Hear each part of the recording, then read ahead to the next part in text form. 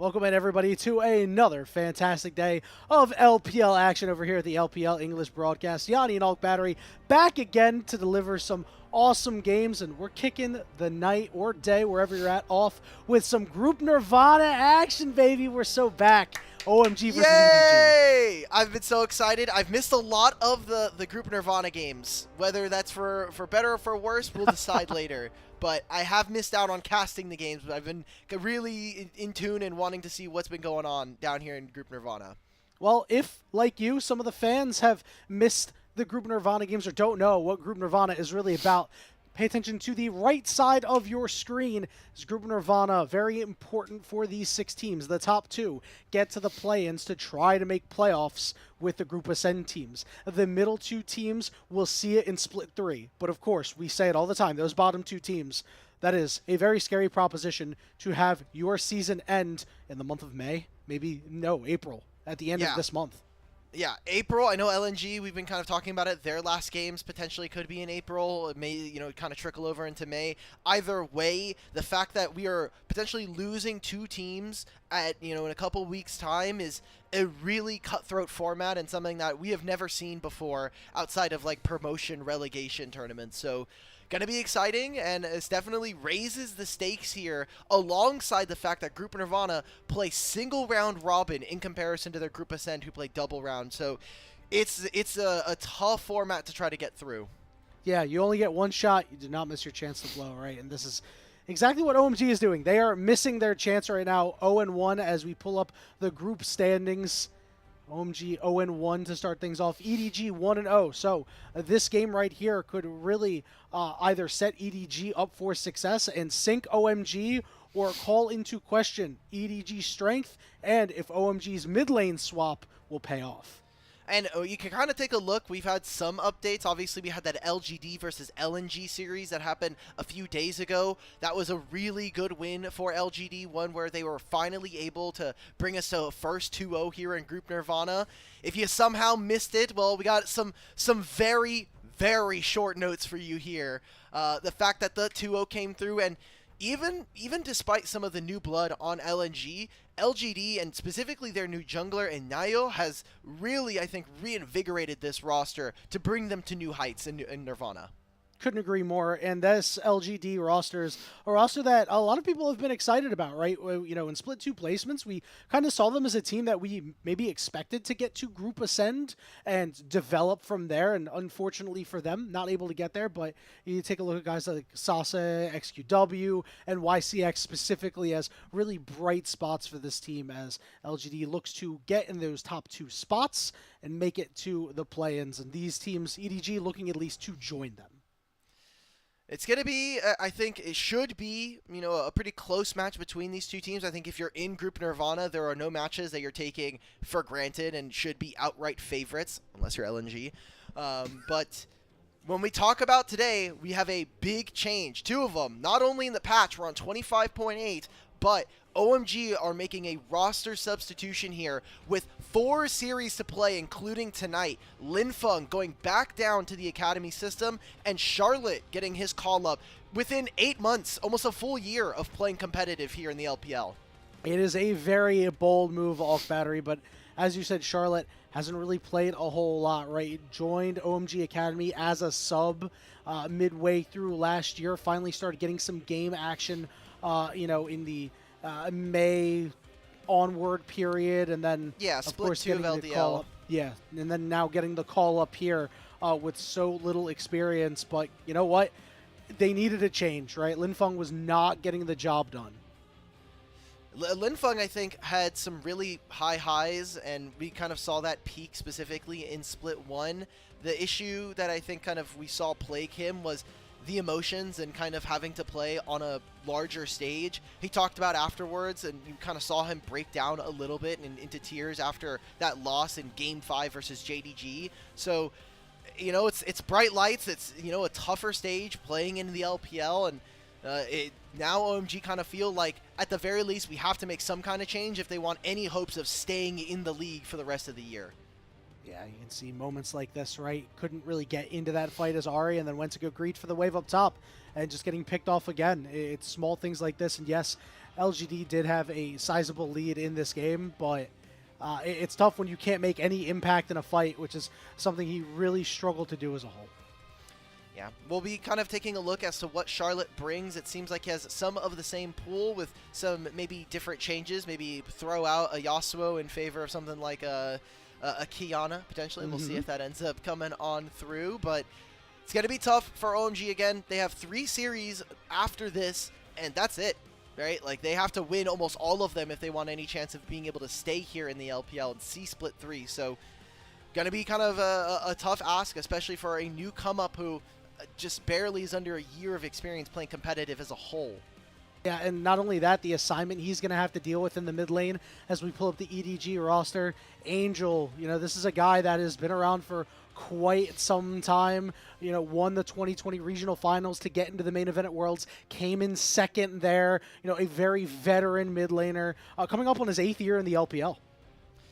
And maybe even kind of in the twilight of his career. I know he's been having some success food blogging recently, Angel, kind of showing up as a personality. But it's been a while since we've seen Angel at the top of the leaderboards and continuing some of that mage play surrounded by the Anyone's Legend duo of years past with ZDZ and Xiaohao in the top and jungle. And we've got this legendary bot lane pair with On and Wink being reunited here for Split 2. Some exciting stuff here for this team, especially when we were kind of looking them coming in. And they were another team very similarly to LGD, where we were saying this team is definitely going to make it out of the promotions. They shouldn't be in Group Nirvana, but by one way or another, they somehow find themselves here, and I think it does come down to the fact that sometimes this bottom lane duo isn't able to really carry some of these late game fights, and Angel in particular sometimes has a bit of a struggle versus some mids.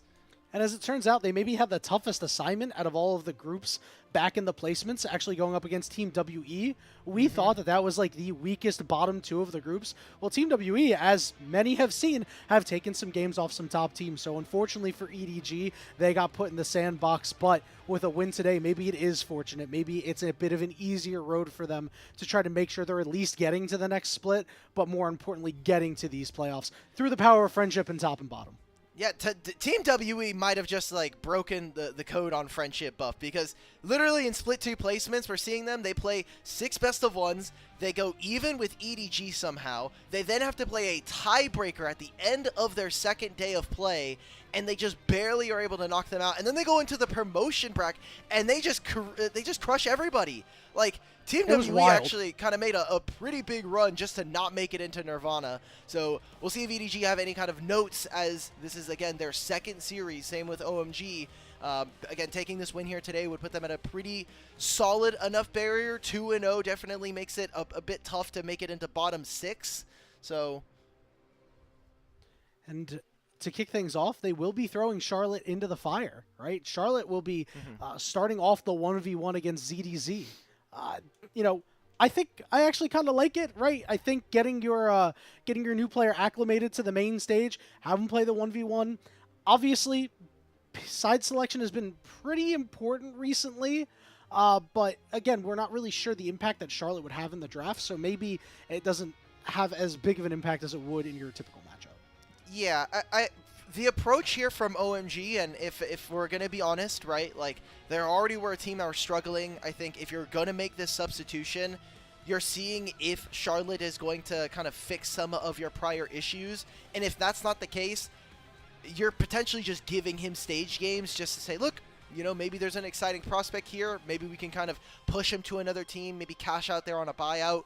That's potentially going to be the case. I think for any of the teams here in Group Nirvana, no matter what the series is, no matter how far into the bracket you are basically playing for a large part of your career at the very least, because being eliminated for the rest of the year is obviously a pretty big downtrend for your team. You're obviously not going to be playing any more games. So maybe we see some more carry performances. Maybe we see some individual players start to kind of take the mantle of leadership and lead this team, so that, they can say, look, this resume booster, like, hey, we may have ended like 4th, 5th, 6th, but you could see me in these games. I got clips. Did you see my KDAs, baby? Yeah, you see my CSD. You saw my CSD at 15 as a support. Like, God, the best support stat really True. separates the men from the boys, right? But yeah, you're right. Some of these teams might just be clip farming a little bit, specifically the teams that shake out to be the bottom two. And with how infrequently these teams play, it is going to be a little difficult. I think maybe it might take at least one more week of games to figure out who is actually going to, really be locked into the bottom two. I think that tomorrow's game, LNG versus Ultra Prime, that should probably lock one spot. I think Ultra Prime has been significantly better, and then you're looking ahead to Tuesday's game, where if RNG takes a second loss to LGD, all of a sudden they're into question too.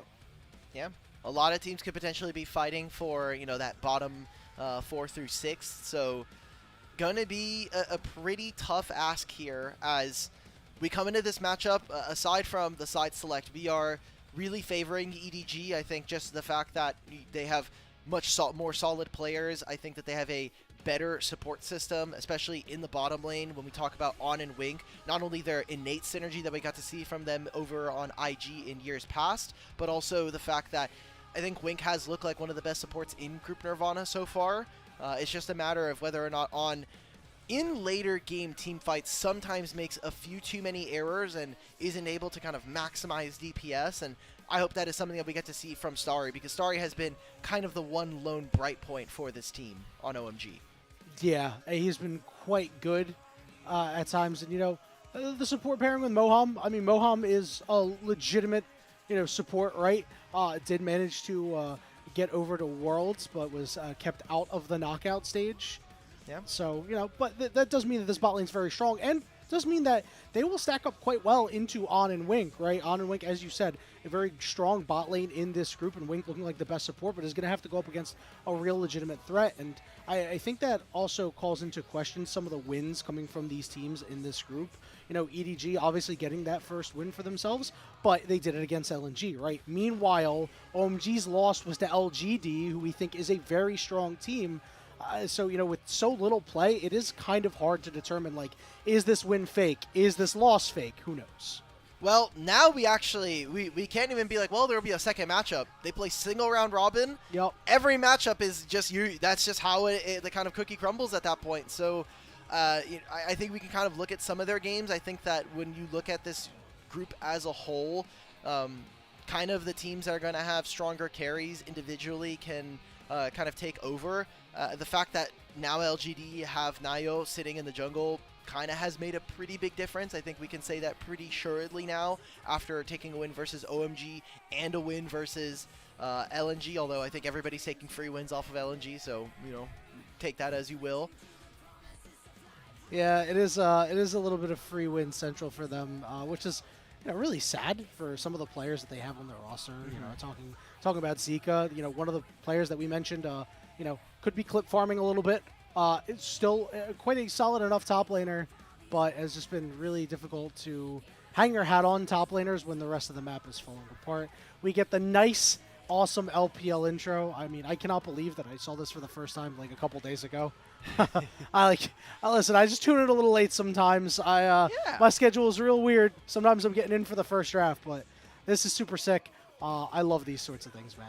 Again, yeah, as I said Split before, 1 had reminds a me really of nice one, stuff and fun. obviously we're getting another kind of rendition of it here in Split 2. I'm taking a look, so I know we were talking about this last night. Here at the LPL, we've now had 5 best of 3s in a row go all the way to 3 games. I wanted to make sure that I had this right. I've now casted 4 of them. So I have casted 12 games in 2 days. Yeah, I mean, like I'm right there with you, brother. Yep. I've done 3 out of the 4, and this week as a whole, right? There's been 10 games and 10 matches. 8 of them have gone to the 3rd game, which is actually quite surprising. Obviously, So anyone's Legend one was a 2-0 over Thunder Talk, yeah. LGD 2, but like the other ones, right? FPX with the upset. Ultra Prime beating on RNG. Anybody? Yeah, that too. Anybody? Yeah. I WE can win taking 3. games versus BLG and Yes. TES. I can't believe I Those forgot are- to mention that, especially since Yeah. they're playing later. Exactly. Those are the kind of big ones. So we do expect that this matchup is probably going to go to 3. Almost all of our Group Nirvana games have been going all the entire distance except for that LGD and LNG series. So unless we're going to keep bucking the trend here, maybe we get some more upsets considering what we've been getting for some of our other matchups in Group Ascend. And there we go. That is OMG going to be taking the stage. And Charlotte, new mid laner here for OMG, a very fresh player to competitive, especially here in the LPL. He's going to be taking his first stage game here in Group Nirvana. What I would love to see in this 1v1, just pick Kiana. Doesn't matter. Pick your comfort, because this is clearly a pocket pick. This is not a widely selected pick. Just pick that. Just slam it early. Show everybody that you are willing to get a little creative. Yeah, it's just 1v1s, but buck that meta a little bit as you see the walkouts here for EDG. Ready and raring to go. The team looks to be in good spirits, and why not when you're up 1-0 in Group Nirvana? Such a historic organization. Obviously, people are going to remember the 2014 days and kind of all of those years with Uzi or with Clear Love and the rest of the boys. But this team has really become a shadow of its former self, and the fact that they are not only here in Group Nirvana, that there is even a potential chance that EDG might get eliminated from the LPL for the rest of the year is, I think if you would have told even fans like years ago, right, just after their Worlds win, that they're going to go from best in the world to potentially out of the LPL, it's a pretty tragic fall here. And so kind of externally looking at this match, I think there is a little bit of pressure from the org upon these players to kind of perform and regain some of that glory that EDG used to hold here. Yeah, this organization has been to Worlds 7 times from 2014 to 2018. Missed 2 years, came back in 21-22, but 2022 is a long time ago, Alk Battery, and you know, the hot take, not looking so good for their chances in 2025. Looking better than it is right now, okay? You know, like if this was split 1 EDG, then, you know, maybe because we were looking at a team that had Awesome instead of On. You know, we had some question mark pings for this squad, but it seems like they've really started to kind of find their flow here in the bottom lane. So yeah, just waiting for this side select. If you're unknown, if you know are just tuning in for the first time in LPL English, welcome. Welcome. If you're wondering what exactly is happening here, we're gonna have a 1v1 between Charlotte and ZDZ. This happens for all of our best of series at the very beginning, at least until we get to playoffs. And they're gonna be doing this for side select with some modified rules. So if you were for some reason somehow around when we had the 1v1 showdowns, we're gonna be on that ARAM map. If you see me poo-pooing and looking sad, it's because the first ban was Kiana out of ZDZ. Damn. Clearly showing that respect. They've seen the tape on this guy. But he's going to lock Draven, which is equally as ballsy, to be quite honest with you. You know, great 1v1 champion. Might be a little difficult to play into Jace, though. Into Jace, I think you're fine. I actually... So yes, Jace does outrange you, but if he ever tries to all-in, which we're going to most likely see considering it is Jace, if you just hit the stand aside on him, you cancel all of that damage, and then he's kind of just doomed at that point because he has to wait at least 3 seconds to go back into range for him. So will be quite interesting to see how ZDZ is able to pilot this versus the new blood here on the stage. Do we know how old Charlotte is? I wasn't able to find anything. Yeah, here I can just double check real quick. So that'd be fantastic because, you know, right. I'd love to know, man. I love seeing young League of Legends talent come through. It's always nice when you see new players join the ranks of some of the greatest gamers in the world, you know, across any game, and see, you know, if they have anything exciting to show. You know, you never know when the next GOAT could be coming in. Obviously, not quite the expectations for Charlotte, not too much fanfare around him, but we'll see if he's able to show the people that maybe he is a force to be reckoned with. I'm just trying to take a look here. Welcome, Charlotte. He's not on the, what's it called? He's not on his Leaguepedia, mostly because he's probably because he's an LDL player. There's not much information on him. You know what? That doesn't make sense. I maybe have sent you on an impossible task, my friend. I apologize. That's okay. It happens.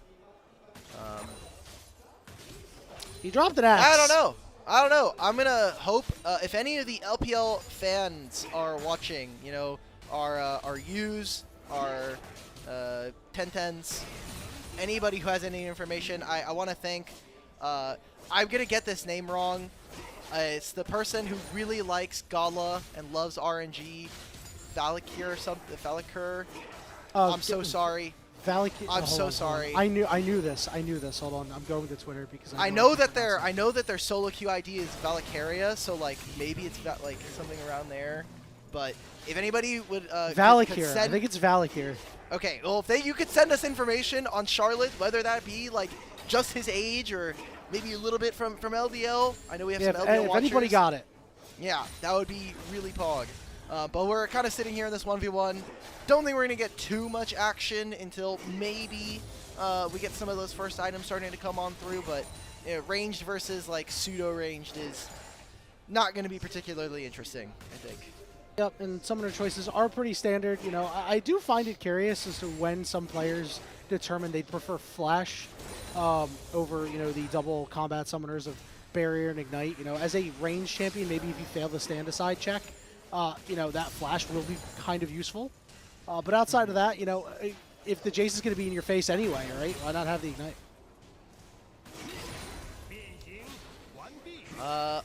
If you want this, real piece attack is like if he misses the stand aside and you flash, the Jace melee form Q is based on where it lands. So if you're outside of it, it doesn't deal any damage to you. Right. Okay. Yeah, that'll do it.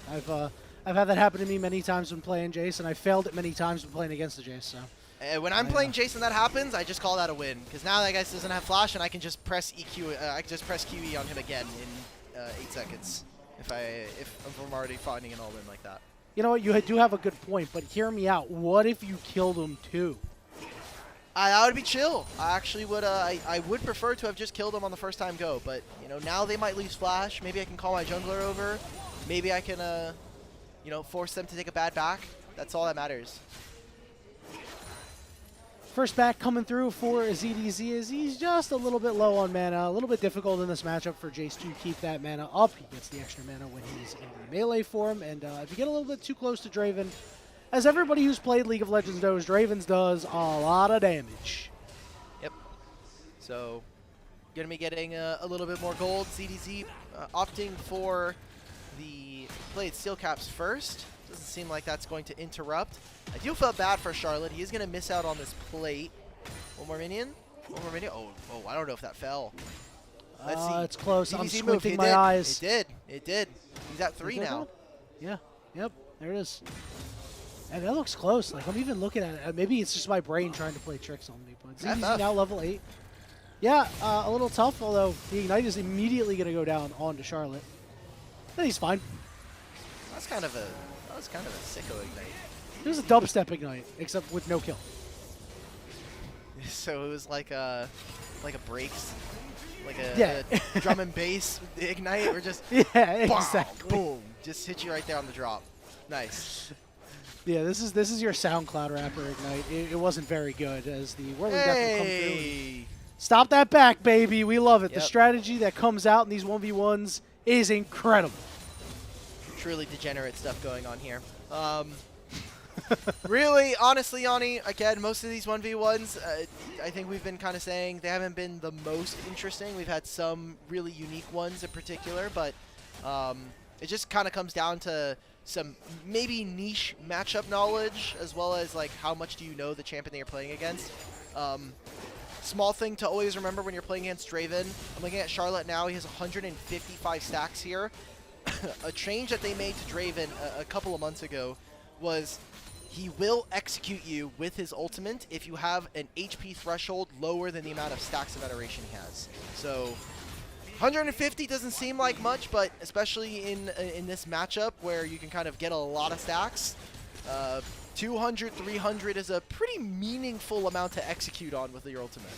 Yeah, every little bit counts. And, you know, I remember when they made that change, I was like super concerned because it was like, man, I'm going to see Draven in all my games. But honestly, probably one of the healthiest changes they made to that champion. Because for those who may know, when Draven first came out, absolutely ridiculous to have to deal with that passive bleed. So any change they make to him, I'm immediately very concerned about because I am a weak laner. So this one was, they hit the nail right on the head. It was a perfect change in my opinion. You know, it's funny. I did have to tell our producer Kai a couple of he didn't know that Draven and Darius were siblings. No shot. True. It's Oh true. my goodness. I'm gonna not try to flame producer Kai too much for that. But I that is think actually very surprising. look, you know, like if there's That's anybody all in the, I don't know if I can, even though I might have the pass because he is our producer. So if I go missing on the stream, everybody knows why. We are just waiting. We are 30 seconds away from the Ring of Fire, which means that we will be going to the sudden death here. I saw that. Thank you. So before we actually get to the sudden death, while we're waiting on these recalls to come through, very quickly, give me your League of Legends hot take.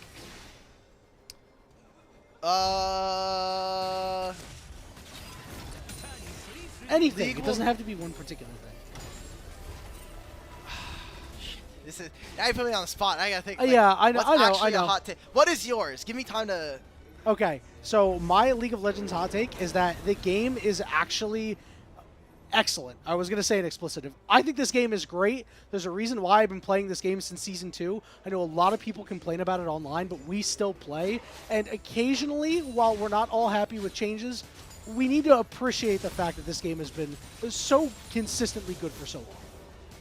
You can ask producer here. I agree with this take. I love this game. Okay. Yeah, it's so great. I'm really sad when people say that they're pretty mad and pretty hateful about this game. Okay. Charlotte, let's see the 1v1, brother. The barrier. Here we go. You do have the flash available, but you're running out of room to flash because getting closer to the Ring of Fire, the Whirling Death coming through. No, but not hitting on the Charlotte! backside. Charlotte, I respect the attempt there, but it looks like you're going down. ZDZ just chilling out, waiting for the cooldowns, drops the hammer, and wins the 1v1. Ah, man, the ultimate goes a little wide. He uses the flash. Maybe some of those nerves in the 1v1 starting to show. So ZDZ and EDG are going to be gaining themselves side selection here for game number 1. We have a little bit of time before the start of draft here, so we can kind of still speculate on some of these hot takes. Yeah, before your hot take, I actually looked in the chat. Devin Booker Truther, a regular in the chat, said their hot take is that Anyone's Legend will not make an international event this year, which I actually think is a pretty interesting hot take. Devin Booker keeps posting some random trash half the time in chat, so that's true. But you know, I actually think that is quite an interesting hot take to have. It is very hot in my opinion.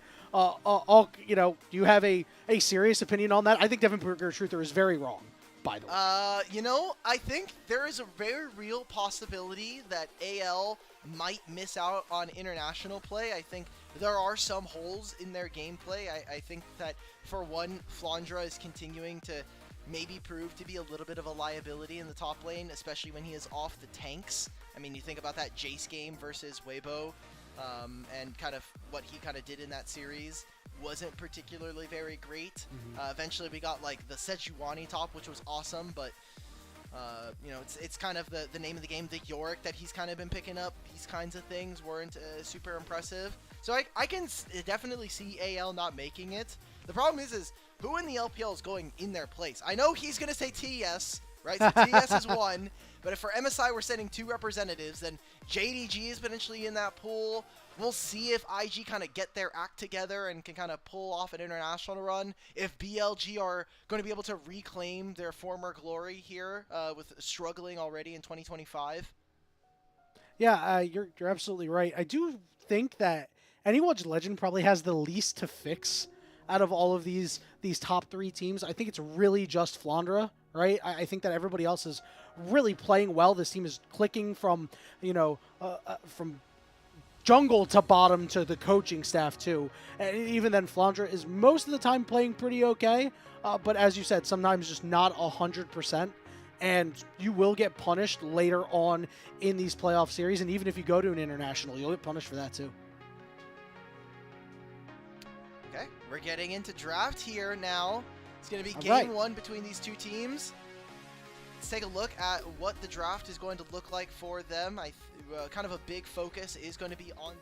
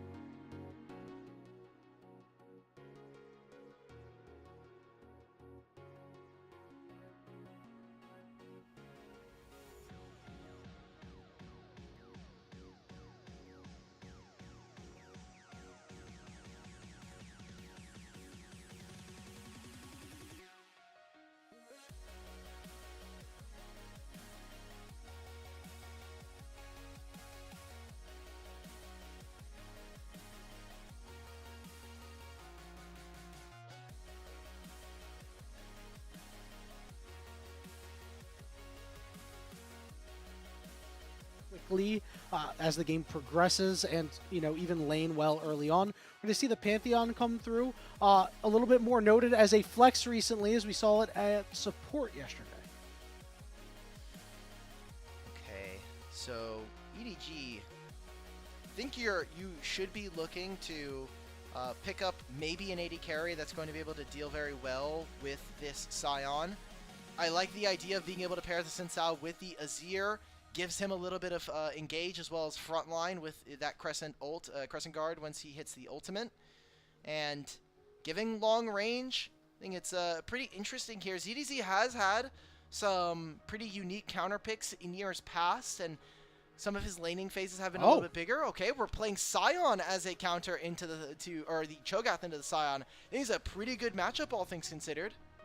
Yeah, you get to sustain pretty well, so even if Scion gets a relatively good trade on you when he drops that axe down, you can survive for a little bit. You can interrupt him too multiple ways using your Scream. You can have the Rupture as well. We are seeing Taliyah come through, so Charlotte's first game of professional Tier 1 League of Legends will come through on this Taliyah. So right now, from what OMG are showing, they have a pretty decent amount of pick with this Pantheon and Taliyah. The problem I'm kind of falling into is that they are very short-ranged in this manner, and so when you look at what EDG have, Cho'Gath is going to be incredibly annoying, not only in the laning phase versus Scion, but into Taliyah. Azir is going to be able to do kind of outrange, so how OMG controls space and how they're going to be able to find Angel is going to be kind of pivotal with how this draft has turned out so far, and now a big focus going down to these 80 carries as we get into the second round of draft. And this leads me to believe that this Pantheon is also going to come through in the jungle, right? Because the double globals, also being able to go and make plays. It's one of the better combinations when Vi is off the board and Xin Zhao is also not available. I like these 80 carry bands, as you said, already focused, but that Ezreal getting taken away. On has played it quite a bit, and against a team that OMG is presenting would be a very solid pick.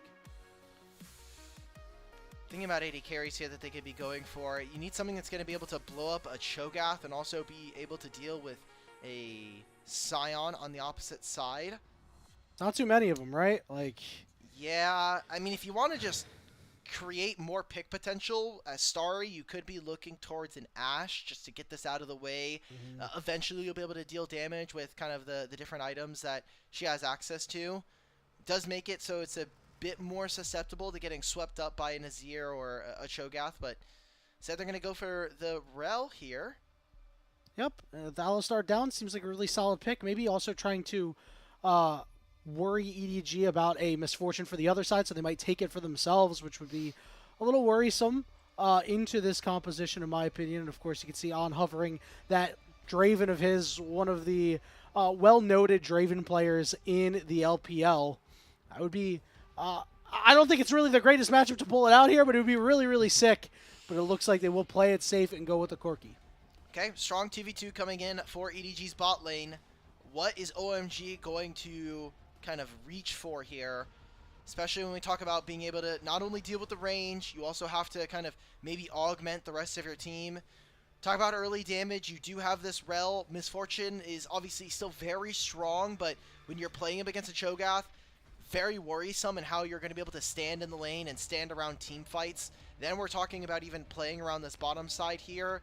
I think you're a bit worried about kind of dealing with 2v2s. You could go for Jhin, which on 4 items can get rid of some of these EDG tanks, but kind of worrisome for the mid game. Hovering the Jinx here for Starry will lock that one in. So Starry has played a decent amount of Jinx in his short time, and it is a bit of an interesting pick when you already see a Nautilus on the other side, but you do need to go with something, especially since there's solid damage for OMG, but you really need a little bit to put you over the top. Good opportunities for him to get resets and wreak havoc in some of these fights, right? Those resets will help you avoid this Cho'Gath later on.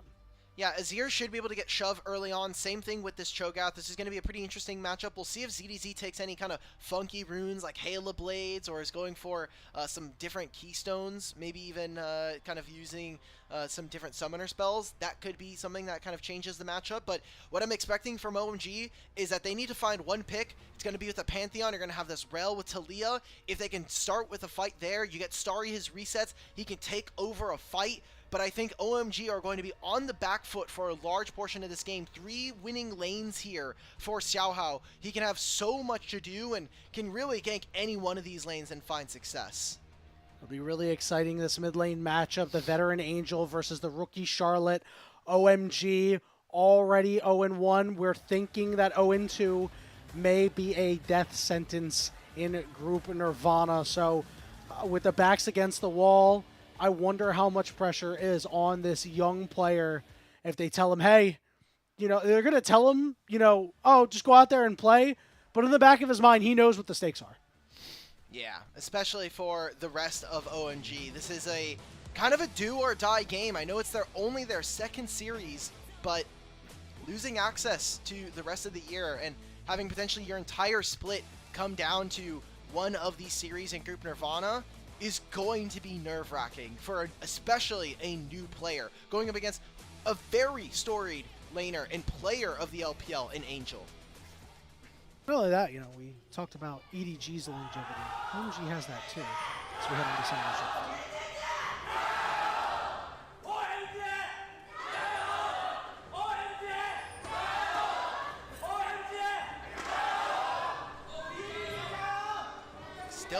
Still better than the LNG games, okay? Honestly. The LNG games, not a lot of fans were doing the Jiayos, so at least the EDG and the OMG fans came out to play today. Yep, it's got to put a smile on your face if you're a player for either side, that you do have all of this support despite the fact that you are seen as down, quote-unquote, in Nirvana, but we have seen teams escape from it last year and get up to Group Ascend. I love that they brought this group splitting back. They've got really sick group names, too. Yep. Okay, jungler starting on top sides of the map. Should be looking at a 3.5 minute to 4 minute gank potentially on this bottom side once we get some extra action here. Okay. Good damage. Good damage onto Wink here, especially with the fact that we did that crash down from Moham. Kind of looking, I think that early game damage, while the wave clear here for Starry is going to be a little bit stronger. Got to think about the skirmishing potential of this Corki, especially if he has access to the Gatling gun level 1. It seems like he went for the Foss Bomb on level 1, so probably won't be getting that until level 3. You really want to try to get that Valkyrie, especially when we're talking about playing into Rel. And Starry with this PTA, this might be yet another lethality Jinx game.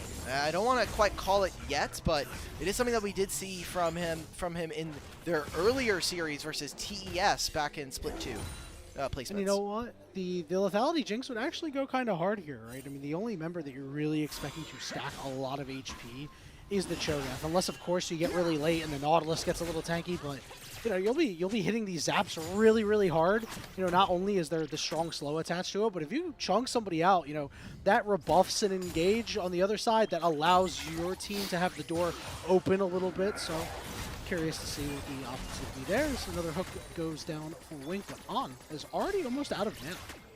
Okay. Should be fine though. He's gonna hit level 3. Is only now getting the Valkyrie, so they'll have, he has 100 mana. You should have enough to use 2 spells, and then that's it. But Hung, already finished with his blue buff here, is pathing towards this lane, and I wonder if Moham is going to try and take early control of this top side, try to play around this Tri-Brush, and choke Xiaohao out of this side of the jungle. Wink has to be so careful here. If he walks in, there's a potential of a Pantheon coming on through. So I'm going to move up to that Scuttle Crab here, as Xiaohao was going to take the one for himself up on the top side. And so far, things, very quiet, but it is still very early, right? We're expecting some early impact coming through for these junglers by virtue of them being very strong gankers, and they do have some CC set up all around the map, save for mid lane for EDG. As 2 minutes until the Grubs, 1 minute until the Dragon, and Aug Battery, Grubs could be quite useful for EDG, but I feel like taking them away from the Scion could be more important. I feel like OMG are the team that's probably going to want to be on the objectives first, so I don't know how much they're going to be able to actually stay on side lanes. EDG definitely going to have a much easier time of hitting turrets, but I think if you ever are going to be giving Grubs to a team with Jinx, potentially is going to be something that's very problematic for you. So instead of going for their recalls, they're going to go for one more wave on this bottom lane. Same thing, Starry taking his recall, and this might end up trapping On and Wink. With them having to stay in this lane, they're going to crash a pretty large wave here, and that should mean that there's a numbers advantage for EDG, whichever side of the map they want. I'm going to assume that they're going to play towards the bottom side here, because Xiaohao has more camps respawning down here, and he is already pathing towards this dragon. See what the options are. As Hung was spotted out from that ward near the chickens. A lot of ping is going down onto Xiaohao's chickens, so maybe we'll see a little bit of a tussle there. Wink already moving up with his jungler to make sure that the anticipated Hung move here is not super scary. Moham has also moved up here. Just give you a little bit of a smite fight, and it looks like that went over to Hung. And they didn't even see Wink the entire time. Secret agent mission completed for him. So, mission fail. We'll get get him next spotted? time. You lost the Yep. you lost the chicken. I guess, yeah, but didn't lose his life, and that is OMG going to be... Looks like they were kind of starting and feigning onto this dragon. Instead, they're going to peel back, recognizing that there's a pretty big wave here. This is Group Nirvana, folks. We're going to have some slower games. We're also going to have some sloppy ones here. Oh. Whoa! That lands on the Went Starry. I down don't know on if the this is Starry, good, yeah. though. Starry's got no barrier now. They're going to peel back, and Starry going to try to squeeze whatever damage he can out of that one, but this is pretty rough for OMG. EDG could head on to this dragon if they wanted. Xiaohao with the wind becomes lightning, but that's on cooldown now. Hung going to spot him out as we're congregating on this bottom side, but they're just posing, right? They're ready to fight. They're saying, hold me back, but nobody's holding them back. Nobody's fighting. I think that EDG just wanted to try to see if they could get this bot lane already crashed, and they were wondering maybe if Hung was going to maybe look for anything on this wave. Instead, it's going to be EDG. Instead of going for this dragon, forcing the summoner spells out from Charlotte. This is what we wanted to see in the Azir versus Taliyah matchup. It should turn into some early priority for EDG. Instead of going for this dragon, wanting to kind of risk it around there, let's just get these grubs, take them away from the opponents, and continue some of our domination as we look towards a later game fight. Uh-oh. They have no idea. We're going to go on the Corki here. The double knockups. On's going to flash away. The zap on the Wink could not block the hook. So you get a summoner spell out of Corki.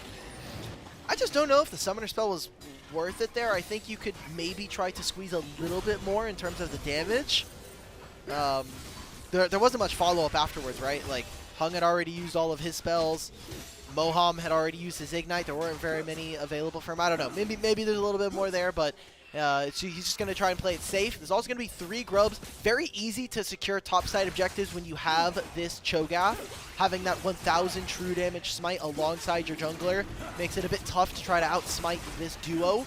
So EDG will have at least some comfort knowing that if they can get and escort the ZDZ over to these objectives, that they have a possibility of really securing a lot of these and taking them and making it difficult for their opponents to contest. Yeah, it's going to be a lot of pressure on ZDZ around those fights because you've got such great abilities to try to keep members of OMG away from those objectives too. Looking at that Rupture specifically, as both objectives have been traded, so now we've got a little bit more downtime. Wondering if EDG are going to try to make a play onto Charlotte. We see Moham here as well to back up his flashless mid laner. I really hope we don't start seeing more Cho'Gath matchups, top lane versus Scion blind. This is just... It's a fun matchup to play in isolation, but I just don't want to... I'm afraid of what some of our top laners are going to try and do on Cho'Gath. I already had to watch the Shy Cho'Gath game earlier this year. Just no. Yeah, it's it's cool when you're playing it. When you're watching it once in a while, you're like, all right, it's a little slow, but I mean, given the fact that the champion's been a little prominent so far in 2025, maybe not fully in the LPL, but elsewhere we're seeing some play. Just keep it out. It's all right. We don't really need this, especially in as long as it isn't the Symbiotic Souls, which did get nerfed on this patch, as well as the like full movement speed Cho'Gath build. I know they Yeah, kind of made Shirley some is taps small. away from that. That would be really abusive. So Charlotte in a bit of a weird spot. He kind of was maybe looking to see if he could try to make a move towards bottom lane with his Weaver's Wall, but Angel is kind of keeping him on his toes and keeping him under his turret right now. So this Azir will have first priority. We're getting the Pantheon ult behind now. Yeah, we're just going to go in, but Zhao Hao is trailing, teleport coming in. Super Mega Death Rocket gets the kill on the Wink, and this teleport taking a long time to get here. But Hung is getting low, he gets knocked up. Angel is here. Moham going back in as they're looking for Zhao Hao. He flashes away and gets the kill. Charlotte has joined the party. Angel It's can ult here. 2-3-3, but Starry is out of mana and out of health, and Angel serves them up and sends them to hell. It is a wipe. EDG get 4. Right there, they get 4, like you were just saying. They use some of their summoner spells, but I think the fact that Angel's able to just be completely uninhibited in this fight, it's a very clear angle there. Charlotte not even using the ultimate to try to get there first versus his opponent. I feel like a pretty big mistake, and he still lost this wave in mid lane. You can kind of see it. He has to make this teleport after all of this wave is gone, so he's already going to be late to this play. I feel like it's a pretty massive mistake. It's just Wink giving up his life, and this turn from Angel makes the entire difference. And now Talia doesn't have any of her sums, so she doesn't have teleport. This is something that you can try to punish yet again, and this sweep just secures a massive lead for EDG. And the seismic shove went onto Angel, but pushed him closer to OMG as opposed to further. So not really the brightest first play from Charlotte, but we'll have many more opportunities to do so. But EDG already coming out with the early lead here. Second set of grubs coming up in about 30 seconds time. And you can imagine that after that and all this control, OMG is not willing to fight. How tough is this dive going to be on bottom side? Don't think there's going to be much to do. I mean, Cho'Gath can find a knock-up, stop a lot of the DPS. The fact that he heals off of his passive as well makes it very difficult alongside a mini wave. We see EDG, though, they are feigning towards the top side, putting a lot of pressure inside of Hung's jungle and taking some of his jungle camps away, so might have to just be a split map here. This will turn into EDG getting themselves 6 grubs, while OMG are going to find a single kill and maybe 2 turret plates. I think it's a massive overforce for them. It is, but they feel like they have to do something. Seismic shove not going to land. They're going to start chopping down these minions just a little bit, and no play to be had. As they're in the full reset, they're going to lose the grubs, get nothing. Plates in the mid lane too. And we're kind of seeing it here with Starry taking up a serrated Dirk by going this lethality build. I feel like you are kind of hamstringing your team's ability to deal damage. Yes, you will have a lot more upfront burst, but in terms of consistent DPS, some of the late game scaling that we would expect from a Jinx, it's just not quite going to be there for OMG. So seems like for them, they are really prioritizing trying to win this game early. But you see where the gold deficit is at right now. You kind of see some of the items coming through. Now you already have completed first items for multiple members here of EDG. I think every single fight, this next dragon included, is really tough for OMG to opt into. And if you're playing for this early game, you kind of have to opt into it, right? Like, obviously the Pantheon's going to lose efficacy later. As you mentioned already, the lethality Jinx not going to be your typical late game fantasy Jinx if you get there. So, you know, and it's going to be hard playing into this Jin Zhao, right? He's already 3-0. Already has that Sundered Sky. You know, has the Phage as well to stick on these targets. Not good. And now OMG just lose access to the river here. So it kind of feels like they're playing on the wrong side of the map constantly. They find this pick on the on. Yeah, he's got to flash away, and Charlotte coming through with the Weaver's Wall, trying to get around to Wink here. Wink getting knocked to the side. Good seismic shove. And Charlotte gets his first Tier 1 professional kill.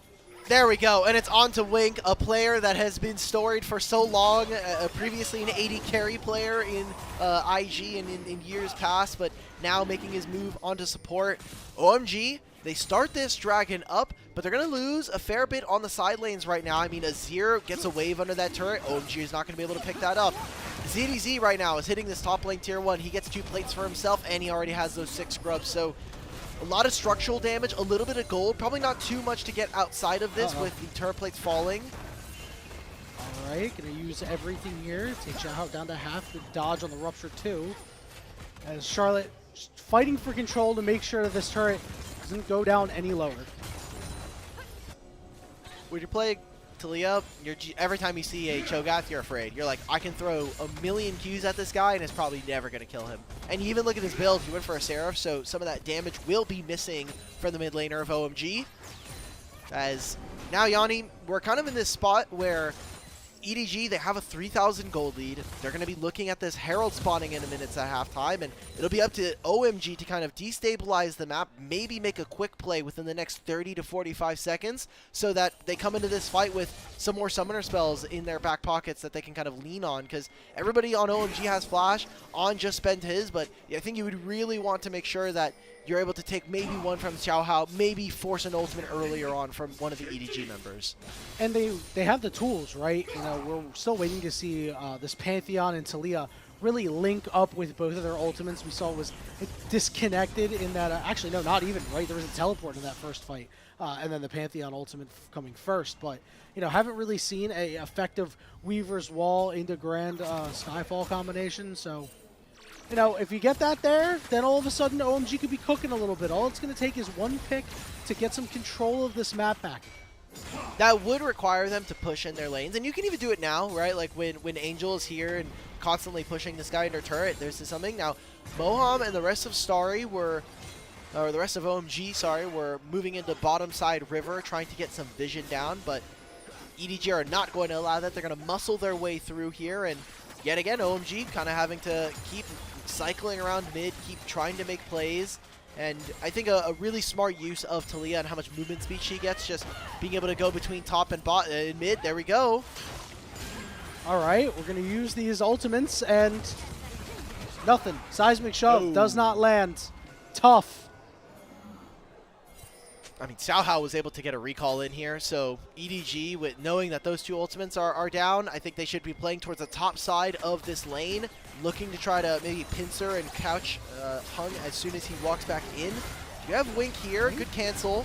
Yeah, he's going to get rooted as well, but here comes Xiao Hao and all the damage he does. Sion coming through with a big knock-up on to the Xin Zhao. Hung trying to get away, but Angel joins the fight and pokes him in the back with a stick and slides out. I don't know, man. Hung just feeling very, very desperate, trying to look for these plays. Now gives over the Herald, even gets Harry to kind of moved over. They're all splitting farm. They're losing access to the side lane. You already had lost out on the grub, so OMG, this early game plan has just not gone how they wanted it at all. And they're not even trying to cross map and make plays. They're just losing fights in mid, trying to pick out onto Wink. We've seen EDG have some pretty solid early games so far this season, right? Remember in the first split, you know, they were in that group with BLG and had played a couple of really competitive early games with them. And, you know, when you're playing against a lesser team like OMG compared to BLG, this is the result that's going to happen. Oh my god, that flash. Barely not getting hit by that hook. Probably doesn't change all that much, but the fact that it could have been another kill obviously would have been nice.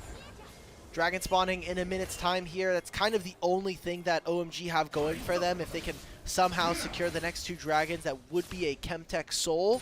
But we talked about the lack of scaling damage. The fact that they are going to miss some of that consistent DPS will hurt them as this game goes forward. And you can kind of see already with the fact that they haven't been attending their side lanes, OMG are continuing to slide into poverty compared to their opponents here. And with 6 scrubs, it's only going to get worse as the game goes on. It's a near 4,000 gold lead. That is difficult to overcome in 18 minutes when you're so indexed into the early game. This dragon coming up in about 25 seconds as we see a wet noodle fight. And the wet noodle fight is gone as they turn on to Wink, the seismic shove. They CC lock, but do they have the damage? Yes! Super Mega Death Rocket gets Starry a second kill. This is 4 times now where Wink has gotten caught out right before a fight. I think it's very strange when we think about, you know, the history of a player like this. I know he's trying to play forward, but him and Xiao Hao have not necessarily been super synced up here. Now, what EDG are going to do is that they're going to try to force priority in the mid lane. They're going to have this grub come on through, use the Herald, take mid tier 1. And once this is gone, they can just move straight into this bottom side jungle. Weaver's Wall coming in. Wall. Yeah, just do what you can to try to disrupt that, at least worry EDG and not have them continue the fight, even though they are under an Azir turret. But that's a very solid Herald there. Let's see if they can convert on the Dragon. This is, I mean, how do OMG even play now coming into this fight? Like, you don't have a Talia wall to try to segment. There is a Pantheon ultimate, but the one win condition that OMG were going to try and rely upon has now been delayed another 5 minutes, with EDG being able to pick themselves up this Chemtech Drake. Yeah, it's not going to favor them. Cho'Gath will get nigh unkillable later. Of course, you have an Azir who's already 2-0-2, 200 CS, 2 items as well. Angel be in a good spot as they're laying a trap here for ZDZ. Oh, brother has no idea. Okay, we're 3v1ing the Cho'Gath guys, please. All right, who would win, an Eldritch Horror? We missed the flick! Or a bunch of rocks. And right now the rocks are not getting the job done. The minions are in the way. ZDZ trying desperately to get away. Doesn't get hit by the Super Mega Death Rocket. He flashed. No way. The spear in the back is not going to kill him either. The Eldritch Horror beats the rocks. Yanni, get me out of this game. Get me out, please. Oh my god, we missed the flick, Charlotte. I know it's your first game. The lights might be a little too bright in this one. He's stunned up. He's getting CC'd by Rel, and now EDG. They say thank you for your donation of all this pressure onto the map. We'll get a top tier 1, a mid tier 2, and absolutely nothing for you to answer for it in trade. They'll finally get themselves a turret, but in a completely a huge disaster here for oh my god. Yeah, it's really bad. It makes you say, oh my god, how bad it's actually been. And they've tried to make some plays, which I like with this new nucleus you have in the mid lane, but it's just not coming together. The synergy ain't there. Let's see if it is here, as they're going to look to pick off Wink once again. He flashes over the wall, but ends up dying. Starry gets a 3rd kill. This teleport coming in. This Cho'Gath is going to land into a lot of skill shots. It's a lot of damage. Over the wall is on, ready to go. Charlotte is getting low. Over on the side is Zhao, trying to survive, knocking up Harry. Mohammed's look at over the wall on, trying to get big in this fight, and Starry goes down, hung over the wall on top of Angel to take him out, as his Pantheon still trying to leverage some of this power on, flashes away, but he's stuck in a 3v1, throws the spear, gets the kill, dies himself. Hung, a double kill, but a double kill for Zhao as well.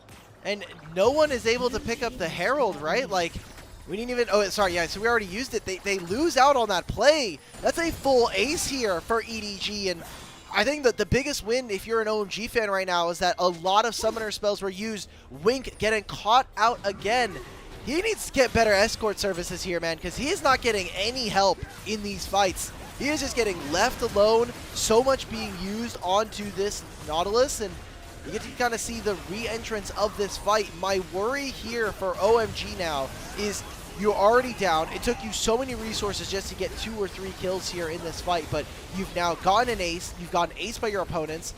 Now you're going to be missing summoner spells, and there are still lots of objectives you need to play for to stay relevant in this game. Yeah, On had such a good fight there. You could see just in the pit. Oftentimes, when you're an AD carry stuck in the pit, it's really bad for you. But that time, it was a nice safety net for him. And EDG up about 5,000 gold as this Otacon has spawned on the bottom side of the map. And this is Azir, which we were talking about in the late game, will do so much. We're not even that late, and Angel is already going crazy. Yeah, you have this Azir, you have Corki. These two alone can rip any kind of large monster objective, but then you bring a Cho'Gath in on top of that. EDG have a surprisingly very fast take on these standing epic monsters.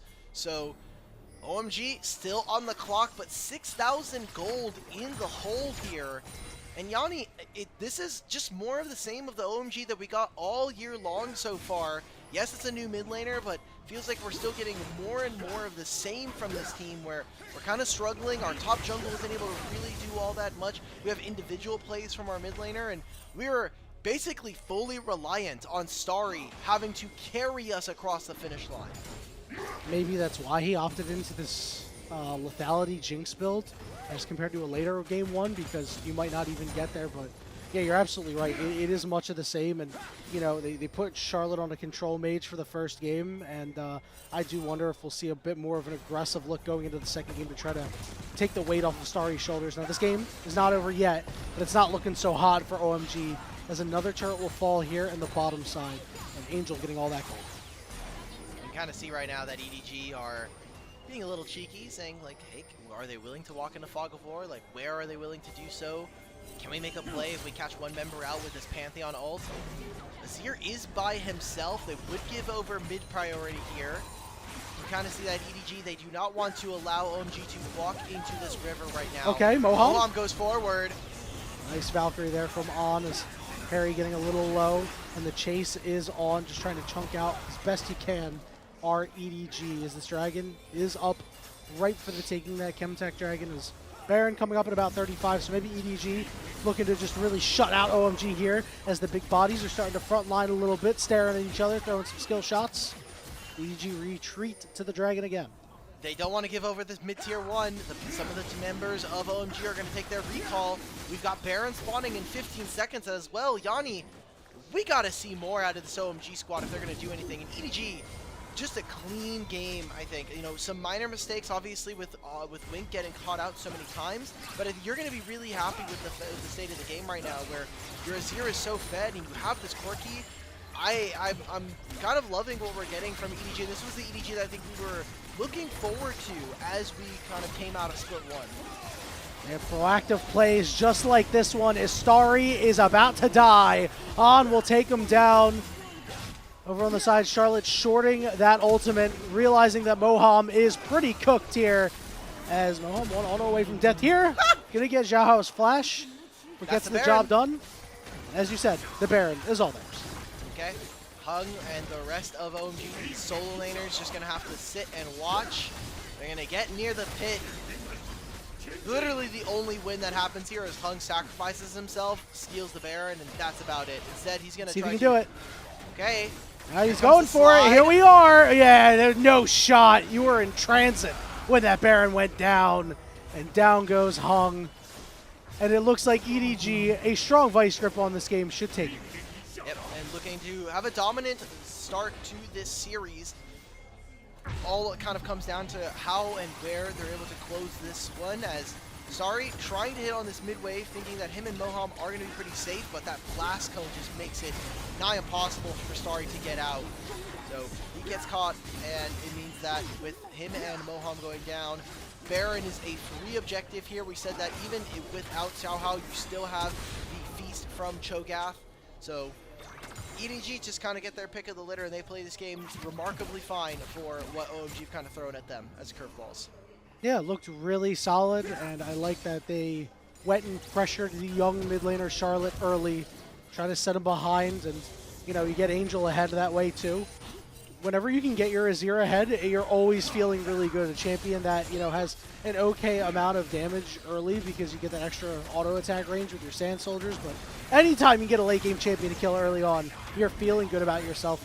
EDG have to be feeling it right now. Sieging down this mid-tier 2. You can see the Corki poke as well as that Azir poke forcing off a guy like Charlotte.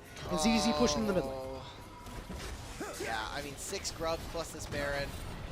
EDG are just looking to close out this game. Not very many angles of success here for OMG to kind of come back.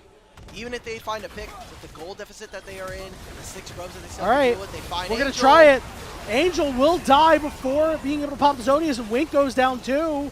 And OMG looking to hold the line. They are going to lose another turret for it. This time Charlotte's going to go all in, trying to take down On, and On will not be able to trade back. It's a 3-0 for OMG. But look at how many summoners, but look how much they had to actually invest in this. They're going to try and get Harry to, or Charlotte to recall and then maybe teleport. This is their one play. It'll be an Otacon, but it's not even ruinous. I know I sound like a broken record and maybe I'm a bit negative here for OMG, but this Otacon does absolutely nothing for them. They get a revive for the next 2 minutes. They're still down, so what'll happen is they can take a fight. They'll probably lose it like we've been seeing a lot of the other fights. Wait a minute, Xiaohao. They might just die. No. Yeah, they might just die. This is going to be a big problem. No! It is stolen away by Xiaohao. And the knife through the stomach of OMG as ZDZ and Harry, a big tank fight. Ain't so big anymore as you get chopped down. Starry will fall too. No. It looks so good for just 1 second. By so good, at least somewhat playable. Charlotte, he literally TP'd into this play, ran into the brush, and then immediately recalled, man. And it still got canceled. That's going to be the end of the game at 29 minutes here. EDG just make it look easy against OMG. Welcome to the LPL, rookie. Enjoy your stay. A 29-minute victory thereabouts for EDG in a game where they were really never in any danger. A little bit of hubris was punished, but it was really never going to be that bad. All right, Angel, I see what you tried to do there. Whiffing on that one.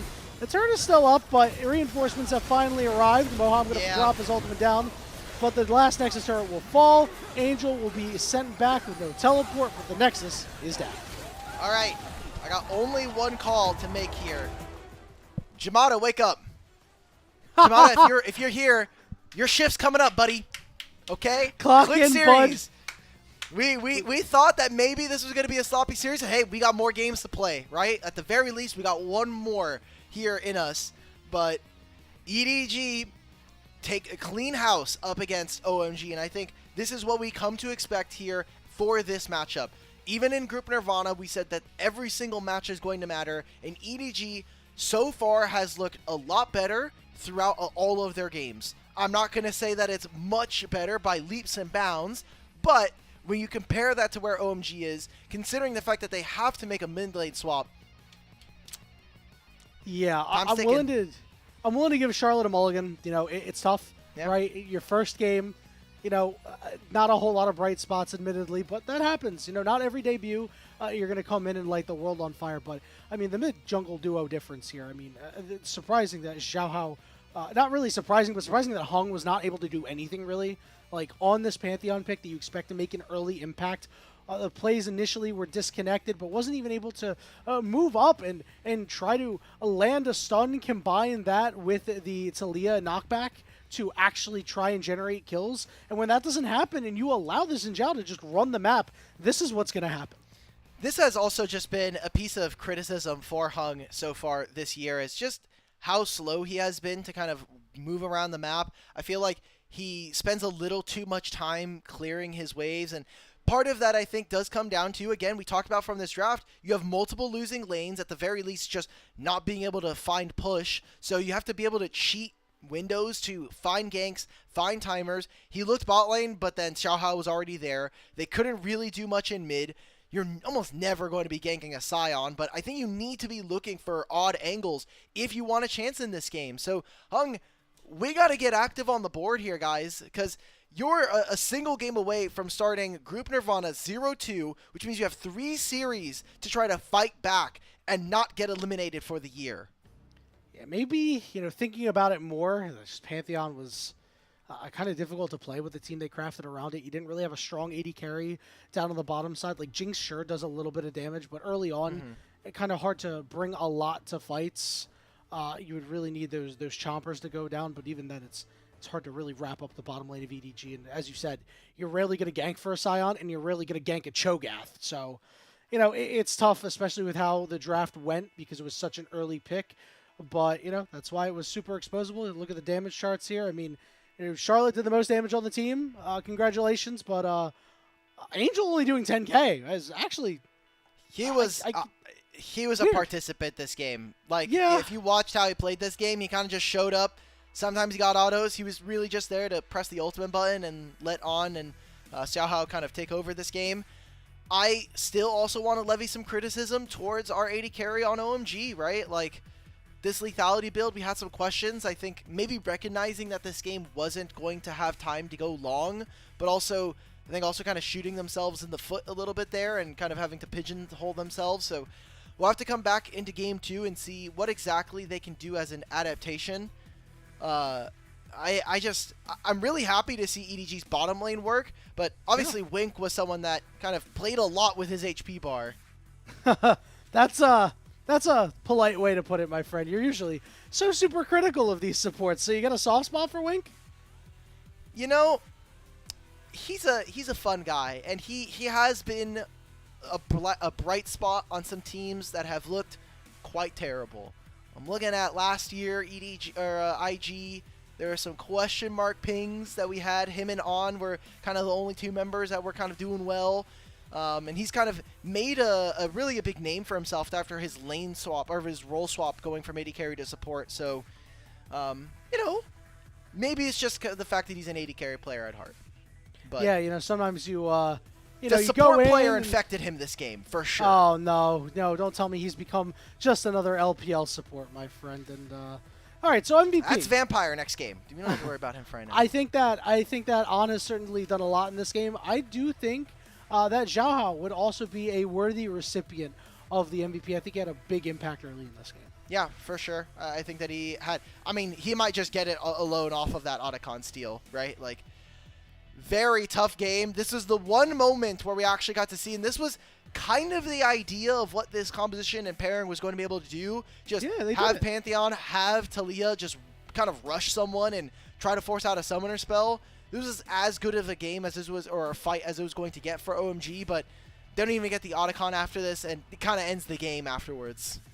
Yeah, big Sag there, but yeah, as you said, they finally made the play. It was just a little late, you know. You take a look at the scoreboard, it was pretty ugly at that time, but hey, they did it, right? Maybe something to build on. There's not really a whole lot of good things to say about what happened in this game for OMG, except for the fact that they get a second one to try to right their wrongs. Yep. And we kind of have to go back to the drawing board here for game number 2. I think the fact that Sion is becoming blind pickable, or at least they are opting to blind pick it, I like that we got the Cho'Gath counter. Also a champion that, because we are in Fearless, we already weren't really seeing Cho'Gath before. We won't see it for the rest of the series, obviously, but, you know, some pretty important champions, all things considered, were taken off with this game. So, gonna have to see what we get in game number 2 now that, you know, we still have champions like the Rumble, the Gwen, and the Jace still all ready and rocking to go. Yeah, always good to see those ones available, and, you know, it's been really weird. So, what do you think is a big reason for the lack of Gwen priority, real quick, as we get the MVP coming up? Oh, it was Xiaohao. I just think it's probably just the fact that this champion has just been getting nerfed, and maybe players just overreacting to some of the nerfs, which has happened before. Yep, nothing too surprising, just like this MVP.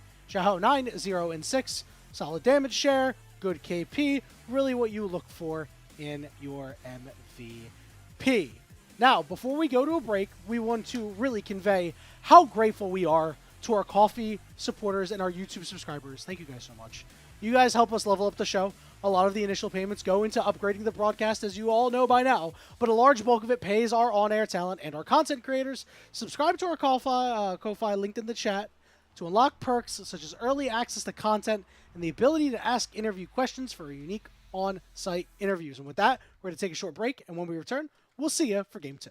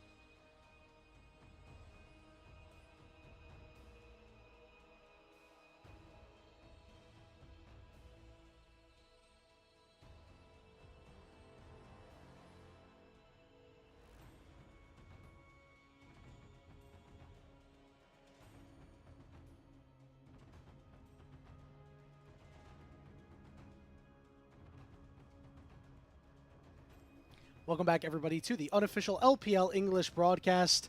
With our first game of the day, EDG versus OMG. EDG going up 1-0. But before we really get into that, Elk Battery, I got a question for you. Have you heard about MOBA Trainer? Everybody out there, have you guys heard about MOBA Trainer?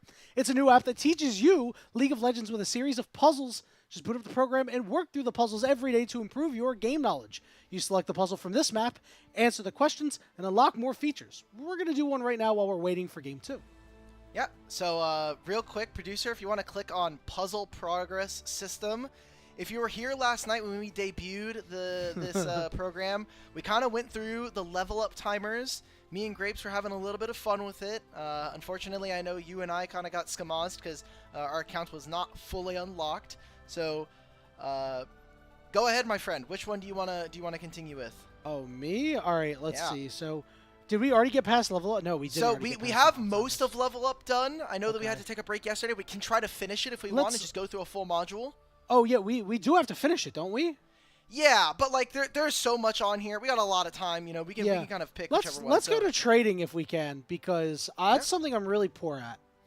Okay. Okay, wait. All right, never mind. Yeah, never that's mind. what I Get thought. back That's in. what I thought. That's what I thought. Get back in there. Continue learning. I was like, hold on. I know for a fact that I'm pretty sure you have to continue it. So trading by tracking cooldowns with Oscarinen.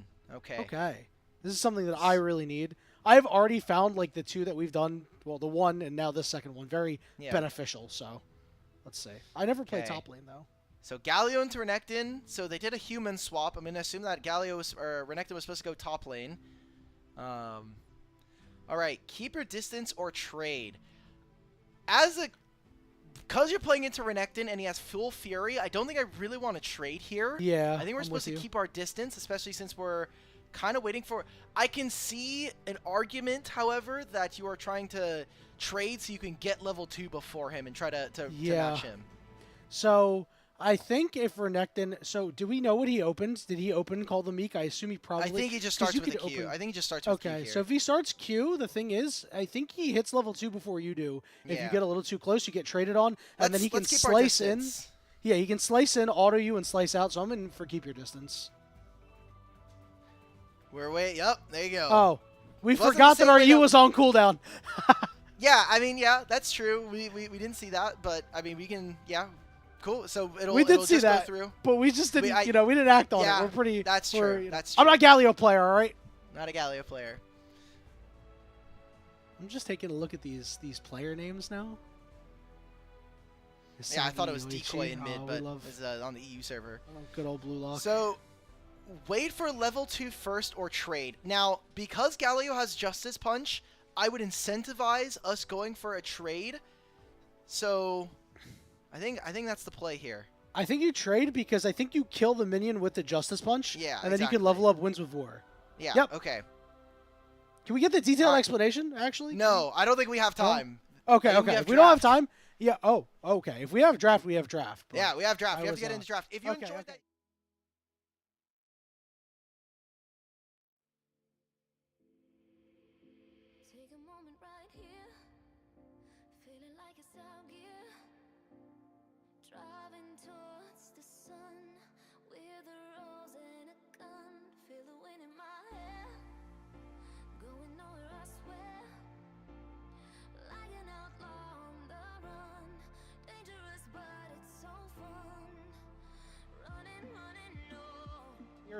But that Vi is typically not available. Oftentimes it's being banned, and it is going to be picked into the Fury here. I thought it was interesting to see on blue side that we're getting rid of Lilia and Kalista. Kalista is a champion that has really started to fall out of priority, especially as we've gotten more and more of these games throughout the year. And giving over that Vi, you can go for early invades, but I think Vi, I personally really prefer to play the Vi, just having that guaranteed CC. It's easier to pilot, and you're not asking your jungler to really have to outplay your opponent all that much. So now, instead of the Ahri going for the Varus, the EDG will have an extended amount of range to be able to deal with some of what OMG are showing, and instead they're going to lock in the Ryze. Yeah, and that's why you saw for a second EDG flickered that Ahri, but then elected to think better of it as high aggression potentially coming out here if we do see the Renekton pick up for Harry, but of course multiple options available up there. Really well practiced on this Gnar, has played it a lot, so no surprise to see him on that. Getting a Rise, kind of thinking of some of the options here, I would really not like to see another Ahri. Ahri into Rise is a matchup that you're kind of saying, like, we're going to try and win very early on. You don't obviously have access to the Azir nor the Talia anymore. Instead, they want to try to get a more volatile matchup in topside. Harry will have priority very early on, but as ZDZ gets items and as he gets more levels, this will become very easy for him to kind of bully the Mega Gnar around. And already EDG kind of showing the makings of a dive composition with Ambessa and Vi. Having access to this duo is going to be very, very potent. I'm interested to see what the bans are going to be for the second half, given the fact that Angel mid laner has not been picked up yet, unless it is an Ambessa mid, which would be a little wild, but we have seen it before. So there are a couple of good options on the table to kind of break up the strength of the Vi plus the mid laner, that Ahri being one of them. I just don't think the Ahri is very real, so I feel like this was a lost ban here for OMG. Interesting. For Angel, I'm thinking maybe you just go for the Victor. I think you might have to just get prepped for the Victor. It does mean that Vi doesn't have as good a setup for early on ganks when we're talking about the 2v2, but once Victor gets a couple more items, and obviously once Vi has access to level 6, I think there's a very large potential there for them to be looking into this as a potential resource. And Nico was taken away, so very well aware of potential pop blossoms disrupting what EDG would like to do. But I do find it interesting that teams have really started to split the difference when it comes to just banning one AD carry and one support. This Galio is also going to be taken away. It's a great champion to pair up with the Vi and the Ambessa, so good stuff there. Okay. Could go for support. Just give him... Yeah, okay. They're going to let Angel kind of see the rest of this draft. We haven't seen Ambessa mid in a really long time, but maybe this is the spot for it, especially with Ambessa into Rise. So we'll see what ends up being the case. Seems like instead of going for more of these traditional carries, OMG are kind of fully locking into a strategy that allows Starry to 1v9 games. I just really hate this option when there's not only a Vi, but you have this Ambessa plus this Varus. I think it's very difficult for you to kind of pilot around here, and so kind of takes the edge off of having to play this bottom lane, but I think you're really now looking towards this mid-jungle duo of OMG to run the map. Yeah, you're pretty limited on CC too, right? It's Mega Gnar, right? It is Rise's Rune Prison, and then it's the Polymorph, which sometimes is dual-faceted. Oftentimes great against the enemy, but sometimes you do want to speed up your carry, give them that extra attack speed. As you wisely called out, that Victor is going to be the final pickup for EDG, so you're going to have a little bit of poke when it comes to objective setups, but then some really good go buttons. Yeah, a lot of damage once he starts to pick up some more items. I wonder if this is going to continue to be that Rod of Ages build, which gives him some survivability, but means that he's lacking a bit in that damage department. And for EDG, you have good setup for your jungler here with this mid-jungle. I think that Rise is the most popular pairing with something like the Nefiri. And so we're going to have to kind of see if whether or not OMG can bounce back in this series. Already down one game. If they were to lose this one, they start off their split 2, 0-2, already putting them in a potential spot to be eliminated for the rest of LPL and the rest of the year. We talked about Alcal could be a potential death sentence, right? It is, yeah, a very hard hole to dig yourself out of. Trying to look ahead, they will have a game against LNG as their next game. And then after that, they have to deal with RNG and Ultra Prime. So it actually does not get easier, right? This is, RNG 0-1, but I think it might be a little bit of a fake 0-1. I think the team is definitely a little bit better than what they showed when they were out. So I don't know, from OMG, this is probably your one chance to change your fortunes here. Otherwise, you are staring, you're on the couch for Split 3. You're at home watching the playoffs. Yep. And for OMG in this game, I think early lanes for their solo lanes are going to provide a lot. Just having that Gnar early versus Ambessa means that Nefiri can have access to those topside camps. I'm just worried about this bot lane matchup. When you have the Varus being able to play into this Zeri, you're never going to be in range to be able to deal damage, and he's always going to be poking you out. So I think an early Mikhails from Moham is going to have to be the case.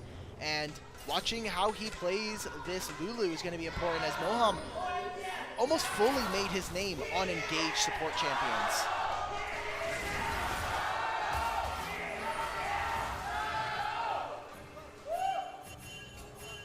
Not as good as the first game.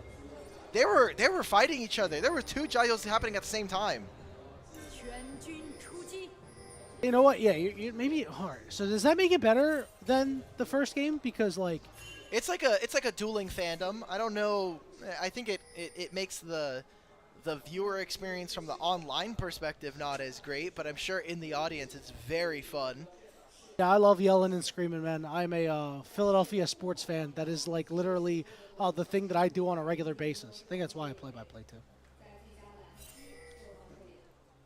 Press the button, heard a very loud Windows sound. So pressing buttons. Gonna stop pressing buttons. That's what I get for clicking too many keys. It's always scary whenever you hear that. You never know if something's going horribly wrong. Yeah. So junglers now both pathing down towards the bottom side of the map. Going to be expecting that it's going to be a lot easier for EDG to find ganks, especially across the map when you're playing Nefiri versus Vi. And it'll be interesting to see how Hung maybe tries to invade the Vi early on, as you do have access to some pretty unique gank patterns thanks to having the dash. Yeah, we've seen a lot of Nefiris go in and make these invades happen, and I see a lot of success on them. That ward will spot out the fact that the chickens are being done, as Moham is very far up, but you know, you're level 2, so it is okay. On and Wink forced under the turret for a little bit, as you know, everybody talks about how strong Zeri is in the late game, but even in the early game, if you're allowed to get these Qs down onto the opposing carry, they do good damage. Yeah, early on, if you're able to get all bits of the Q, considering it is like a miniature projectile for all of the different parts of the burst fire. Also, just having double ranged into Alistar very early is going to do a lot, so you kind of see that they're using some of that power here. EDG do have a ward on this, and Hung is available. Alistar has already started to make the roam. Angel can fade to this side, but he would have to lose access to this mid wave. And Hung instead is just going to try to pull this jungle camp across. All right, Moham getting in there, putting an auto on the ward and spotting out the Vi. So very contentious here. We'll see if EDG want to go and try to secure that blue buff, but he's already gotten it really low, and he's holding the smite too.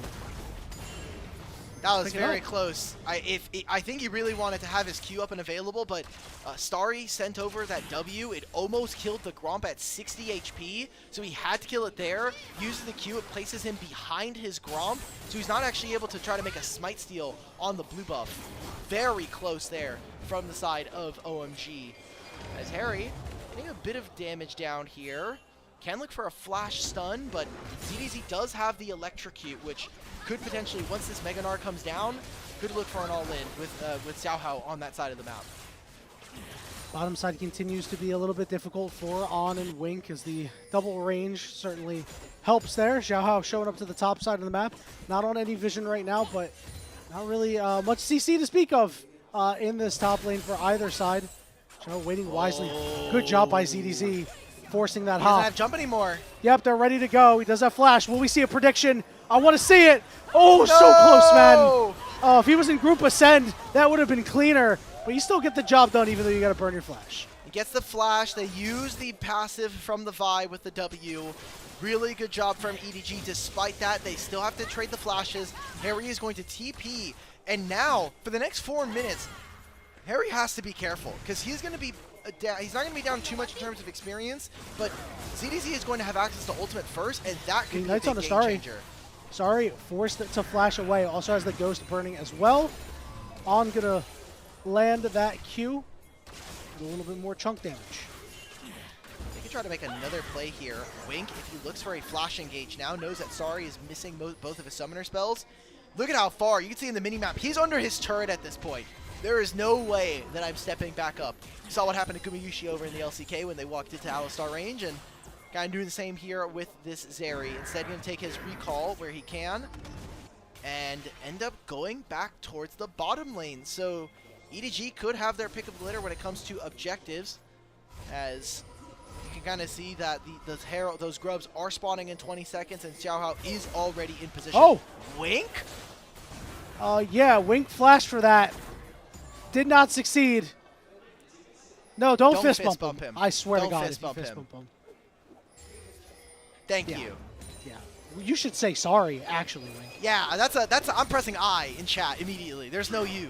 I'm not pressing you. All right. Well, despite all that happening, OMG, because their bottom lane kind of griefed their ability to take their recall there, does mean that Neferi will be able to pick up the first dragon. So OMG kind of giving themselves more avenues to play, similar to what we saw in the last game where OMG were able to get the first 2 dragons, but couldn't necessarily close out on that objective. And pretty big win, I think, for them, considering the fact that you have this push in mid, you're going to have a pretty volatile matchup in top side, and despite all this, Hung has done a decent job of being able to get some kind of gold leads and take some camps versus his opposition.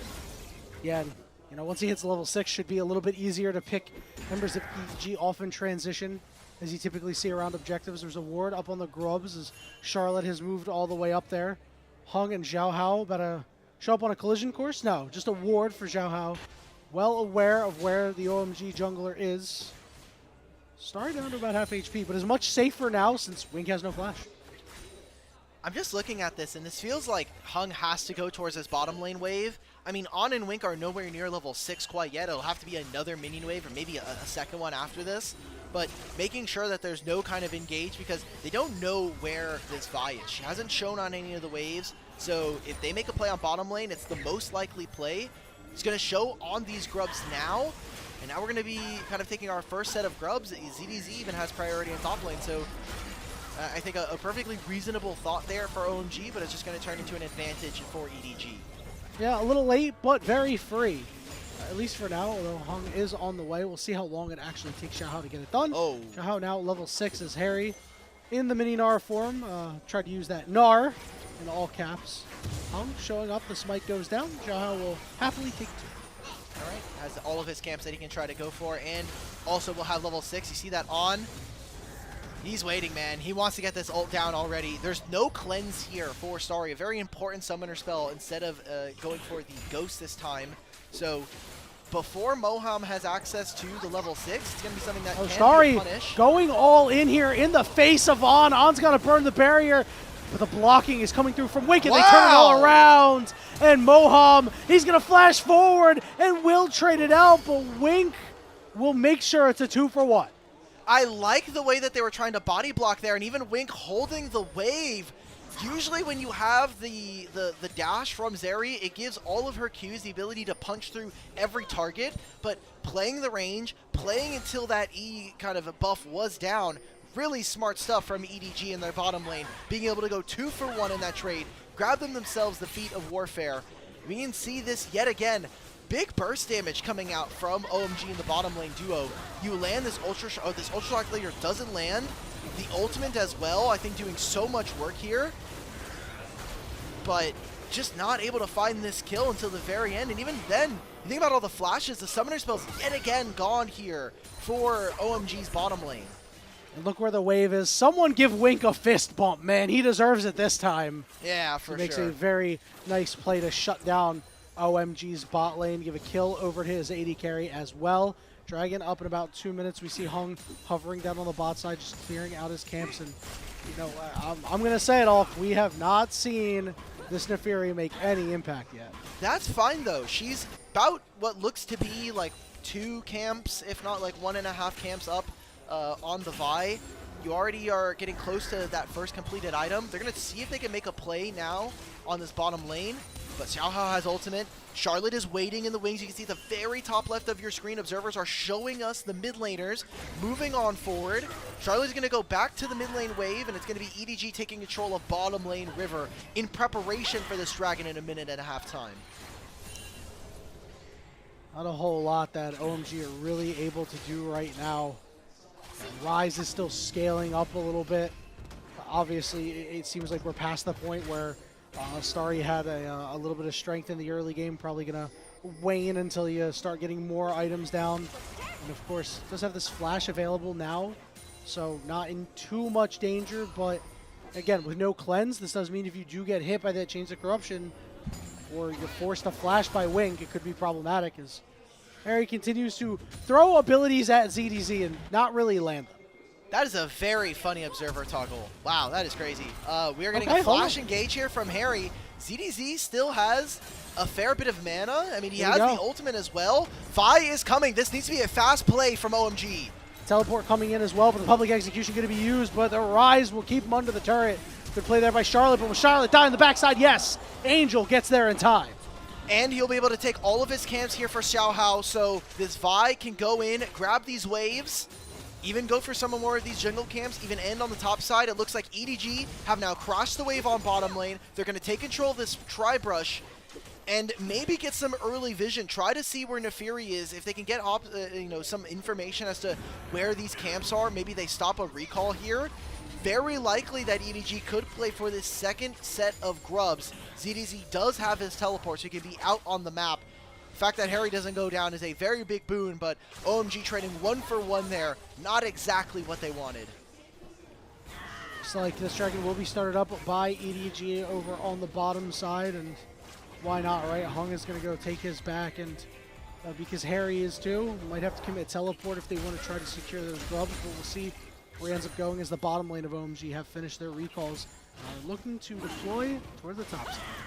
Okay, so Angel just got, I think, his first evolve, because he has already the 100 CS, he has the kill as well, and obviously there's cannons in there, so he's gotten his first evolve. Feeling pretty good about where he's at. How many plates more can we get here? Harry by himself, though, no flash. Yeah, he's still mini-nar, but he's starting to get mega real quick. Good damage coming down onto him. Why are we not ulting that? HP. Yeah, I am a little surprised by that too, Hulk. Like, you see Starry top lane, Starry gets absolutely obliterated in this trade with the Eclipse plus Electrocute combo, and you knew that Lulu was topside. Just ult him. Make it so that you get this entire bot lane wave for free. OMG are going to be at least able to get 4 grubs for themselves, but they really haven't had time to hit on any of these turrets. ZDZ has ultimate coming back up. Starry has to be very careful and make sure that he's linked up with Moham. 4 for 2 grub split in favor of OMG. Uh-oh. Charlotte is getting run down by EDG, and the rookie continues to have a tough time as Angel will pick up another kill. And that's more Victor Bucks going over to Angel. Another evolve fast-tracked here for the mid lane of EDG. Despite not finding that kill onto Harry, those were still plates onto this Varus. And ZDZ is holding his own in this matchup right now. Even getting the Ghost out of Starry. So being able to kind of slowly bleed summoner spells out from EDG is a very good find. Wink, you're by yourself, brother. I know that you're feigning pressure, but they have vision. They know that you have no backup in the immediate area, so gotta be careful there. 2,000 gold lead for OMG, and while they do have 4 grubs, Harry and Charlotte have not really been able to get much in the way of split pushing done. We'll see if that changes in the future, but Alkid is not trending that way, as you mentioned ZDZ doing well in that swap. Now an item up over Harry because he had to go stop for the boots. And then, of course, Angel now with that second kill. And important, a very weird juxtaposition here for our 2 mid laners, right? Like, Charlotte in his first year, barely under a year of competitive play in general, in his first LPL games here against EDG, versus a mega veteran in the mid lane, Angel. I mean, again, we were talking about, his Worlds appearance previously with Suning in 2020, the fact that, he kind of had been like this upstart mid laner for RNG. So, oh God, Harry. Oh my goodness, they violated that dude. That is not okay. That's gonna age you later, brother. VOD. Not much else to say, No, you're dead. So. You'll respawn soon, but what's not going to respawn soon are those Krugs, as Hung is starting to get choked out of the game a little bit. Again, really haven't seen much action coming out of this Nefiri. It is a little tough, right, because your solo laners didn't, do so hot, and you didn't really have too many advantages bot lane, and now you're stuck in your own jungle here as multiple members of EDG have taken it over. EDG just have, just complete control of whichever side of the map they really want to play on now. ZDZ's on the bottom side, getting more plates. Getting more damage down on this turret, taking more waves. Hung is slowly watching his game and his map die around him as they weren't able to do too much. The dive with this Rise did not go to perfection, and maybe around this Herald is kind of where the game is going to officially end for OMG. They're already down 3,500 gold here, and if EDG are able to grab this Herald, they can blow open this mid lane turret and make it very difficult for OMG to either, fight for vision and play for priority when we talk about playing around objectives. And if you're OMG, how long are you willing to wait, right? Because, this Gnar can come in and make an impact in a fight. Obviously, he's on the bottom side, but he's just coming off Mega, so you're not really going to be able to do anything. And obviously, you're waiting for your AD carry and your mid laner to scale, but, again, we talked about Victor on the other side. I don't think Starry's going to get this far. OMG have to eventually do something. They are a scaling composition, right? Like, not to say that the opponents on EDG do not have elements that scale, just they are a lot faster at when they come online in this game. But when you look, Charlotte has he's 5 stacks into his Rod of Ages, hasn't completed the Seraphs. Starry is only on 1 item. If they can make it to 2 and 3, there is a possibility that this Rise is just so unkillable that he can kind of walk around and kill this Victor.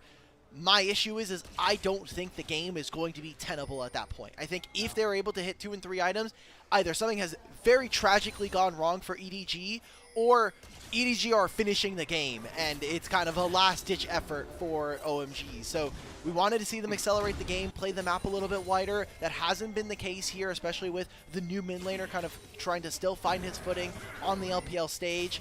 But as of right now, EDG, they got themselves the Herald to even grab a Dragon. They're just getting everything now across the map. Yeah, they have far too many go buttons too. As you said, the game might not be tenable, but yeah, the game should probably just be over if you end up getting to that point, just because it would take so much inaction from EDG that you'd be like, what happened to the team that we saw in game 1 as Wink, again, doing some silly stuff. He is a bit of a silly goose. Hung flashing forward, looking to get this kill, and he will get his first. Meanwhile, a fight in the river. Starry down below half HP, but the polymorph from the Xiaohou going to force the flash away. And he will Vault Breaker out of there. So just a 1-0 for OMG. And 2 summoner spells. I mean, even the teleport here from Harry. Yes, you got the kill. I just don't think it's worth. You've killed the Alistar. You maybe slowed this game down for yourself and bought yourself another minute. The fact that Angel's back here is pretty funny. He's actually teleporting here to just catch this wave. It's going to be very funny when Moham sees... Hey, this guy just teleported through me. Yeah, just still not a very worthwhile trade here for OMG. It's at least something. We did say they needed to try and do something. So, all right. Congratulations. Hung is no longer playing a cardio game. Let's take a look at this replay. Wink, you got to cut this out, brother. Yeah, look at where his team is. Xiaohu's on the bottom side of the map. Varus is sitting in mid. Victor is never going to be able to help here. Just a fair too many mistakes here for Wink. Again, someone who, coming out of IG last year, we had some hope as one of the better support players in the pool right now. He looked a lot better in Split 1 with Awesome, and so far with him and On leaning a little bit on that synergy, we have seen some of those plays still retained, but especially for today's game, Wink has been a bit liberal with how much HP he's willing to give. Yeah, he is, he's very tanky, but you're not that tanky. Charlotte's going to flash forward and not be able to land a Rune Prison. On in the player cam's like... Ah! He's stun locked! Charlotte actually managed to stun On. He actually did. My God, that's how strong this guy is. No wonder why OMG were like, we need to call this guy up. He might not stun you in game, but he will stun you out. Hey, come on. Okay. Come that's on, man. Come on, man. He literally it's started playing a year ago in May. Like, yeah, listen, this guy is far better than I am, but I gotta crack the joke when I see it. I respect the look. Unfortunately, the Rune I do Prison too. didn't go off there. ZDZ gonna try and make a play once his turret goes down. They have eyes on Public him. execution at the ready. Here we go. ZD's trying to get into the turret, went down, but On already low. Getting chased down by Harry on the backside. Starry's got a flash over the wall, and he managed to find a way out. And here comes Charlotte on the TP. Not able to do anything. Yeah, he did die on that other side. He got taken down by Harry, right? Yeah, a very messy fight coming in from EDG. They wanted to focus the turret. Some of the damage going a little wayward there.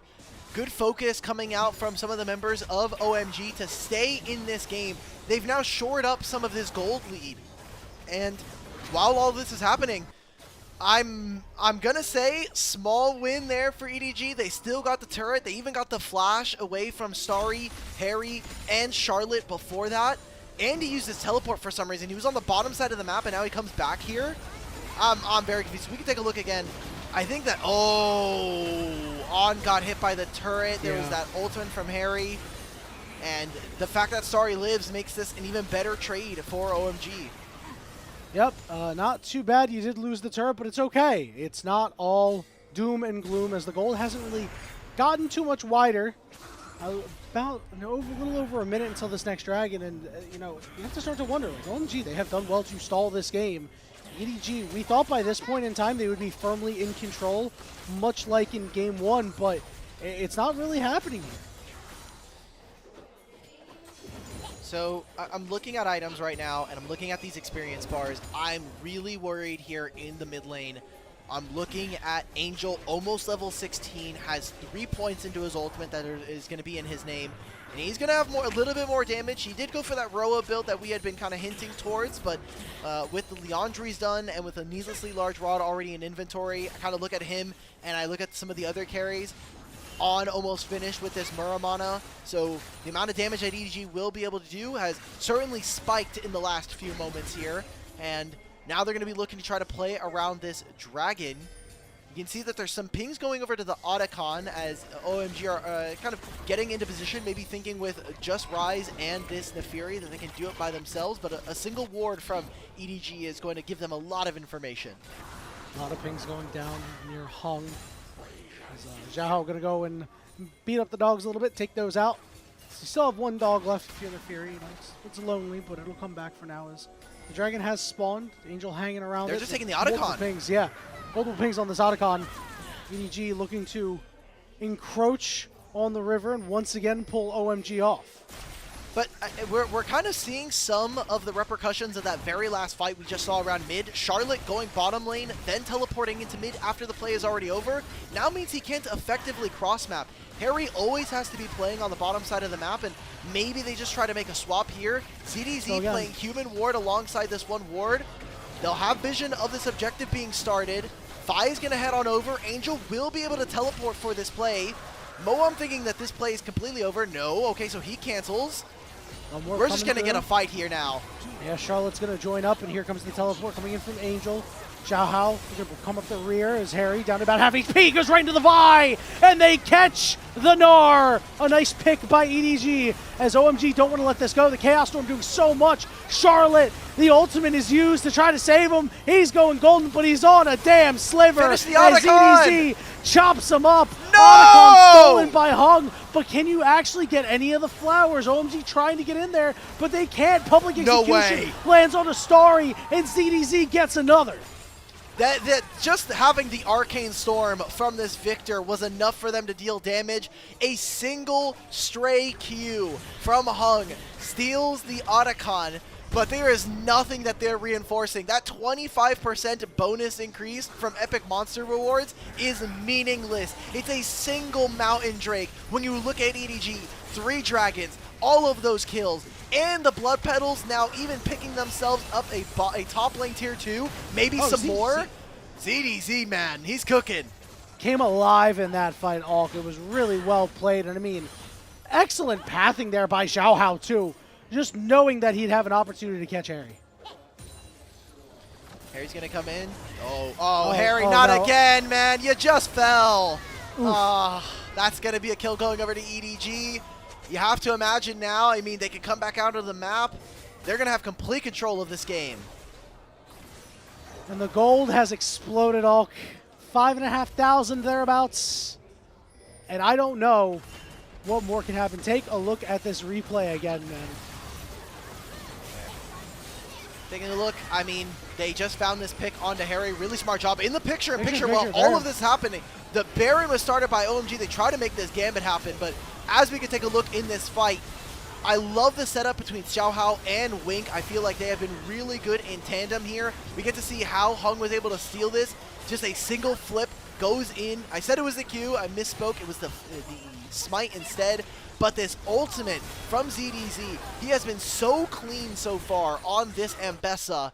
And it leads to EDG having a resounding 5,000 gold lead and firm control of this game. I mean, look at the solo laners, man. They are incredibly ahead. He's looked quite good, and now EDG can just take that land over near the Baron. And again, we mentioned how Victor and Varus, a solid amount of poke that can come through from them. It's so hard for OMG to walk into this team with proper setup. Angel could be in trouble here as they're going to try to make a multi-man play onto him. That Arcane Storm doing so much damage, but knocked up against the wall, and it looks like they'll be able to take him down. No Starry way. flashes No forward as way. Angel goes golden. Angel will fall, but ZDZ already finds one. Now he's in a 2v1, but the rest of EDG looking to join him. Public execution only down onto Harry as the Varus ultimate missed, but on the backside, the Vi gets on top of the Zeri. They're doing the knock Baron. him down. And yet, what else are you going to do, Walk? Charlotte and Hung trying to get it done. Do they have the time? Do they have the damage? Can they make it over here? Oh, I they think melt it. this is the Baron for sure. 4,000 HP with the Rise. So 2 members of OMG will be able to wear purple as they go back to base. But the game is in tatters right now. They made a quick play onto this bottom side play. The fact that Angel stalls for so long is game breaking there for OMG. They even now get the teleport as Charlotte makes his way onto the bottom side. Pretty risky call there for OMG, and honestly, I just don't think it was that worth it. Look at the map right now. Yeah, it's so bad, but the good news, Alcus, it does buy them more time, right? Because they're not forced to try to walk into EDG, who's trying to start a Baron. You know, that objective being off the map is pretty big, because even if they give up Cloud Soul, it's not the worst thing in the world, right? I really don't want to give over Cloud Soul, guys. Like, it's in 40 seconds. I'm looking at this team. Ambessa, Vi, Victor, every single one of these champions from EDG, if they cast their ultimate and they get movement speed, it's just over, right? Like, the only close matchup that we have right now is in mid lane, and is just under 1,000 here in favor of Angel. Maybe Charlotte has gotten to that point where he has enough HP, especially with the Seraphs, that he can play. It's just going to get worrisome. He no longer has a Zonias to play around. Harry's running out of Meganar. It's getting real low, and it will run out, so no opportunity to be had there. He's going to have to build that back up again. Wink's looking. Wink's going to look for an engage, potentially. Still has the flash. Just going to be pushing them out of mid, and how fast EDG can clear these minion waves is kind of stopgapped by the fact that they have the Baron here. It empowers their minions, makes it a little bit tougher for EDG to clear. You can kind of see that Edward Gaming are having a few issues with being able to kind of take these waves and then move into the Dragon. But right now, Xiaohao is sitting in this bot side river just trying to find something. Yeah, and they're laying a good poke, too. You can see they just whittled down OMG enough for them to stop pushing in that mid lane. We're seeing a lot of pings going onto the top side of their jungle, as they are just going to give away that Cloud Soul secured for EDG. And it's not looking so good. All, you know, it's 5,000 gold still, but here we go. We're sending multiple members down here for EDG. We can just get one cohesive push. How much more can they get on this top side? You see that Harry and Hung are sitting around trying to get more waves, protecting this Gnar. I personally just don't want to see a split push Gnar though, right? Like, yes, you are gaining and generating some gold. You are kind of opening up some plays here. With this now, the fact that the bottom lane tier 2 did fall, the teleport from Angel is kind of come a little late here. Okay, so OMG play a little fast out on the map, but get themselves just a tiny bit of pittance. I still am worried here though, Yanni. Like, what else are we going to be doing here? Like, we have 3 items on Rise. Okay, we hit 3 items on Starry. We still don't have Infinity Edge, but this is as good as it's going to get for this team for the time being. Yeah, I just don't know if they can stall any longer, right? It's starting to get to that point where you're really worried about EDG hitting their 4 item spikes before yours and just putting themselves over the top. We've already seen what kind of damage Angel's able to put down, what kind of damage On is able to put down too. It just, again, feels like you had that opportunity in the bottom lane at EDG to try and get multiple members together, try and whittle down OMG some more. Now that the Baron is gone, it will be a lot easier for EDG to clear out these waves, as they're just looking to maybe find someone in transition with where Xiaohao is positioned. So, for the time being, while we're waiting for EDG to kind of finish this one out, maybe they find Starry. He's just going to be able to jump out and get the wild growth as well. No Edge of Night no longer available for Hung, so something that maybe there's a punish as we continue on forward. EDG are going to push onto this bottom side of the map. There is a flank from Charlotte trying to find ZDZ. But he has flash, he has ultimate. I think this is pretty risky business. Harry's running out of time to try to make a play. It looks like this Meganar will just fall off. The knockups are there. They're going to try to burst him out. He's got to use it defensively. And he will be able to limp back to the fountain as the base has been broken. The bottom inhibitor will fall. As EDG look to go over. Wink going in.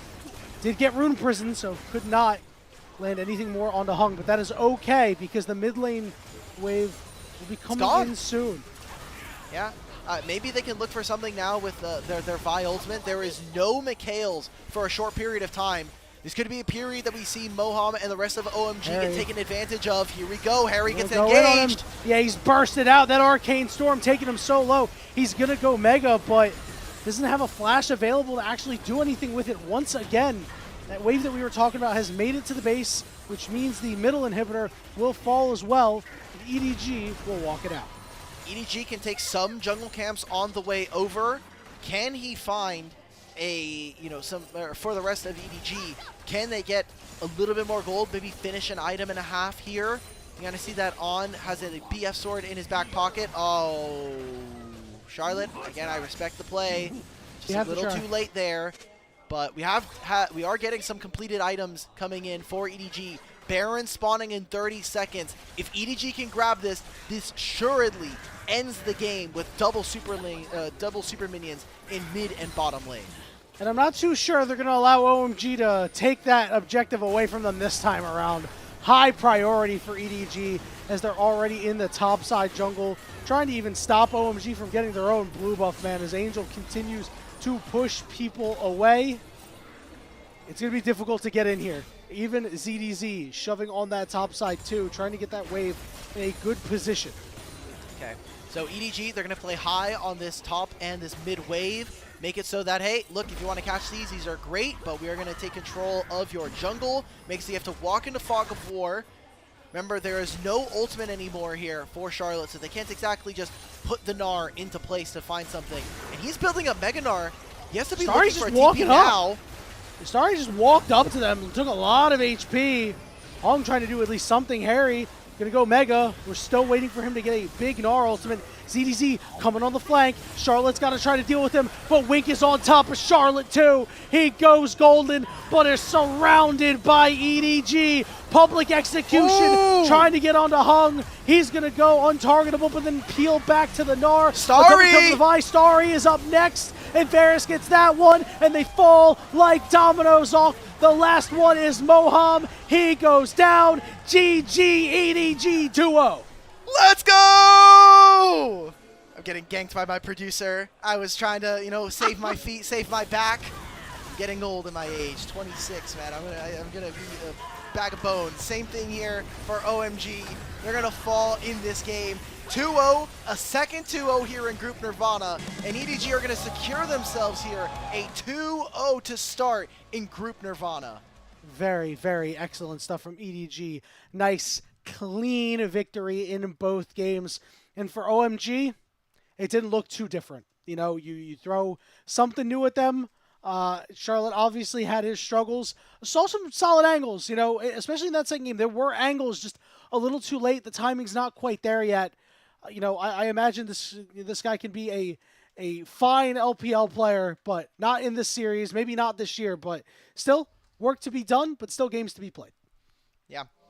Again, single round robin, so we will not see this matchup again, at least for this split. And head's got to be a little bit low here for OMG and EDG, or for OMG in particular, as, again, bringing in a new mid laner from their academy system, now having to find themselves at 0-2. Tough start to the group. I mean, now you kind of look across the board. They have to play against LNG, RNG, and Ultra Prime to try to keep their dreams alive. They're not quite out of it, but not the start that they would have wanted, obviously. And especially with taking a 0-2 here, the game differential might be the make or break for you, because that is the eventual tiebreaker. If we have teams with similar scores, it goes to game differential, then it goes to head-to-head. Yeah, they're 1-4, and the good news for them, I guess, is as we talked about earlier, their next match will be against LNG. So when you are considered to be on the level of a team like that, it is not exactly a get right game or anything like that, but it does mean you have an opportunity to win that series if their teams are about as even as we might expect. And then all of a sudden, maybe you could build on something after that game. It is a far cry, and it is definitely wishful thinking, but we've seen crazier, haven't we? Yeah, I mean, we're seeing WE win games, so... Crazy is our game, after all. Yeah, true. I think still some solid showings for EDG. I think the fact that they were able to hone some of that gameplay that we got from them in their first series is, good enough. Wink still getting caught out a little bit more than I'm really comfortable with, but I'm happy that we're seeing specifically this top lane duo, ZDZ and Xiaohao, a pair that kind of has been playing together for a while now. I mean, you kind of look at these two going all the way back to 2023 and being able to play on Anyone's Legends together and kind of being the build-around piece from 2021 onwards, and then kind of finding their way across the league. Then they went over to Weibo. They had some stints there. They actually broke up for a little bit after that. ZDZ kind of shuffled around the league with RNG. Then he went over to FPX. Wasn't able to find too much success. They get to rejoin here. This EDG roster feels like we're getting multiple duos in top lane and in bottom lane finally coming back together. It's the power of friendship, baby. Tied together by the wings of an angel. A 34-minute victory. And while there was good damage from Angel and On, listen, I know ZDZ's damage wasn't reflective, but he played a damn good game. For sure. It was really impactful. All of those public executions felt like he was really well playing. Just even the one then top lane we talked about, the dive. Tough look on the opposite side. Barely cracking 10K on some of the members here of OMG. Not a good look for them. And again, going back to the drawing board, a tough matchup ahead of them as well. They're now going to be fighting up against LNG for potentially, like who is going to be 5th, 6th in this group, and that is potentially on the line for elimination for the rest of the year. Yeah, you don't want to be there. Obviously, high-level analysis coming from me. You don't want to be out for the rest of the year, but true. I mean, man, we talked about how Hung had a really tough game in the jungle, and this time around was stifled in the second game on a champion that, we said, hey, this is a champion that you can put the ball in your jungler's hands and see really what they're made of. And, it's not like we saw the Vi pick really shut it down, right? It's not like he was being singled out or anything like that. It felt like you never had an angle with the way the lanes went. It's a tough thing to repair. I mean, very, very frankly, I think that Harry just had such minimal impact in the series. Game 1, they blind picked the Scion, it gets countered, so I can give him a little bit of slack there. In this game in particular, yes, we have a lot of these highlights where he's getting caught out, but I think that the thing for me is that he wasn't able to communicate and coordinate the Mega Gnar timings with his team, so we very rarely actually got to see him have a clean enough team fight where he's stacking on the opponents and kind of getting all of this done. And while I feel bad for Starry, he has had some individual moments that haven't been as clean. Just this entire team is really dysfunctional right now, and now adding a new piece into the mid lane kind of feels like a last-ditch effort to really get anything going, any kind of new blood to maybe cycle in, because this team has been losing all year long. It wasn't just Split 2, it's also Split 1, right? Yeah, you just got to squeeze any magic you can, and I look at a situation like we saw Starry just in this replay, flash after Angel, right? And I wonder how much of that is just the pressure that he's feeling, that, hey, I need to pick up these kills because things are not going well for my team, and I'm the team's last bastion if we make it to the late game. And when players feel that extra sort of pressure to make plays like this, just trying to see what sticks. Obviously, it was like a lost fight to begin with, but you got to try. You'll see plays like that happen, and weigh heavily on the minds of the players, perhaps. So, MVP. I don't feel like EDG had any individual players that were really stand out, but let's see. So Wink did get called out once or twice. Looked okay otherwise. Did get interrupted by the Lulu a lot. I think Angel was really consistent from start to finish. But yep, there we go. It's ZDZ, this is good. like we had talked about. Yep, he looked really, really good. It is a well-earned MVP for ZDZ. Alk, that's it for you tonight, my man. Woo! Dude, I survived Group Nirvana. I need to get a T-shirt that just says "I survived Group Nirvana." Oh my god, That's that'd be and such a maybe sick we get like the t-shirt. teams that made it on the back. This is an idea. We're gonna workshop this. I love this idea. I hope we get this idea. But that is, like I said, that is it for you for this evening. Thank you so much for being on. We're going to go take a short break. When we return, it'll be Team WE versus Anyone's Legend, and Jamada will be joining me on the broadcast. We'll see you then.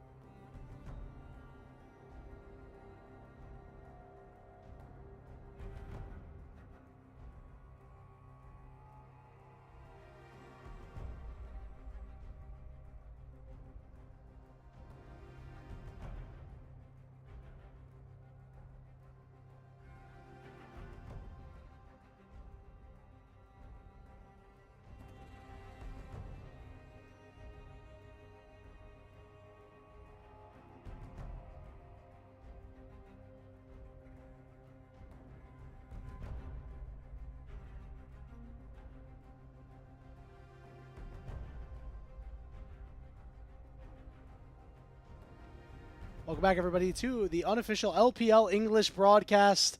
A series earlier on that EDG were able to really put OMG out of their misery and leave them in dire straits. But a team that might be put out of their misery, who may already be in misery, is Team WE.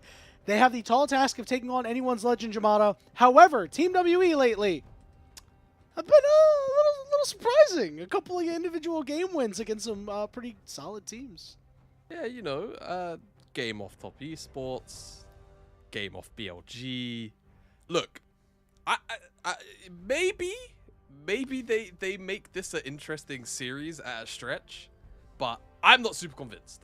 AL has been dispatching teams left, right, and center, pretty much regardless of their standing in the table.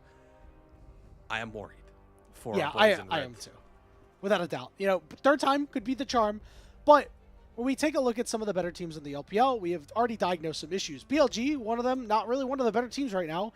A lot of consistency issues. TES, obviously, they went to first and got whipped, came back, still looking pretty good, but we're still a little shaky on that team. But anyone's legend has been incredibly consistent. The only real thing that we've brought up is that Flandra has not been...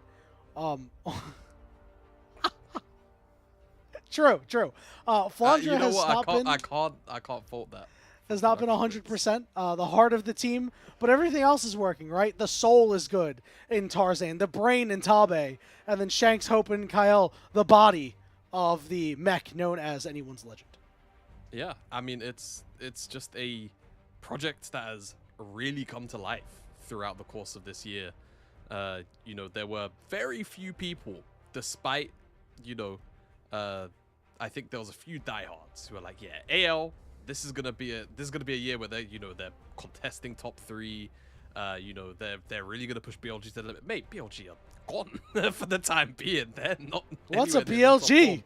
What is a BLG? Top esports have been the ones dominating domestically up here with AL, and like you're saying, it's really a firing on all cylinders kind of deal. Because not only is it on the Rift, drafts have been creative too. It feels like everyone is really bouncing off everybody super well. There's no restrictions. So, yeah, AL, a fantastic team so far, and it's only, I imagine, going to continue to get better, and we're going to see the ceiling continue to rise.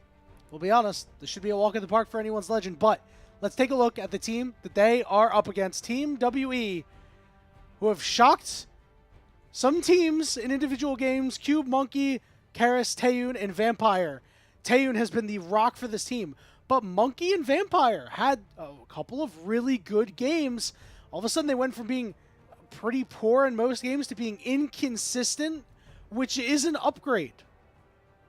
Is an upgrade.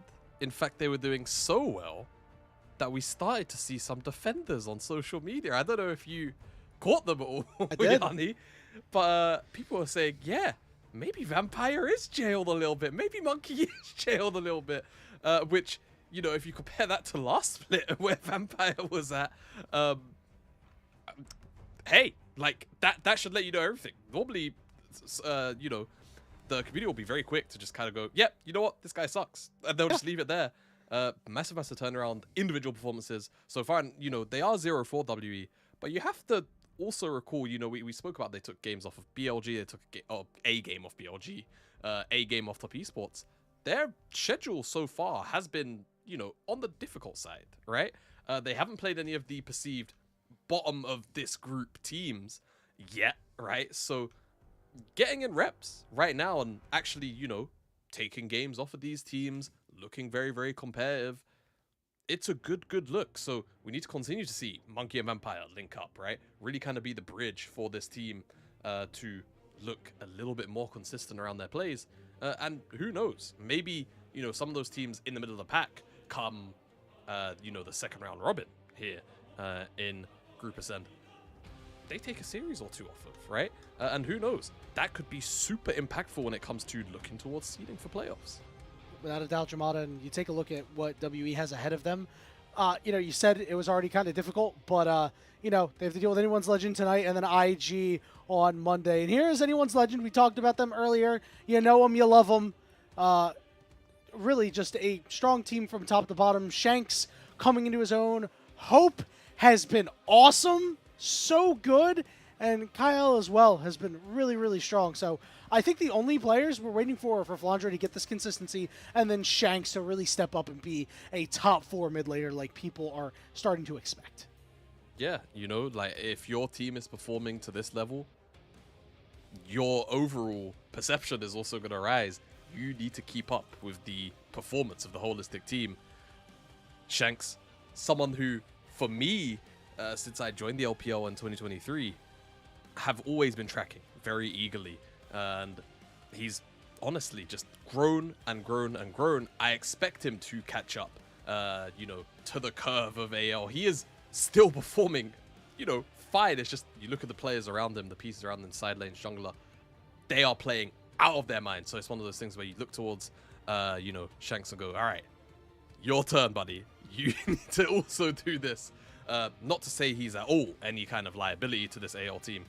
Frankly, he's not, right? He's a very, very versatile player. He plays mages, he plays assassins, he plays a couple of bruises here and there. He's, again, developed to a very all-round player, but we want to see more of those games where it's him taking over individually and making games unplayable for the enemy team. Consistency will make you a good player. Hard carry performances will make you a great player that should be feared in the region. And, you know, I can't help but thinking that if Shanks is able to find that level, all of a sudden, Anyone's Legend could be knocking off TES instead of losing to them like they did at the end of the first split and like they did to start this split. Still have that chip on their shoulder, but of course, you know, things that we're expecting today against Anyone's Legend or against WE, we're expecting it to just be really, really clean for them, right? Obviously, we've seen WE drag teams into the muck, but should realistically be a 2-0. What are Team WE going to have to do in order to force a third game in a series against Anyone's Legend? It does feel like this AL side, they do get dragged into chaotic games from time to time, right? And they kind of lose a grander sense of what's going on the map. If they had, you know, a bit of a rhythm, a tempo going with the objectives, you start skirmishing a little bit. Sure, they might show up to the objectives, but maybe they show up a little bit off sync, right? Maybe, beg your pardon, maybe Kyle walks in without Tarzan, or vice versa, right? They're not in tandem with one another. I think that's when you can really break apart a team like AL. It does feel like the one thing that is occasionally missing is just that top strict level of discipline out of AL. And even then, it's, you know, they will slow a game down to a breakneck, not breakneck, but like a complete snail's crawl, yeah, to ensure that, yeah, hey, you know what, guys, we was getting a little bit ahead of ourselves. Let's just make sure that, you know, our ducks are in a row. I feel like that's one of the few ways WE are going to be able to, however, you know, make this game a bit shaky, make the series a bit shaky for AL at those critical points. Yeah, and Anyone's Legend is a team that is known to be a little silly at times because of their wide bevy of champion picks, looking at Flandre, looking at Tarzan, looking at Tabe, right? Because he's always known to cook up something special in a draft, you know, very in tune with who's playing what in solo queue and asking solo queue players what they think is good and their opinions on things. And, you know, against a team like Team WE, this is a good opportunity maybe if Tabe wants to open up a can of the Tabe special from the back of the pantry, you know, maybe close to his expiration date, but still could be good. One leg up that Anyone's Legend will have, I'm calling it right now. The 1v1 is Shanks versus Vampire. Supports have not won a 1v1 yet. I think Anyone's Legend is going to have side select, but I'd love to be proven wrong. Yeah, I'll help you rephrase that. Anyone's Legend will have blue side in game number 1, by the sounds of it. You know, just shy of any weird shenanigans. Yeah. Yeah, go ahead. That sounds right. Yeah. Yeah, it would be a bit of a surprise, wouldn't it, if Vampire pulls through. I don't want to be mean to the entire support player base. No, but be mean to them. Come on. Like, we've seen some vile stuff out of them. This role isn't known for being the most mechanically demanding role out of all 5, you know. And I fear that might be a bit of a, you know, there might be a bit of a reflection in the results if that stat line is true and the support hasn't won a single. Have they not won a single 1v1? No. Like even this. No. Has there even been a support versus support in the 1v1 yet? No, I don't think so. Wow. Why? I mean, some teams just appear to take it a little bit more serious than others. But one interesting thing is that I can't remember who did it a couple nights ago. I can't even remember if it was last night or the night before, dude. Like, I gotta be honest. Like, I am. We were Time talking is about it starting off to screen, mesh together. but like, time is a lost concept on me because of the lack of sleep. But one of the supports backed while the Ring of Fire was going on and like lost like 30% of his HP as he was walking back, and it's like, all right. Like, you've just guaranteed you lose the 1v1. I think this was 2 nights ago, and I really can't remember who it was. It on? I can't remember. It sounds like something On would do. So I'm just gonna throw it on I can't under the remember bus if it was and say if it was on BLG, but I'm gonna look. maybe You know what? maybe it was. It's fine. I'm gonna make the executive call. We're gonna throw it on Oh, under the I bus appreciate and that. say that Thank it you. was on. Okay, good. Yep, absolutely. On. Can't believe you did that. And even if it wasn't you, I can't believe you allowed your support brethren to do that. Did you guys have a group chat or something? Family group chat, maybe? You'd like to think so. Just, You wonder if know, they do, actually? Like a group chat Nah, with, like, they people probably involved. don't. I mean, it is quite common, if for longer standing players, the LPL has so many organizations in it that the more veteran players have played with each other for years and years, right? So I imagine there's some kind of so there's probably player social circles, as it were, Yeah, despite probably. all of the domestic travel that does befall our teams from time to time as the players are taking the stage. Oh my god, producer Kai was wrong. Anyone's Legend is not wearing red. They're wearing white. I mean, they have to wear. I feel like it's very similar to a traditional sport. I can't recall off the top of my. Maybe I'm talking out of my backside here. That's a lovely curtsy. Good job. Yeah, you're right. It never dawned on me to think about the uniforms that you're wearing when teams are the same color, because we've seen a couple similar colored uniforms. I feel like normally they're opposite. Like they'll always make sure. I mean, hell, like Weibo have a pretty much green. I'll call it a green screen green.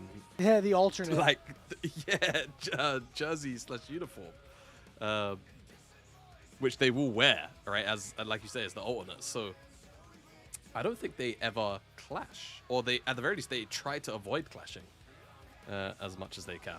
It's one of the cool things about LPL jerseys and such. I wish we had high that level over here. fashion, honestly. Yeah, high level fashion. It's important. I'm all for it. I don't understand it. I'm not a high level fashion guy, man. I bum it out in sweatpants most of the time when I head outside, but Oh, man. I I get mean- respect for these teams. Pretty much same. If it's not a My it's guy. not a formal function, the joggers are on. It's that simple. My guy. Uh, All right, I'm with that. I'm with that.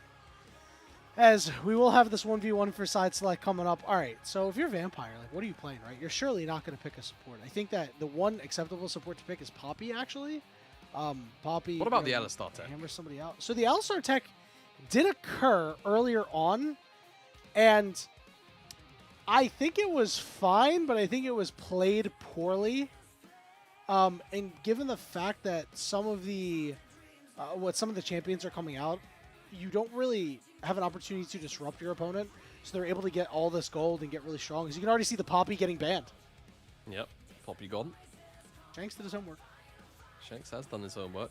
Rumble's gone. Varus Corky. Fantastic. Cheeky little Heimerdinger ban. Never want to see that one again, right? Please, Oriana. please, no, not again. Man, that was a That was a us, dark right? time. That was a lifetime ago. Oh my goodness. That yeah, was it that was Corky Heimerdinger, wasn't it? Yeah, Corky Heimerdinger when the 1v1 Oh, still happening in Summoner's the Rift? top lane. Yeah. Yeah. Yeah, How let's far not have see we that come? one again. How eh? far have we come, man? Oh, it's so great. Hey, It hey, really- look, yo. Yep. Yeah, good call, good call. You know what? And Renekton out Shanks. Okay.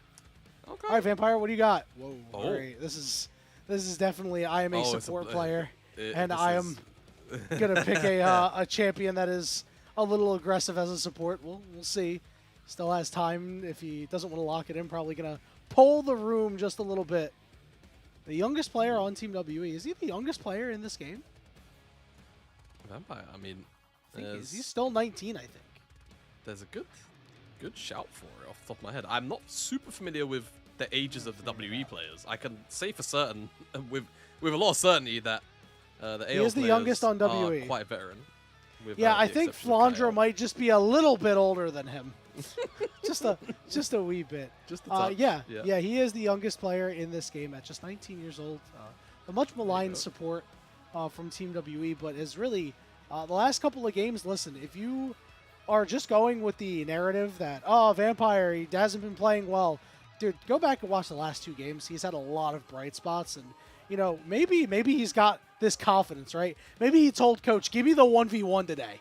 I want their best guy, mano a mano, and set the tone. I like that. I like that narrative, and that's what we're gonna run with that. Actually, as a matter of fact, pure confidence out of Vampire. He put himself in this 1v1 today.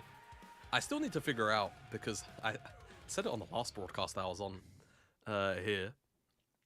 They definitely have a order. They can only do so many 1v1s, at a time. So like Vampire's doing the 1v1 here today. Now he can't do the next like 2 1v1s. I have to go and look into it. Really?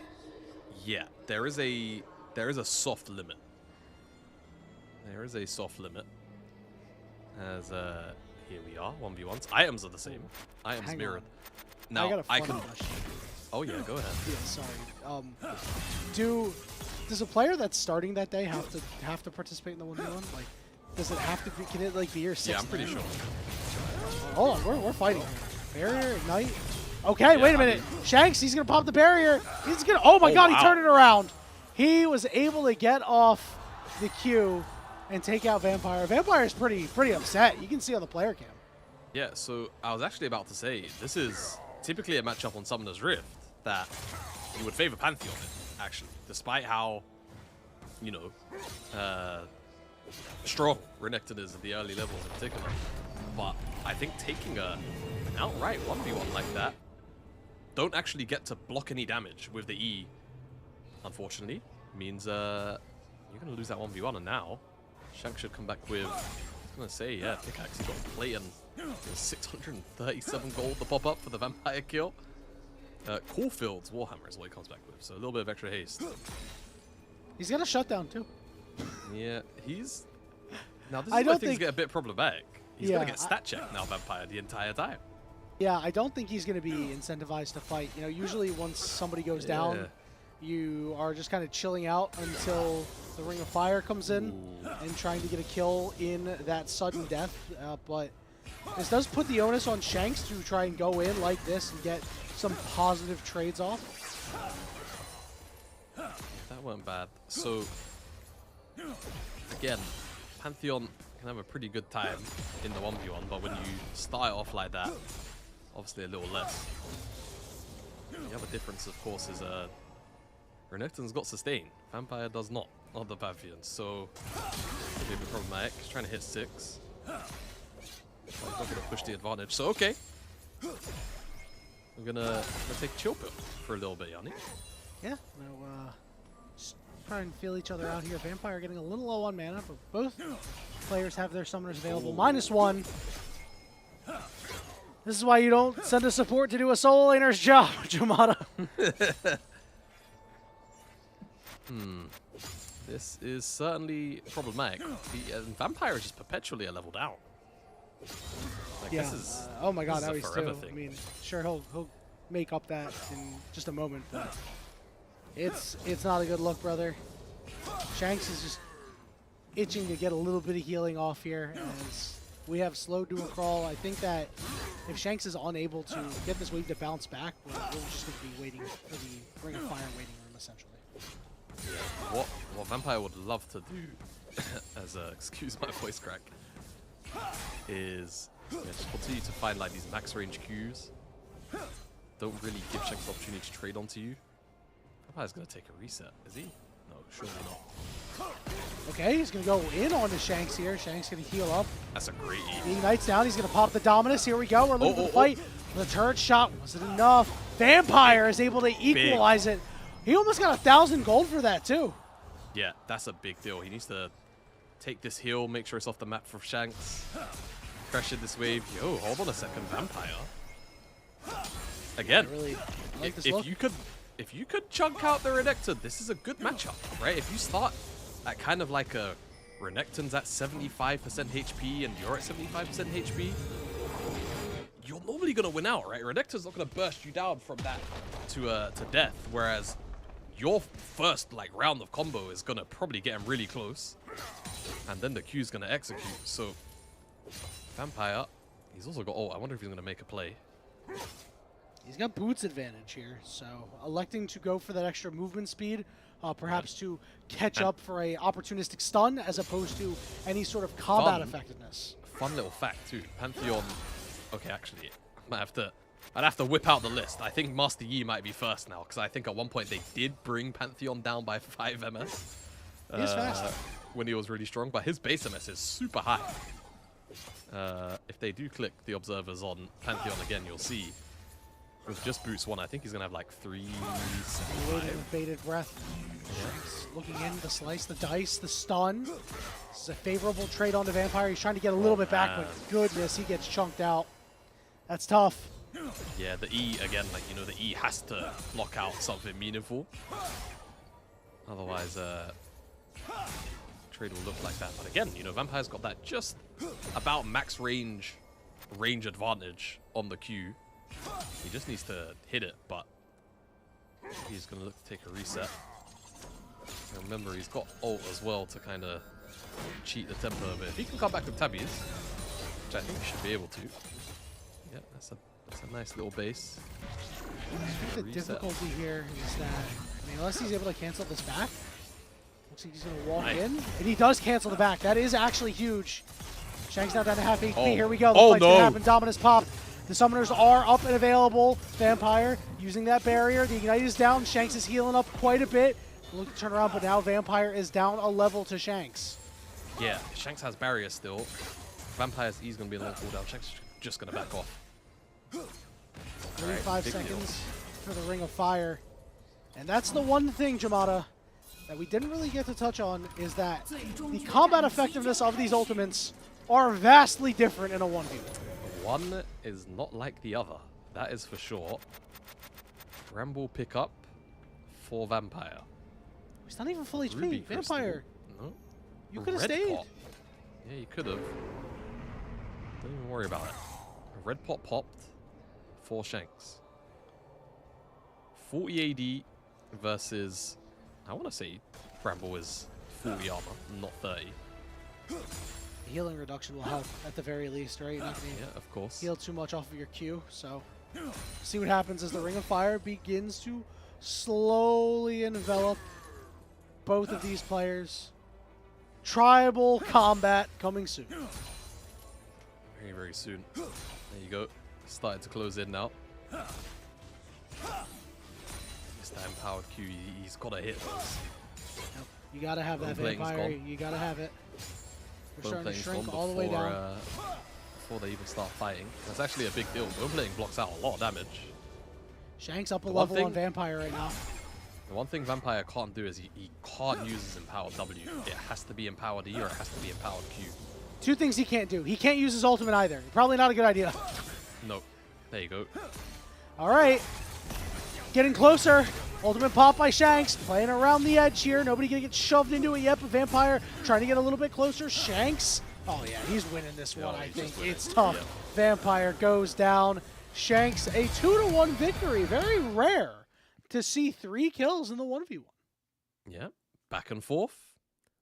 But my guesstimation would be AL's picking blue side. We will obviously get confirmation probably in the next 45 seconds. We knew all along, Jamato. We knew Yeah. from the moment this day started, and we got information that Vampire was playing the 1v1.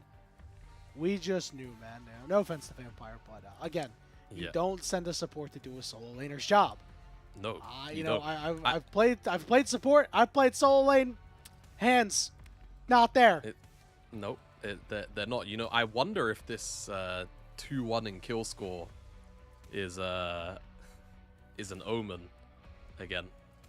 I don't speak Mandarin or any Chinese for that matter, but I do read choose blue, so I have a feeling that will be AL. picking blue side. And do you know who does read and speak Chinese? Our producer. So Yeah. A nice asset to have. Big shout out, Kai. Yeah. As you can very clearly see in plain English, anyone's legend select blue side for game 1, as we all expected. So, what does this actually mean for the draft? Well, because anyone's legends drafts can be so wonky at times, we don't actually know. But a lot of teams have been getting the opportunity to first pick Scion, but sometimes we're also seeing a first pick Yorick come through depending on the bans. And we know that Flandra is definitely a player that is willing to do both. yeah, I'm not gonna lie. I think first pick Yorick is completely diabolical. I mean, in my defense, I do know some phrases. I'm not gonna bust them out now in fear of I think I know offending two, the and they're both entire not good. population of China. And, Oh, no, one of them is good. I think I still remember how to say Happy Lunar Yeah. New Year. Oh, that's sweet. That's really sweet. I spent a lot of time trying to do that in the video that we put together. I spent like a good hour on it just trying to get it good. And I know even the pronunciation was bad after that. So maybe Duolingo will be able to help me, but Team WE might need a little not for bit more Chinese. help than that as we are into picks and bans. Already going to see Azir and Rumble taken off the board. Team WE not allowed to get those champs. Yeah, not for the time being. Of course, we are on patch 2508. So, Yep, new patch. new patch. A couple of those champions that were previously super high prio might see a drop off in priority moving forward from this week. One of those champions being Gwen, who did receive a slightly heavier nerf this time around on her E. Maybe a little bit less Neferi, but we saw Neferi already today. So I think people are kind of happy with where the dog's power level has kind of the dust has settled at, right? Still very happy to pick up that skirmishing jungler. Talia removed the weight from WE's pool. And there's the Neferi we're talking about. And Rumble's gone. Jace is up. Gwen's up. Dare I say Yorick's up. Sion's if they all up. really want to do that again. Sion is also up. Yeah, we're blinding Vi. typically strong solo top laners, but Vi also a very good first pick. Tarzan will play a lot of things, but will obviously play the tried and true Vi. This does allow Team WE to go and pick their jungler and also maybe go for their mid laner for a strong mid-jungle duo. Maybe an Ahri takeaway in the cards. Yeah, could be. Xin Zhao is a very, very aggressive answer for Monkey. I think they're happy maybe to see the Ahri come through from Shanks, and then they just look for a counter pick, right? Karis maybe goes towards their eyes, and they just play that very, very high damage 2v2. Ezreal was locked in for Taeyun. And I mean, Kai'Sa response. I mean, Kai'Sa Ahri, your composition looks like every composition that goes in since 2023. Every Kai'Sa comp ever. Yep. Yeah, I mean, So- same ooh, kind of okay. deal. You know, yeah, same getting kind of a deal. little bit of spice here. We have seen, I think, one mid Nico, but it's mostly been in the support role. Kyle has played it to fine effect, pretty solid.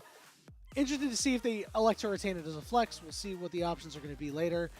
But Team WE, with that Ezreal pick onto Taeyun, really investing into their AD carry. That has been the rock for them to give him some safety. This Scion will come out for Team WE. Yeah, I mean, when Lilia started rising in priority last year, Shanks was one of the players that picked it up. I want to say first. Maybe not directly first, but he was certainly, very close to the front of the queue. And he was very, very, very good at it. So if this does end up mid, I won't be super surprised, but likely will end up in the bot lane. But hey, there's support bans with Karma. Does kind of make me feel that way. Besser and Gwen on the other side from WE. When you've got the Sion in the top lane, you're just trying to get rid of those few tank busters that are there. You're not super worried about the Jace. And we've seen the Yorick matchup be manageable, I think, is probably the best word to say. Definitely not pleasant, but certainly not unplayable. There were no I was going to say no support bans, no engaged support bans until that Leona ban. Yeah. And, But Vampire still has the pick of the litter. Yeah, we'll see what he wants to go for. Maybe something engaged for himself or maybe something anti-dive, right? And I think an Alistar would be Totally fine here. You do run the risk of them flexing the Nico to the bottom lane, but you can kind of just leave your Ezreal alone, right? You're not really too invested in going in and being super in their face. The Rel lock-in here, maybe just wanting to take an extra piece away from anyone's legend and force that Nico into the bottom lane, as we do see a couple of mid lane hovers coming out here, but still, jury's out on what they might want to pick. I would think a Gnar would be pretty okay. It kind of helps So with the many dive. fun picks. So many fun picks being covered that we're probably going to get one of the more boring ones. Probably. Oh. Shen! Wow, okay. Bro said we Okay, were getting the boring ones, and the exact opposite, Jamada. Yeah, Oh, all man. right. Hey. You cast a curse to pick, but this is great. This is awesome. That- See, Yanni, that was the point. That was the idea. Dude, you're so genius. You're so smart. Now, I would be surprised if this ends up top, but Shen has continued to get more and more buffs over the course of this year. So things like his passive buffed. This is also, I want to say, the patch where his Q now applies to turrets. They were talking about that. I don't know if they pulled it. I'd have to double check the patch, because this is the first day that I am casting 2508. Yep. As we spoke about the Rise earlier, if it's into Victor, wouldn't be too bad. Ari's also, of course, very, very solid. A Silence is good. Silas stolen away Shenol is a lot of shielding, but also the main one you're going to have your eyes on, of course, is the Pop Blossom. Yep. Yeah, If you that want will to, be Shen top. get on top of somebody, you know, you could cosplay the Vi and cease and desist somebody. Maybe, you know, looking for this Kaisa, trying to lock her down. So a couple of options there, and you know, Karis, the lane might be a little bit rough, but it's overall a pretty good pick. But I really like what anyone's legend has put together here. Team WE's comp is totally fine. You got a strong mid jungle. You've got a good AD carry for the one that has been your rock. But for anyone's legend, I mean, this team comp is just so much more cohesive on what it wants to do. Yeah, I mean, it's very, very straightforward from AL, right? Go in. Kill the first target. Ideally, the Ezreal. Go from there, right? One thing I will say is the fact that this WE composition is so bruiser heavy, it does mean that the targets for dive, again, are kind of limited. Like, you don't mind killing Silas, obviously, but Ezreal's basically the only backliner, right? Everyone else is very, very happy to go in and just fight. So this game is going to be a bloodbath. We spoke about wanting WE to make this game hectic, make it, you know, one that is not stable for AL, so that they can play at their own pace. This is a good opportunity, game number one, to maybe give him that one right hand that makes him a little bit shaky for a couple of minutes.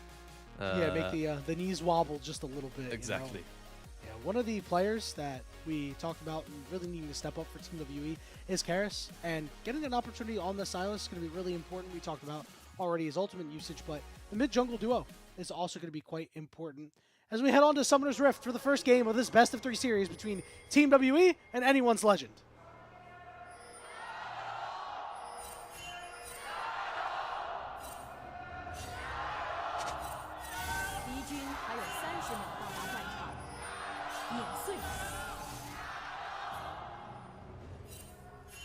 Feels like the mic is not close to the crowd. I agree. They were super into that. But it's Yeah. all right, because that just shows how loud they may have actually been. Exactly. Seen a couple of wards getting placed down already. 2 near the top side. A lot of pings coming through as Team WE just trying to root around here. Team WE, you know, we talked about the only big impact here is for seeding, right? Because we don't expect them to get to the top 4. They would need to literally shock the LOL esports world at large in order for that, right? So, you know, you really go into a lot of these games with, I hesitate to say nothing to lose, but it really feels like it. There's really not too much pressure. There's a lot more to gain than there is to lose. Oh, Absolutely. Laundry's doing. Okay, so I'm a Shen jungle enjoyer. Laundry's even given Tarzan the double Q leash. Actually, as a matter of fact, Cube is also leashing Monkey. This is certainly interesting. It's something we're weirdly seeing a bit more and more of. Just on occasion, some laners are starting to leash junglers again. And this is not a petition, as Vampire's definitely going to land that W. All right, Hope, Wow. half early. HP. No summoners. Kyle is the only one with a flash, you know, on his side, and Vampire and Taeyun. We talked about Vampire stepping up, playing a lot better. And we also talked about Taeyun being this consistent force. They have, we saw in the clips earlier, they ran Crisp and Jackie Love at one point, and they're doing it to Hope and Kyle, who have been a really strong duo. Yep. All right. See you, Vampire. Shanks is going to take this trade. Karis wants to try and extend it, get as much damage out as he can. Doing that, you're always going to take a little bit more poke damage on the way out as well. Shanks very happy to deal with that one. But yeah, low summoner spells, and the junglers are halving bot. There's a trade. Solid trade onto Shanks here. He should walk away with about equal HP. Really what you want in a melee into range matchup. It is so hard sometimes to play through those. But if you give a Silas an opportunity, they will turn it on its head. Already backs coming through. We're going to get an early tier coming through from Taeyun. You know, very well aware that Tarzan is on the bottom side of the map as Monkey is down there too. Always have to be careful in this mid lane matchup though. As Karis, you don't want to be jailed because you're too low to skirmish, right? It's actually, this can be a really weird call out, but if you cast your mind back to first stand, a very good example of this was when Vladdy got chunked out in the mid lane by Zeka, and then Casey just couldn't play the game. It completely broke the game. I'm not saying we're anywhere near those stakes right now, but Karis does need to be a little bit careful with the trades. Because Monkey, I'm sure at one point or another, is going to look to skirmish. His mid lane is 25% HP. Very difficult to do that. Last time we saw Shen, 2022. It was Shanji on OMG against TES. And here we go for a dive on the bot lane. Quick play onto Hope and Kyle. They're going to be able to find first blood going over to Monkey. Vampire is going to die for it. The teleport coming down from the bottom side is Shanks. Looks to pick up this wave. Yeah, I mean, are they going to let that wave sit there? I mean, I feel like they kind of have to shove it out. But Kyle and Shanks not shoving out is kind of a big deal. Let's see how AL recover from this, because the lane assignments are going to be a bit wonky now for a second. Remember, Taeyun has already based and has tier, but that was an excellent dive from WE. Not much to talk about when Hope doesn't have summoner spells.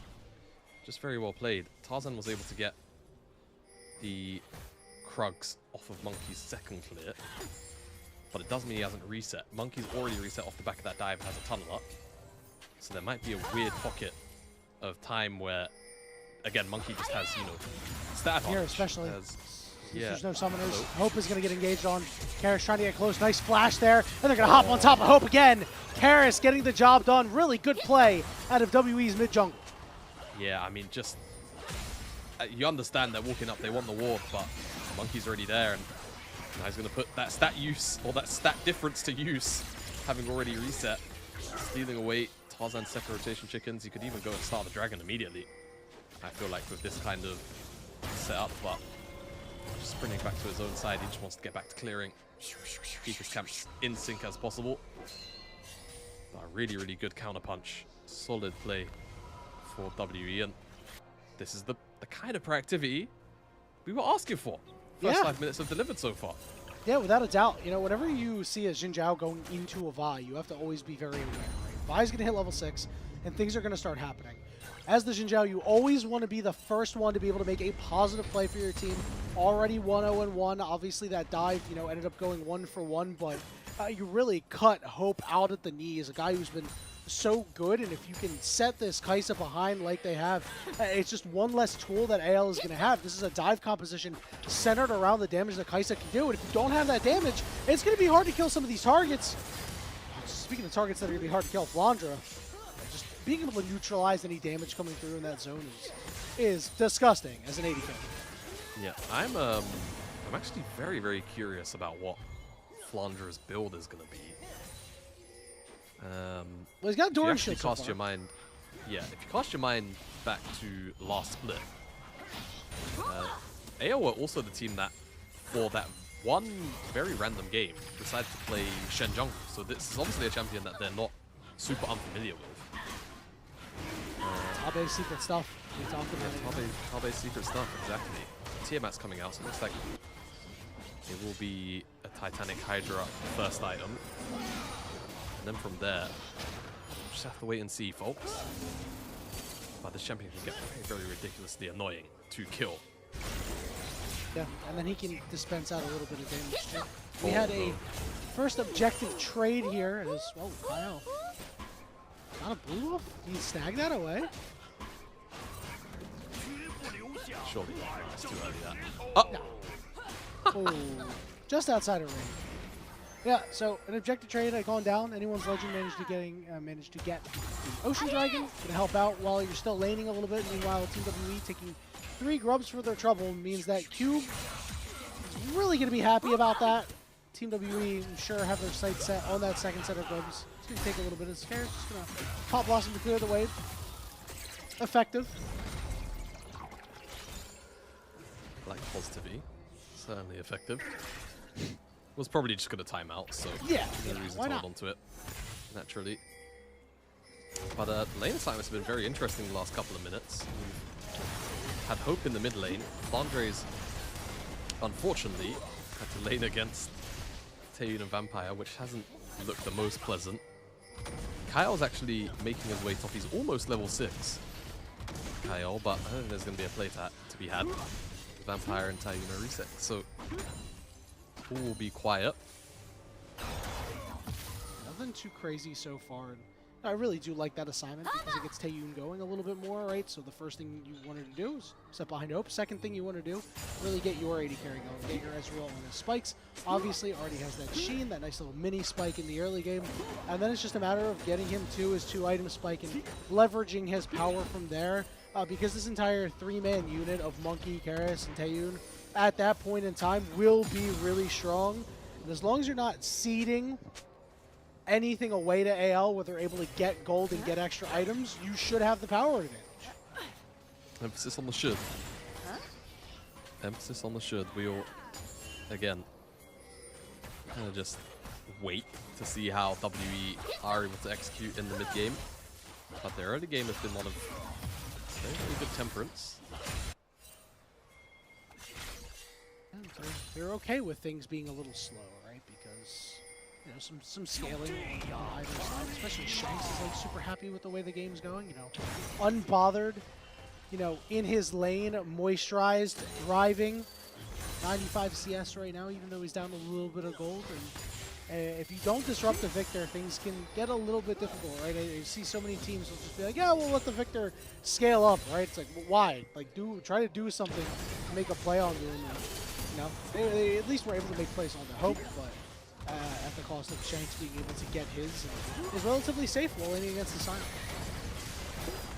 He's going to be able to scale up a little bit more freely into the Scion. Probably stack Grasp too. Hit that row spike. Should be getting kind of close of 106 CS. It's got 2 Ruby Crystals. And his only off-buys were the Dark Seal and the boots. Off-buys, I mean, away from obviously the build path of that Rod of Ages. It also seems like Karis is going for the same first item. Yep, See if it's he's, a Rod of Ages world. We're just living in a Jamada. Yeah, I'm curious about whether or not Riot are going to end up nerfing that.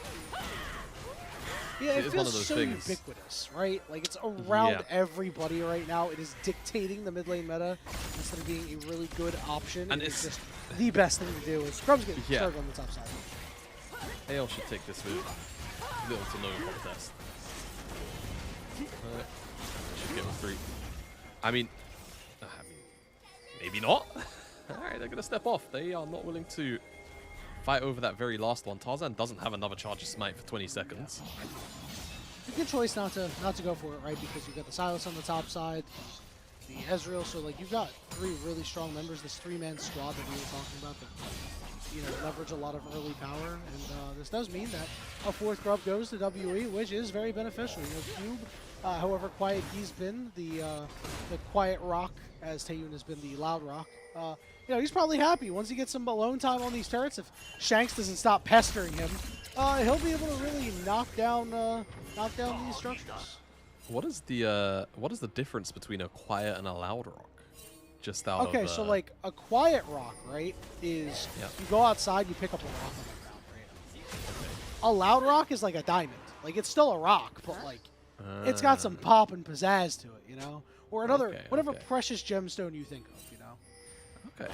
All right, I hear it. Loud and soft rock, you know, also could have Yeah, honestly, could have. I'm just a metalcore guy. You know, my music base is still stuck in the mid-2010s. As Team WE stuck in the river right now, looking to take out that dragon. Shanks is going to take the 1v1 against Cube here and take him down below half HP as that Arcane Storm continuing to chop him down. Meanwhile, Dragon goes to Team WE. Good pick up. Again, it feels like AO are not super willing to pull the trigger. Lane assignments were okay to contest, but despite Karras not having TP, he actually had the Stand United stolen away, so it was always a equal numbers advantage. And you know what? Maybe those games they took off those top teams. Yeah, this might be. He's already Yeah, nobody else is as on well. the map. Yeah, nobody else is on the map. I mean, Kyle is going to be the first one to move over, so Karras is going to be shoved off. Nice attempt at the defense, but Monkey is going to lose that red buff. He isn't leveled down to Tarzan. Not a full level, but it's a little close. He will continue to try and pick up whatever's left in his jungle. So Tarzan, we know him for making these very really bright and brilliant movements as Kyle gets engaged on the Pop Blossom. Here it is. Flandre going to show up to the party too. Taeyun with a great arcane shift to get away from Tarzan. Karras coming through to try to help out the rest of the team as Flandre is tanking up everything. Hope trying to get in some damage, going to pop his ultimate and a Q, but a big taunt going down to the 3 members. Taeyun's got to flash away. The stolen Pop Blossom going to get used, but the health bars ain't dropping. The ones for WE are dropping. It's a 4 for nothing for anyone's legend. At first, I was very curious about why Flandre hadn't pulled the trigger on the taunter. I think it might have been on cooldown maybe when he initially came out of the Stand United. But you know what? Maybe that's for the better. He finds a massive 3-man. WWE have no answer to that skirmish, despite what looked like maybe an easy-ish pick onto Kyle, and then an even nicer turnaround towards the back end of that play. Here's how it all starts. It's Kyle basing on vision. The Stand United is almost instantaneous. But it's like here, you're wondering, why is there no instant taunt, right? Keep Monkey in the CC. And even, you know, as they continue to walk up, where's the taunt, where's the taunt, where's the taunt? It's just being held onto, and then boom, 3-man right here. Instant cleanse from the Ezreal, yes, but still goes down in the end. And even though this turnaround again from Karras is massive, the health bars have just been obliterated by the time this happens. Excellent skirmish for AO, and all of a sudden, all that hard work for the last 15 minutes from WE feels like it's been greatly undone. Yep, they pulled the string and it just unraveled Jamada's. Really curious, you know, Karras had a nice Pop Blossom there, and you know, it looked like a, hey, I'm just going to go down with the ship kind of thing. And Monkey and Taeyun said, no problem, buddy. We're going to fight with you. And, yeah, they dropped too and just give more kills over to Anyone's Legend. Now, Anyone's Legend have about a 2,000 gold lead as Rift Herald coming up in 40 seconds now. Jamada, it got really, really tough. We were like, okay, you know, you shut down Hope. You're waiting to get a couple of items. Your Spike for this Ezreal, Karras too. And Team WE just a little impatient. That looked like it engaged them. Maybe they forgot that Shen was in the game. Yeah, I guess so. I mean, one of the things that can occasionally differentiate a very, very seasoned Shen player from a, you know, I play every now and again Shen player. Noob It's just Shen. ulting earlier. It's just ulting. Like, sometimes you'll think, hey, you know, wait till the player's lower HP, get the bigger shield, bait the enemy team, you know, into committing deeper. And certainly, you know, League of Legends is contextual. But sometimes your presence is just needed, right? And in that case, W feeling like they had to make that pick happen so quick with Flandre ulting immediately. They'd already committed, so Flandre's presence really did its job. It's the Herald that's up now, and Flandre's on the bottom side, king away at this tower, completely on his lonesome. Then you laid up in 5 too. seconds time. Yeah. Yeah. If you wanna drop it, you certainly can, but he's gonna get this turret on the split pushing side lane here. And, you know, this is really good stuff. Something that Flandre has been very well known for is his ability to split push, and doing so on this Shen, obviously a big ups there. What do you think of these rune choices as somebody who is a Shen enjoyer? Very, very, very, very standard. Yeah, not much to complain about here for lane Shen. Cheap shot as well, Ultimate Hunter. Good secondary choices. We do occasionally see some deviations towards things like blue tree. You can get like free transcendence, and then because with lane Shen, unless you do kind of more supportive build, CDR can be very hard to come by. So that plus, God, I always butcher the name. I want to say it's Arcane Aximus. The one that reduces your cooldown of your ultimate. Yes. That one can also be handy, but obviously then that does mean you're running two secondary runes, which aren't particularly helping you with laning, and usually runes are very lane focused these days. Not in the slightest, as the Dragon was started up a little bit by Team W, but it looks like they've elected to pull off here. Shanks just taking it to Karis, trying to knock down this top tier 1 as anyone's legend. You know, it was a quiet game and they have quietly exploded a 4K gold lead at the 18-minute mark. Rift Herald going to get dropped down here as well, despite the fact they only have 2 grubs. I'm sure they'll be able to make good use of this Herald for control of the river, looking for that dragon perhaps, or just lying in wait for trying to surprise Team W, but it looks like they'll peel to it. Yep, seems to be. I mean, they can let WWE come into them as well. You know, we've said that they are a dive comp, but with the Nico, the turnaround is certainly very, very potent. Same thing for the Shen. Like, Shen's a great turnaround champ too.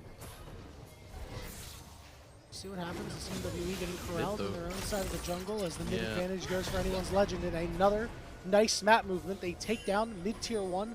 All tier 1s down. Dragon started up by Team WE. If you take a look at the vision toggle, anyone's legend working with anyone's legend working with low information. Tarzan now in the back of the pit. Flandre on the other side. You make a big play. You saw that taunt last time. He's got the flash available. Vampire can go in, try to find Shanks. Here comes the knockup. They put him in the bounce house. The Shen Shield can't save you. And Karis is able to escape. Cube getting attacked. He's forced to flash away, but he's not going down. Anyone's legend going to peel back toward this dragon, but they are down a member.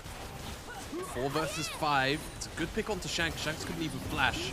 Karis recalled. He's got teleport. Vampire half HP. Tarzan going to go in. Vampire trying to protect Cube. Another double taunt as Hope gets to the backside. They take out 2. Taeyoon's forced to shift away. Karis in the middle of the fight, but he's got to flash away, and there's nowhere to peel back to as Ezreal falls. Another double for Flandre, and the flash taunt on top of it. Anyone's legend are running Team WE. The first part of that fight looks so good for WE, securing Shanks. But then because Karis, I'm not sure if he was low. Honestly, I can't recall. But he recalled, came back to TP, and AL just picked their moment. Get a 4v4 out of that situation. And just run WE down. So here's the initial engage. Vampire goes on to Shanks. Vampire's positioning isn't even, or rather Shanks' positioning isn't even that poor, but he just can't find an opportune time to flash. Flandre's ult does not keep him alive. And then Karis, yeah, he is chunked out to be fair. Flash forced out from Cube by Flandre.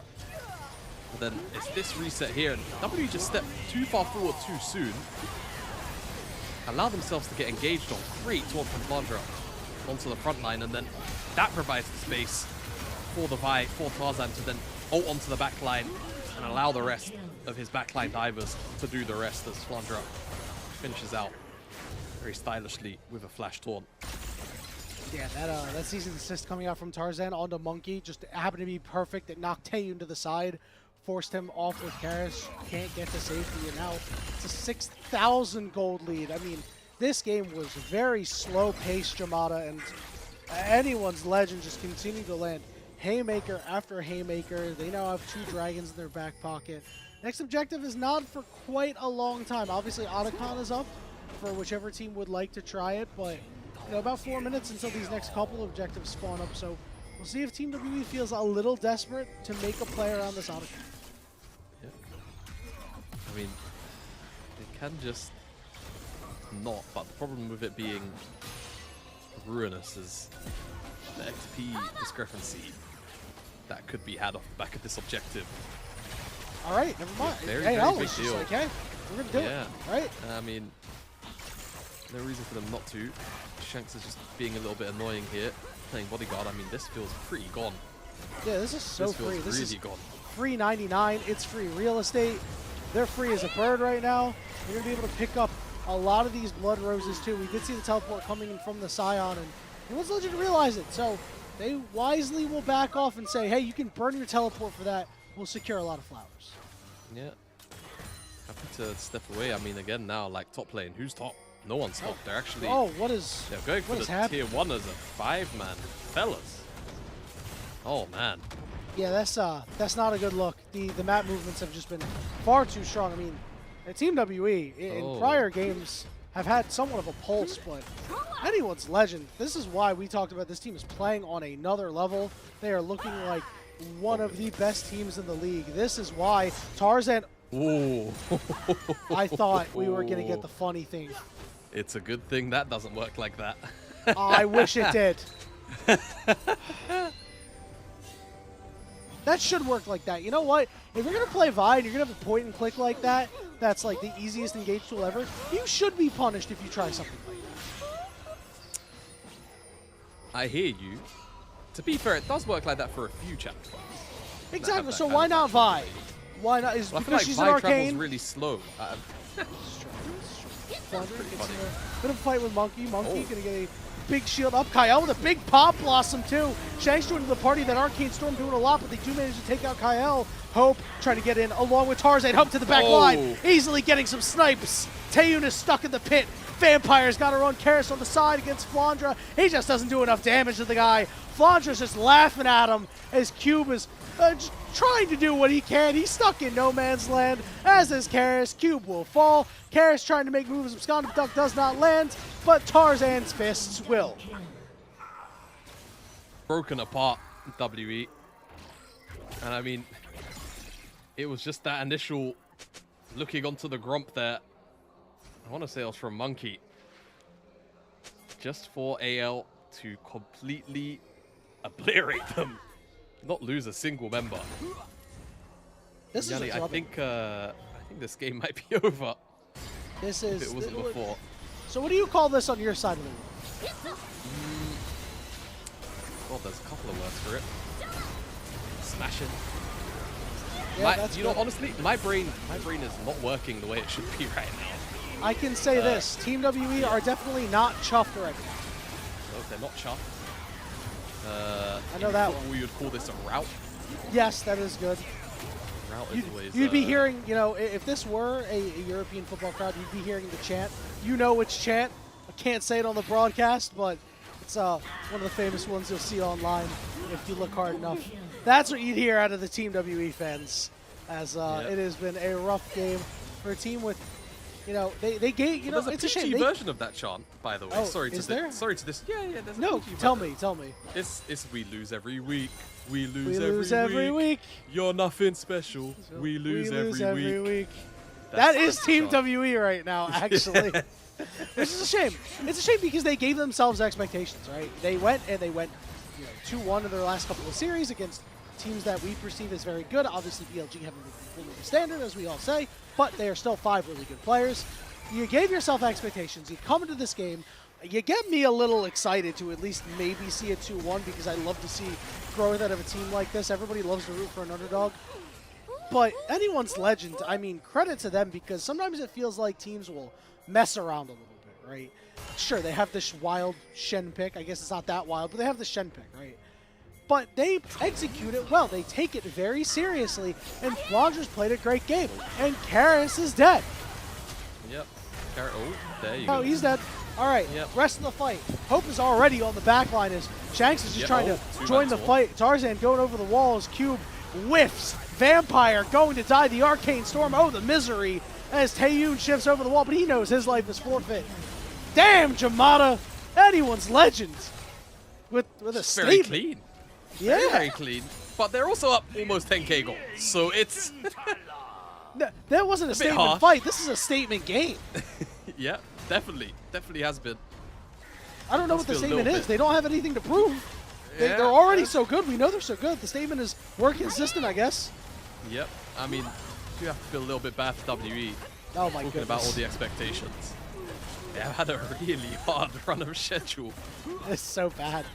Again, we mentioned it doesn't get easier, right? Their next match is going to be in a couple of days against IG. But then after that, it does start to get After easier. that, it gets easier. Yeah, Like, you're air going quotes. against Thunder Talk. Weibo, jury's still out.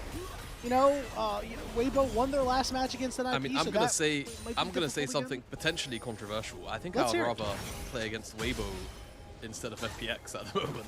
To be That completely is honest with you. controversial. I love that. That is a bit of a hot take. I'm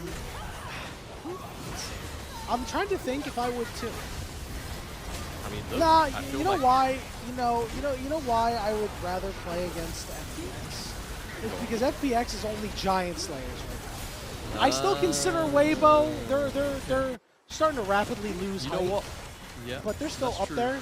FPX are only Giant Slayers right now. They just do it better than Team WE, but FPX have a chance to right that. They're going to play against NIP tomorrow in the last game of the day. NIP definitely not Giants, even though they had some success in Split 1. So if they win that, then I'm with you. Then I'd say, you know what, I'd rather play against Weibo than FPX. Just for now. But I like your counterpoint. I like your counterpoint. They have only really been Giant Slayers so far. Yes. Have looked otherwise. I don't want to say toothless. I feel like that would be a very harsh assessment. It's still early, we're still in the first part of the round robin. We have what, we have how many weeks? 8 weeks of play.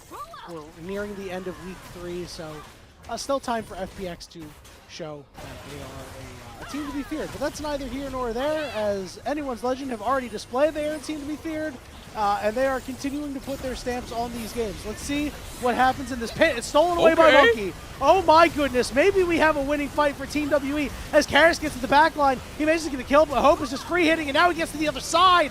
Hope has been so damn good. Triple kill for him. Don't think he's gonna be. No, all right. He was teleporting out, but he's just gonna die. See ya. It's a quadra kill for Hope. Damn shame he didn't get the penta. But game 1 was always gonna be Anyone's Legends. Oh yeah, this has been an absolute schlacking. There you go. That's another word for you. I mean, look, WE. A couple of opportunities, right? Couple of opportunities for good skirmishes here and there, but that topside fight where Flandre landed that 3-man taunt was It was over. just the straw that broke the camel's back. Yeah, it was. It was bad. And I It don't was think damn. the camel Pour could one bear out. a lot. Yeah, Pour one out. yeah, pour one out. I've got a coffee here, which I Nice. certainly need. So don't mind me. That's a nice coffee mug right there. I see. I already had my monster. I should be drinking coffee instead, but again, as my music taste is stuck in 2013 and in 2012 and 2011, so is my so taste. is your in taste in drinks. drinks. Yeah. Yeah. Hey, nothing wrong with being yourself, Yanni. Remember that. True. Like that's exactly what I said when I went and picked up the shirt the other day, because I took one look at it and was like, It's a great. I looking think this looks shirt. awesome. Yeah, I showed it to my friends the last night, technically, or a couple hours ago. One of them was like, this is cool. The other one was like, you need to return this immediately. Just like WE needs Ignore to that person. return that team comp. It was fine. It was a fine comp. It just didn't work. I don't really know what to say about this game other than Team WE got rolled, and it was the expected result, because it really Look, was. Sometimes, as a caster, that's the only thing you can say. The game went how we expected it. Were there a couple of moments where we thought maybe WE could have continued with some pretty solid momentum? Certainly, right? Like the first 10 minutes of that game weren't bad at all by any means, right? Monkey was making very aggressive plays. They were able to catch out Tarzan. They were able to make the bot side dive happen. A couple of very good-looking things there for WE, but in the grand scheme of things, despite maybe some unfavorable lane assignments at times for AL, eventually they shook that off. Things started to look a lot better in the 1v1s on the sides, or the 1v2 in the top side. And yeah, once that skirmish broke out and there was actually an opportunity for AL to flex their muscles, they hand-checked, and W unfortunately could not keep up with that skirmishing prowess. There's the PG beat. You can In case you're see, wondering how it looked. look very closely in the bottom left-hand corner. You can see exactly where it all went wrong. Yeah, there's Oof. about what I would describe as a gold swing of over 2,000 gold. Yeah, that does look pretty severe. I'm just gonna eyeball it, and yeah, I'm with you on that, my friend. As you take a look at the damage dealt, Hope did 30k damage that game. All right, so you know, again, as we mentioned, you know, it was the expected result. So what I really want to dig into is the arguments for MVP in this game. I think it's got to go to Flandre, right? But Hope did do a lot this game, and unfortunately, had good fights. Hope did 30k damage. Is playing Kai'Sa. I don't know. And they gave it to ZDZ last game. Look, crucial bit of information for you, buddy. Damage dealer usually gets it. Unfortunately, Not always. I agree. He did 20k himself. I agree, but you know, to be honest with you, I just feel like they're gonna give it to Hope. I think it should be Flandre too. Look, I think it should be Flandre as well. Okay, so wait, we can agree on something. If they vote off the numbers, it'll be Hope. But if they vote off the gameplay, it should be Flandre. It should be Flandre. Yeah. And they've done a good job. The voters, we have at times disagreed with the voters. But recently, I felt the voters have done a very good job of balancing this person did a lot of damage versus this person made a lot of big plays. Like, this game, if Flandre's on a different champion, if he's not playing Shen, this game could be very different. I agree, but you know what makes me worried? From a tell me. broadcast point of view. All right, look, little peek behind the curtain. A lot of these plays right now, which are very AL-centric, all seem to have been centered on Flandre. And I feel like it would be awkward now if Flandre ends up getting MVP and they basically have to just play these clips back. Obviously, we tend to not run the MVP B-roll. Do you see what I'm saying now? This is why I'm concerned. I haven't seen any of Hope's plays yet. Yes, see? This is what I'm concerned Well, hold on. Is that a Hope or a Flandre play? That last one. This is a Hope play. This is kind of a Hope play. This is definitely a Hope it's an AL play, really, more than this. You know, but we're talking about Hope and Flandre, you know? Yeah. That's definitely a Hope play. You can't even see Flandre's nameplate half the time, right? He's just covered up by whatever big body's in front of him. Yep, exactly. Shanks got his only kill that game, I think. You know what? Before it comes up on screen chat, who do you guys think? You know, you know what? This is a great time. This is an awesome time. Whilst the Devin Booker, Truther, MVP Shanks, my guy. I respect the Shanks cool, but Shanks kind of just existed in this game. Oh yeah! Oh my God, he did absolutely nothing. Like it was absolutely nothing. BLG Worlds 2025, Tarzan gonna get robbed? Well, yeah, dude. He played fine, but he didn't play Hope level. He didn't play Flandre level. Hope or Flandre. No. He played good, though. He played good. Everybody played really well on the side of anyone's legend. Remember, Hope got messed up in the early game. Yeah, Hope did. That jacket is sick.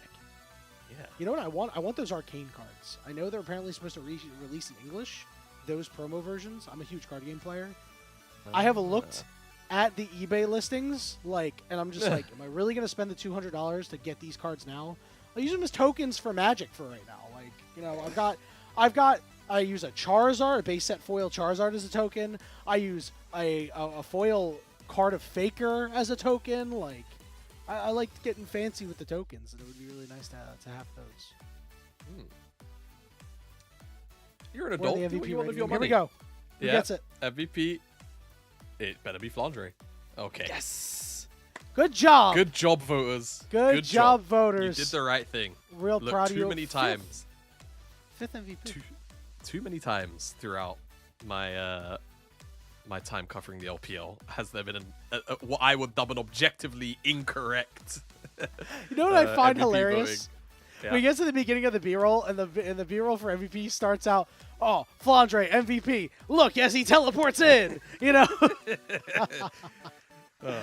All right, everybody. Well, we're going to go ahead and we're going to take a short break. And when we return, we'll get to the draft for Game 2 between Team WE and Anyone's Legend. We'll see you there.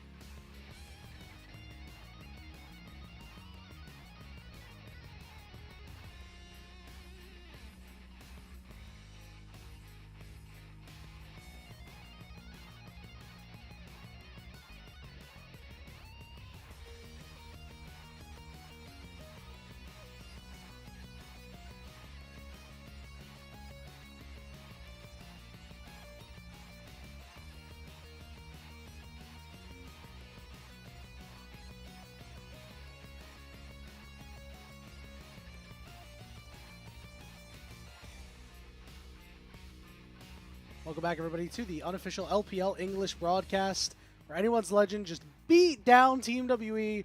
Nani and Jamada giving you all of the action. Jamada, have you heard about MOBA Trainer? It's a new app. It teaches you League of Legends with a series of puzzles. You boot up the program, you work through the puzzles every day to improve your game knowledge. You can select a puzzle from a map, answer the questions, and unlock more features. We're going to do one while we're waiting for Game 2 to get started. We're actually going to resume the one that we were doing prior once we get this pulled up. So we had a scenario with Galio and Redectin. You know, we hit level 2 while we started a fight with a Justice Punch. So now we're back to this. Okay. All right, let's see. We hit level 2 here.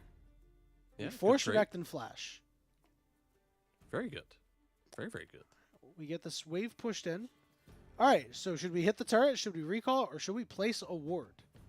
Oh, I mean, out of all three of these options, you definitely want to put a ward down, I would say. Yeah. Good time. Redectin has to catch the wave. Should just be the safest thing to do. Yep, seems Yeah, there right. you go. Good answer, good answer. I feel like Steve Harvey. Good answer, good answer. You know? Good. All right, so That's a good Galio's answer. gonna go. Survey says place a ward. Now what should we do now? So should we trap Trap Redectin and push the Renekton. wave of recall? Well, it's certainly not recall if you're going to put down the No. ward. Definitely not a recall. I think it's a trap, right? Yeah, I mean, he's flashless. I didn't see what ability he took at level 2, but I would say We- trap, right? We Get don't in a bush. know. We know he Get has a his nice Q. trade. Yeah, get Yeah. a nice trade, and then you should be able to actually just push in the next wave anyway. Mhm. Yeah, there you go. We did it. Now we're going to watch it happen in real time. Oh, this is perfect. This guy has no idea what's coming. Bro does not use Oh. MOBA Trainer, and maybe he should. Get wrecked. Oh, hell yeah. All right, we're going to Yeah, we exit this maxed puzzle. out that puzzle. Yeah, you know why we're exiting this Hell puzzle? yeah. It's time to make our producer Yep. do the skill shot, the dodge training. The dodge training is really fun. Okay. You get skill Haven't shots seen thrown this. at you, and you got to dodge them. You get 5 lives. You got Oh. flash. You got ghost. Time to dodge. Oh no. Oh, no. Okay, good dodge Wait, on the this is Ezreal. so cool. Okay. Oh my God! You're in a corner. You're in the corner. Oh, good flash. Oh, no, bad flash. Bad flash. Okay, let's see. Okay. Kai Good doing feat. really, really well. Ezreal in melee range. Syndra in melee range. Oh my God! Our producer has just let us know that they play Yumi. Ari has now joined the party, looking to land a charm. Not quite gonna Okay. hit. Now stuck in the corner. Okay. Kai trying to move around. Shooting out of the Ezreal. Syndra coming back to the party, dodging out of the queue. Wow, Kai is doing a really great fantastic side job. step. Oh, Flash is back whoa. up, but as I say that, the caster curse, Oh, losing a no. couple of lives. Now Oh, you're down to no. 2. You do have the flash in your back pocket. Oh, Flash to the she charm. flashed into Oh no, it's over. It's a damn Oh. tragedy. Get off the sticks. Get out the game. Kai still alive, desperately in the corner. Flash back up. Don't flash into it again. I swear, if you do it again, I'm gonna lose my mind. You step back no. into it. I Doing a feel good like, job there. I feel like Kai walked into that last queue. Yeah, Kai intentionally. had enough. Kai had enough. Yeah. As 672 on the leaderboard. Hey, Kai, why don't you open the leaderboard at large? Don't open it. Don't open it. if you know, you know. If you know, Hashtag you know. if you know, you know. I'm And- missing the context. And if you there, but, don't know, Yeah. you can use the code LPL20 to subscribe and get 20% off and unlimited puzzles. The proceeds will benefit the MOBA Trainer designers, who are European Tier 1 and Tier 2 coaches, so in the URL level, and also players that have helped out, and the LPL English unofficial broadcast. You can start leveling up your gameplay today. Especially if you're bad at. I am bad. I am. I Finished it. just hit Emerald. I am bad. Okay. Yeah. That's you know, not. Hey, look. You know what? I feel like the community has a very skewed sense of what is actually like good Facts. and bad. Yes. because but I'm trying I- to get back to Diamond. I was Diamond in season Fair. 4. But do you know where Diamond puts you in terms of ladder rank, like on average across your region? Pretty high Usually up. I these believe days. we're at this point within like 2%. I know back in the day it was like within 2%. Yeah, it's around 3.5 to 4% these days if you're in Diamond. So I'll take it. Look, I'm washed. I'm 30, you're- man. My hands don't work. my hands don't work like they used to. Hey, Pixbans, we don't have to talk about our ranks anymore because I don't Thank think I'm God. being placed. At the Excellent. minute. Let's talk about much better players than you and I. Oh, I can't speak for you. As Team WE taking out a couple of Hey. really good champions that AL really like to use. You know, anyone's legend just focusing down, not letting the Neferi get over to Team WE, which is a damn shame because Monkey has been so good on that champion. He's been a real driver of direction. Hasn't necessarily always gotten wins with it, but the team has played with purpose. Rumble's up. Cube is a big-time Rumble player. I do suspect this will get locked in, but then my main concern is it just Sejuani Jace in response? Like just an immediate slam? Or do you not want to give Monkey a potentially good jungle matchup where you can be aggressive again in the early game? You go towards the ADs. I mean, Kai'Sa, which has really skyrocketed in priority, I think, just as a side note, over the last few weeks. Yeah, and they've Ezreal realized gone. every LPL AD carry can play it. They Yeah, have there's the also the that. Kai'Sa gene. It's Yeah, really they- good. Yeah, do you know what the Kai'Sa gene is? It's called What's being that? Chinese, buddy. That's what it is. Yo, facts. see. Honestly, let's call a spade a spade. Yeah, I mean, to be honest, I wouldn't mind this as a takeaway. I do, again, it's like, you know, Sejuani or the Skarner. Skarner, of course, you know, the Impale on top of a Equalizer does make that a very, very scary proposition. Barbecue skewers. Yeah, however, what It's it out does there. do, again, it does give W the opportunity to, you know, pick a jungler. I don't know how much I like Lilia plus Rumble in the same draft. There's a lot of AP. Yeah, now you're forced to pick an AD mid laner if you're Karis, or you're Yeah, Tristana you- Corki. yeah, those are your Hold the flex. options. like- I don't know, I like man. Tristana a bit more, but Yeah. Corki will provide another additional place for a lot of early, you know, kind of call it a bastion, right? Like Rumble should almost always have early lane priority. Corki, in most of his matchups, will have a lot of early lane priority. Speaking of early lane priority, right? Hello. Yep. Hello. Is going to help do that a whole bunch, and then of course Shanks very freely will be able to use that ultimate from either side. We spoke about whether or not it was going to be a pick for Karis in game number 1. Opted to go towards the Silas in the end, and we'll see now how Shanks works piloting this one in game number 2. Misfortune taken away, not too surprising given the fact that there is a Lilia on the other side. Trying to think, I mean, what else would you want to take away here if you're Hope? I mean, it's not really any other lane bully unless you feel like Taeyun is going to whip out the Draven. Then Yeah, you'd if want- he wants to, like that's fine. The WE team composition will be so full of discourse, right? It won't really Yeah. be good. You're Ashe, starting okay, to run yeah, that low works. on like your utilities, especially with that Ashe getting taken away. I see a world where after this ban, anyone's legend will go pick up the Jhin and then force Taeyun onto like, what are you going to pick at that point? You have no utility left. I like your assessment, Yanni. Let's see what WE think. Because I agree. I think Jhin on 4 here looks pretty okay. You might lack DPS, but I mean, Jhin on do 4? you care when there's no actual tank? Jhin on 4, yeah, I know. It's very on brand, I agree. It has Alright, to be. oh! It just has to be. I mean, it has there to it be. is. I mean, Oh. you've even got Jinx banned now, too. Yeah. So you feel really okay about it. I wonder if Hope's little hover flash there was to say, Taeyun, do it. I know you've got it in I dare you. Yeah, like I dare you. Little mind game there. It'd be so hard to But- play, right? Into that Yeah. comp. It'd be brother, you know, the early lane might be fine depending on what support you end up picking, but Now, how we'll see what awkward the is options this? are. That is If, so awkward. WE This go stinks. towards Zeri. Not only does Jhin obviously do very well at just kind of keeping her at bay in lane, you banned out Lulu. So that would suck. Oof. Let's see where they go. Okay. Really? Okay, so All right.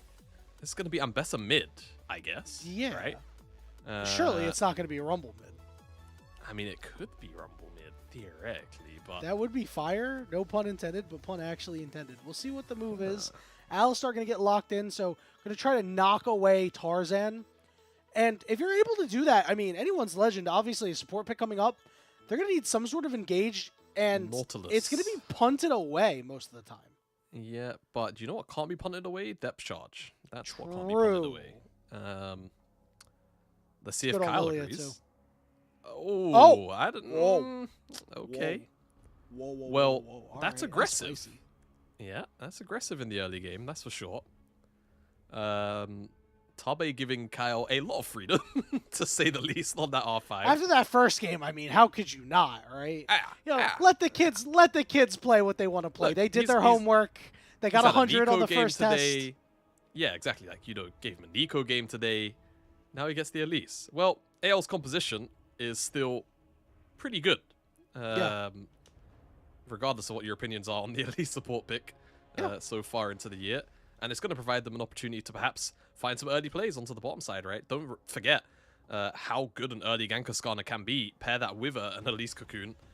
That is a solid 2.5 seconds of just not being able to move if either of those CCs connect in tandem with one another. You are very, very stuck. WE feel like have got a lot on their plate. Running this Ambessa mid as well, I believe it ended up being. I'm trying to look at the camera. They have not reshuffled. Unless that is going to be Ambessa bot. Smile. No. It won't be. It won't But be. what if it is? Shuffle the Well, graphics. hold on. Like, what if it is? Okay, well, the graphics are... Hold on. Oh, wait. No, the graphics are Okay, shuffled okay, on okay. They eight. finally Oh, okay, just there you go. did that side. Yeah. They decided to give us a bit of a jump scare. That would have been... I mean, I'm going to say it would have been cool, but, like, it really wouldn't have been good. Like, it we would have been wouldn't like, guys, like, you can't be giving up Guys, like this, right? why is Ambessa being dove at level 2 when she's already half HP at 3 minhave How's this happened? Taeyun in the chat, give me Ambessa, you know? Would have been funny. But All right, we'll be seeing so this this- laned into the Rise. Yeah, one thing I want to say, this mid jungle duo kind of stinks. I'm not gonna lie. Like, the champions are objectively powerful, and like I really like that, but like there's no CC setup. No, there is CC sound. It's called Death, Yanni. You're right. You scared me for a second. Really casting a couple of times, man. I'm like sitting here and like, does he know something I don't? Did I not read all of Ambessa's abilities properly? Pretty sure I know what Lilia does. Do you now? The best CC is death. Yeah, you know, Lilia, Lilia as described as a play-by-play. Okay. You hit, I'm you all Q spinny circle around you, go fast. Okay. W. Actually, I have a question. Yes. What gives Lilia her movement speed? Isn't it her dream dust on people? I'll give you another shot. Oh no, we're okay, shoot. I thought it was the Q. Yeah, it is. Okay, yeah, I said go You fast. said like the dream dust. Yeah, but I said, Dust but it. like, but you asking me that implied that I was incorrect when I say spin around circle Q hit people go fast. Oh, okay. That's So I was like, huh? No, Okay, you're getting crazy. we're lost in translation. That's Yeah, unfortunately, you know, your English is just much different from mine. It's true. This is true. League of Legends. Yeah, it's time. It's time. As Kyle had opened that E, obviously not going to see anything too crazy. Not even get a fourth shot off, but do it. Yeah, and if you haven't noticed, also Hope burned the barrier. So they are down a summoner spell. I don't know how much I like Monkey's pathing here, because he's dragging the red to the bot side, and there were pings on the tri-bush. I think it's for the ward, but for a moment, oh no, he is going to gank this. He is 100% going to gank this. He is on the way. Pop, Monkey has never met a gank he didn't like. Sitting wisely and try, waiting for Vampire to It's maybe a make the flash first headbutt move. pole. It's a flash headbutt pole if I've ever seen one. It's gotta be. Monkey is taking a lot I of think time he's- waiting here. yeah, Now he's there on the you go. ward. Oh, nice snappy flash by Hope, but it's still down. Yeah, there you go. You know what I think the angle maybe that was for Vampire there? I think he had to W a minion and then Q flash Hope. Yes. That's what that would have caught him off guard. It's like it's the banana combo you don't expect, right? Yeah, no, you're right. It's not something you see that often either, but when you do, it is always super sick. Yeah, that is. Well, Hope's flashless. We'll see how much that impacts the lane. We saw yesterday how much being a flashless AD over in the LCK can be a problem against the Hex Flash Alistar. Oh, who cares? We also saw in game one here how being a flashless ADC can be really, really bad because, Yeah. you know, not just specifically against Alistar, but I mean, Hope in that first game getting dove early on.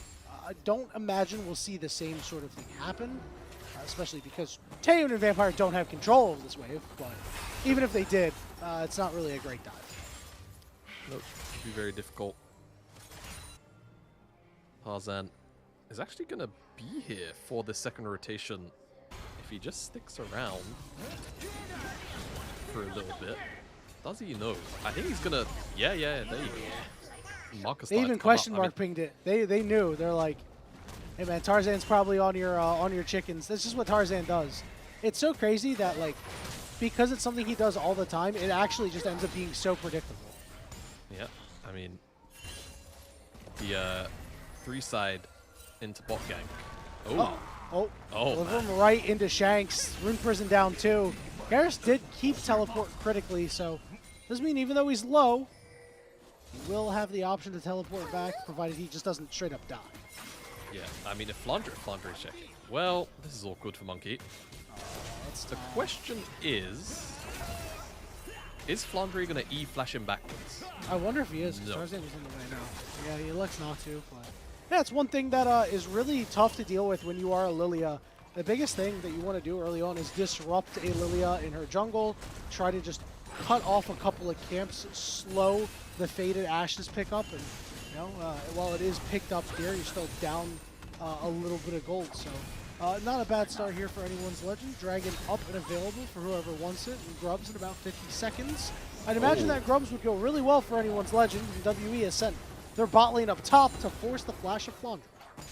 Yep, get that flash, not bad. Karras, like we said, he's got TP. Definitely going to use it now. But as you were saying, yeah, Monkey's early clear. Disrupted really heavily. Tarzan's got 2 camps on the bottom side. His ADC is still bot, but you can see he's opening out towards the top side, so they want to contest the Grubs. They don't want to give this up. They don't want to trade across the map. See how this one plays out. There's also a big wave crashing top. Flandre will catch a fair portion of it. See a lot of This looks pings a bit coming sketchy. around near this top looks side. a Yeah, bit sketchy. Kyle needs to be very careful. Oh, wow! Nice job by Kyle there. Even though he's got to burn the flash, that was impressive. Yeah. He gets caught. Grubs are 100% gone. Now that's a pretty big skirmishing tool that's gone. Yeah, I'm about to say, Shanks has to match bot, so at best, Tarzan can get like a grub. The teleport coming in from behind. Cube is about to come in and maybe make this a big issue. Kyle trying to get out, but Hope is running out of room. They're trying to turn it around. Vampire getting low, but a great equalizer, especially onto the Grubs too, to help burn those down. Flash burnt by Karras trying to get onto this backline. Tarzan on the side goes down. Flandre is able to at least salvage 1 kill. Shanks can't do a damn thing though. He got here real late. Weird fight. Weird fight. I think that ended up being a 2-for-1 or a 2-for-2 by the end of it. 2 Grubs went over to WE. Shanks was in the middle of rotating towards the bottom side there to match Cube, but Cube had TP advantage. I'm not sure if he had vision of it. Oh, that's cheating. It didn't even hit him. Lame. Ooh. Yeah, a little close there. Yeah, Shanks did end up managing to get a kill on the backside. Let's take a look at this replay. You can see Yeah. Shanks So you can see all the way down. walking down. Great headbutt back in, but Cal can of course just repel this. Hook was running out of space for sure, and once Cube shows up, the equalizer's great. Chunks out Kyle, pushes AL back, splits up Tarzan. Shanks shows up finally, gets his kill onto the Vampire. Isn't quite able, 46 HP away from taking that grab. He just right-clicked it. Would have maybe had the fortune of stealing that away, but yeah, once that equalizer comes down, AL are just in full retreat. And it was always a very sketchy looking contest, right? You have to feel with the bot camps on up and available for Tarzan, the way that lane assignments felt, that maybe just contesting Dragon or just letting the Grubs go for Dragon was perhaps the slightly more stable option of the two. Without a doubt, They it felt looked like- forced. It did. Really did. Karras tries to force on Shanks there. And Shanks, you can see the rise, being able to machine gun down those minion waves. That's why he's such a strong solo laner and gets to be so burly. Build that Rod of Ages, as we all know, and then able to get his Seraph's Embrace afterward. You know, I have to say, there's, well, Rod of Ages user for anyone's Legend and a non-Rod of Ages user for Team WE. I don't know, Jamada. feels like a bit of a mistake. Yeah, I'm not gonna jump the gun and say Roa's OP. No Roa, no win. No Roa, Roa, no win. I don't know about all that. You're right. You're right. I do think they're gonna end up nerfing it just because of the popularity, though. Surely, I feel like it is. I hate playing against. I mean, it. it's weird. It's weird because like I don't think mage items are particularly bad, but I also don't play mages, so there is that. People like to overshoot the problems on their class that they play, probably because it's the version of League of Legends they experience the most. But yeah, we'll see. We'll see what they do because I don't think they can buff many mage items in they'll be Fear. way- Like a little bit of a power creep. Yeah, it'll be way too. Because again, I think they are pretty well tuned for the most part. There are arguably a few outliers, very arguably. But I think it's all about context. Roa, however, is being picked up so frequently that I don't know how happy they are going to be with the state of that item. As AL have finally picked up that dragon. Woo! And it was pretty much at no contest from WE. I'm so proud of them. They did it. So am I. Yeah, it's a very late dragon though, which is really funny because it's something that we saw like earlier on in the season. Teams were like super disinterested in drakes, and now this time around, it just felt like they took it at their leisure. When I guess they could have been a little bit faster if they wanted. But the second set of grubs will be coming up in about 25 seconds. And this one going to be fairly important, right? Because while the Mbess is in the mid lane, eventually she will be able to transition into a side lane pretty regularly as she is now. Tends to do a little bit better into Jace later on in the game, so would really be happy with any extra bit of grubbage. Extra bit of grubbage wouldn't be bad. Let's see. I mean, Kyle's actually hovering bot side right now. So, AO, at best, this will be some window shopping, I think. And Karis has flash, so I think that dive is very hard to do unless... Yeah, see, Cocoon doesn't land either. And Kyle skittering forward, skittering back, skittering forward, skittering back. You're going to at least secure a split plate there as Tarzan, snuck one away. All right, not too bad. Able to at least make it a little bit closer. But right now, I mean, anyone's legend, they are getting a little bit of gold. Yeah, in the time that Team WE is taking to do grubs, but they're not getting much. Kyle is going in. He's going to kick things off and start tanking it up. Karis burning away from the Ignite. Ooh. Should stay upright. Yeah, observers giving us a little bit of whiplash there.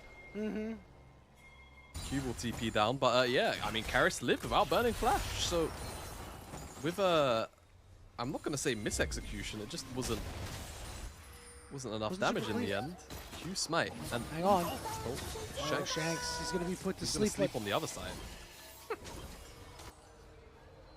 Dang. Do you think that's Realm gotta Warp feel actually bad. makes you sleepy? The Realm Warp make you sleepy? I would think that would make you wired, if anything, because you're just like traveling through like space at a really fast pace.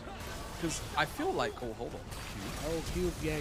Cube, nice flash to at least get out, but a solid gank from Tarzan there is really looking for anyone's legend to try and push the pace a little bit here. Yeah, they need to do their best to try and advance this game a little bit. Yeah, Not there a scaling coming out. advantage. Hello. Vampire going to get fully engaged on. Knockup is there, putting Kyle into the turret. He's got to go up and down, and he's burning, but he will survive. Hope a little far away as Tarzan going to take some chip damage. Taeyun over the wall, ready to go, trying to do damage to Hope. Good impale as Monkey will fall. Another nice root. The Alistar's an auto away. He dies too. Double kill for Hope as they turn onto Cube. Tarzan's out of mana. Flandre close to getting the kill, but Taeyun trying to do what he can. Cube very low. Hope just going to flash forward. Oh! The shield! The shutdown goes over to Cube. And now Taeyun looking for a little bit more. Big Hextech munition there, but it does not do enough damage to kill. Not quite enough on the back end to pick up what are blinking AO health bars. Hope baited in by the scrap shield. Surely we're not going for round 2. I've seen less deranged things from the LPL, I promise. True. Alright, well, replay time. Vampire, the one who has to blow his ultimate immediately, but I mean, it's a good response. The problem is on to Kyle. It's the only guy that can do this. So, Repel and Flash Out is solid. Lapse from Hope then finally comes in. Tarzan's turnaround impale is fantastic. And there's no ultimate from Monkey, even if he could find more people with passive on, but this is where things get a bit dicey because Hope sees that low health bar. And he also sees red, but then it's just the scrap He doesn't shield. even auto. He doesn't even auto. And then he barriers He just too. thinks he's dead. Yeah, it's just awkward. Just very, very, very awkward. Silly goose. But that's why we love it. Yeah, You know? honestly. And every AD carry's done that. I've done that. I know there are plenty of pros that have done that over the past. Sometimes you're just like, yep, I'm going to land this Q and walk out and survive, right? But then that happens and you end up dying anyway. It's just it feels bad. But anyone's Legends, up about 400, 500 gold, give or take. 15 seconds until this next dragon, looking to get the stacking for themselves. You can see first items completed all across the board for both of these squads. There's a lot of ages. We need some time to stack up. Yeah, one of ages will need a little bit of time. But like you said, first item spikes are in, and WE generally much stronger on their first items by comparison of AL by a long shot. So you'd love to see them actually make some proactive plays somewhere, right? Yeah, but especially when it's not around an objective, when there's dead time. I feel like that's always a very good measure of a team. What they're doing when there's no objective on the map. Tarzan is going to meet Monkey, potentially. Isn't that a funny sentence when you think about it?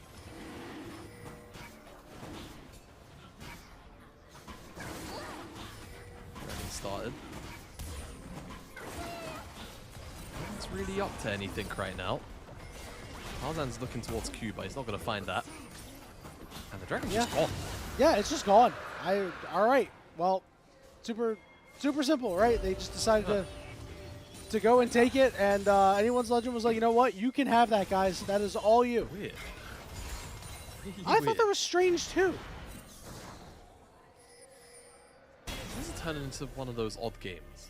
Yeah, it feels so slow paced, and like, I get it, right? You're waiting for your Jace to get on the base. Right? You're waiting for Shanks to get a fully stacked round of mages. Right? You have plenty of early power in Kyle and Hope. That it feels like they should be doing a little bit more. And here's that early power that we're talking about. Got him with damn near everything. I'm gonna need a VAR check on that Jin W. Oh, you need the pointer. You need the pointer. Yeah, I need. Yeah, I need the pointer. You can't see it, but I've got my Gwen scissors as the pointer. All right, I'm Oh my goodness me! What the hell? Why do you have Gwen scissors? Where did you acquire them? You have a oh, okay, you got a statue. She's an LPL fan. It kind of broke and fell off. I have to super glue them back. Oh, okay. Sooner rather than later, mate. Get that fixed. Sure. Yeah. I have to super glue a lot of things, man.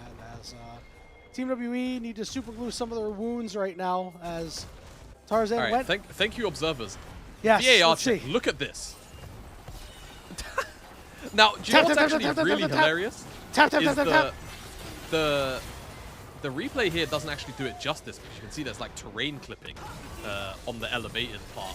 I don't know why I said it like that. Oh, goodness. Uh-oh, here we go. We're going for a dive. Flandra's got no mana, though. Tarzan going to sleep. Kyle with a good stun there, but Vampire showing up the party. Monkey getting a little bit low. Nobody's really here to capitalize on this, though. Tarzan is fast, but he's not that fast. And Flandra's still out of mana. Yeah, gonna have to back away. Yeah, resets. Nothing's gonna happen here.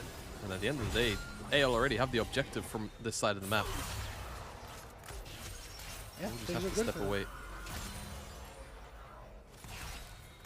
I am still stun locked by that Corky W. I'm gonna, you know what? Hey, you know what? Taeyun was too. Yes. Good one, Yanni. Good one. I can't deny that. I'm gonna get it. I'm gonna get it from live. I'm gonna do something because I know Kai has to be bored too. So we're gonna give Kai some work. Absolutely.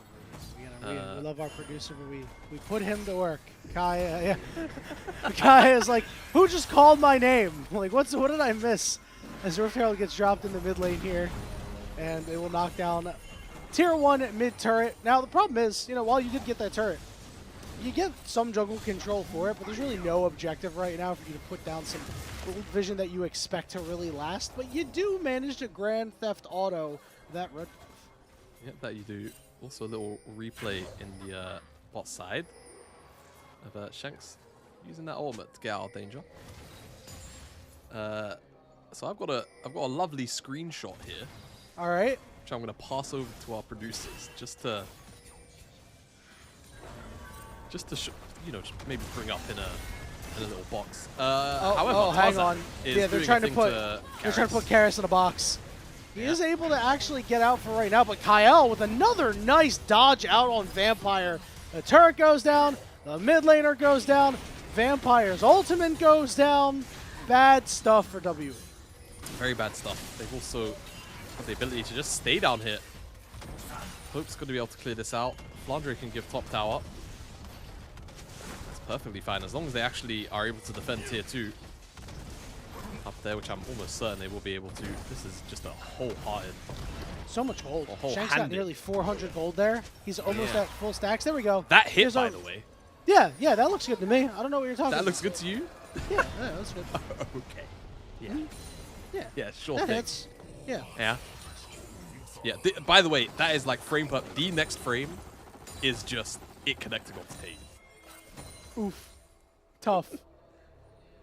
Gonna replay this bottom lane play as Tarzan gonna drive right in. Karis right into the wall, drop the Impale too. You know, so many players, they hold that Skarner Impale, they're like, I want to get multiple people. Not Tarzan. Oh, Tarzan knows yeah, what he no. needs. Just sometimes, just pull the trigger. I think people are very enamored by the idea of, like you're saying, right? I need it. my I God. need to hit 2 people. I need to hit 3 people. Dopamine.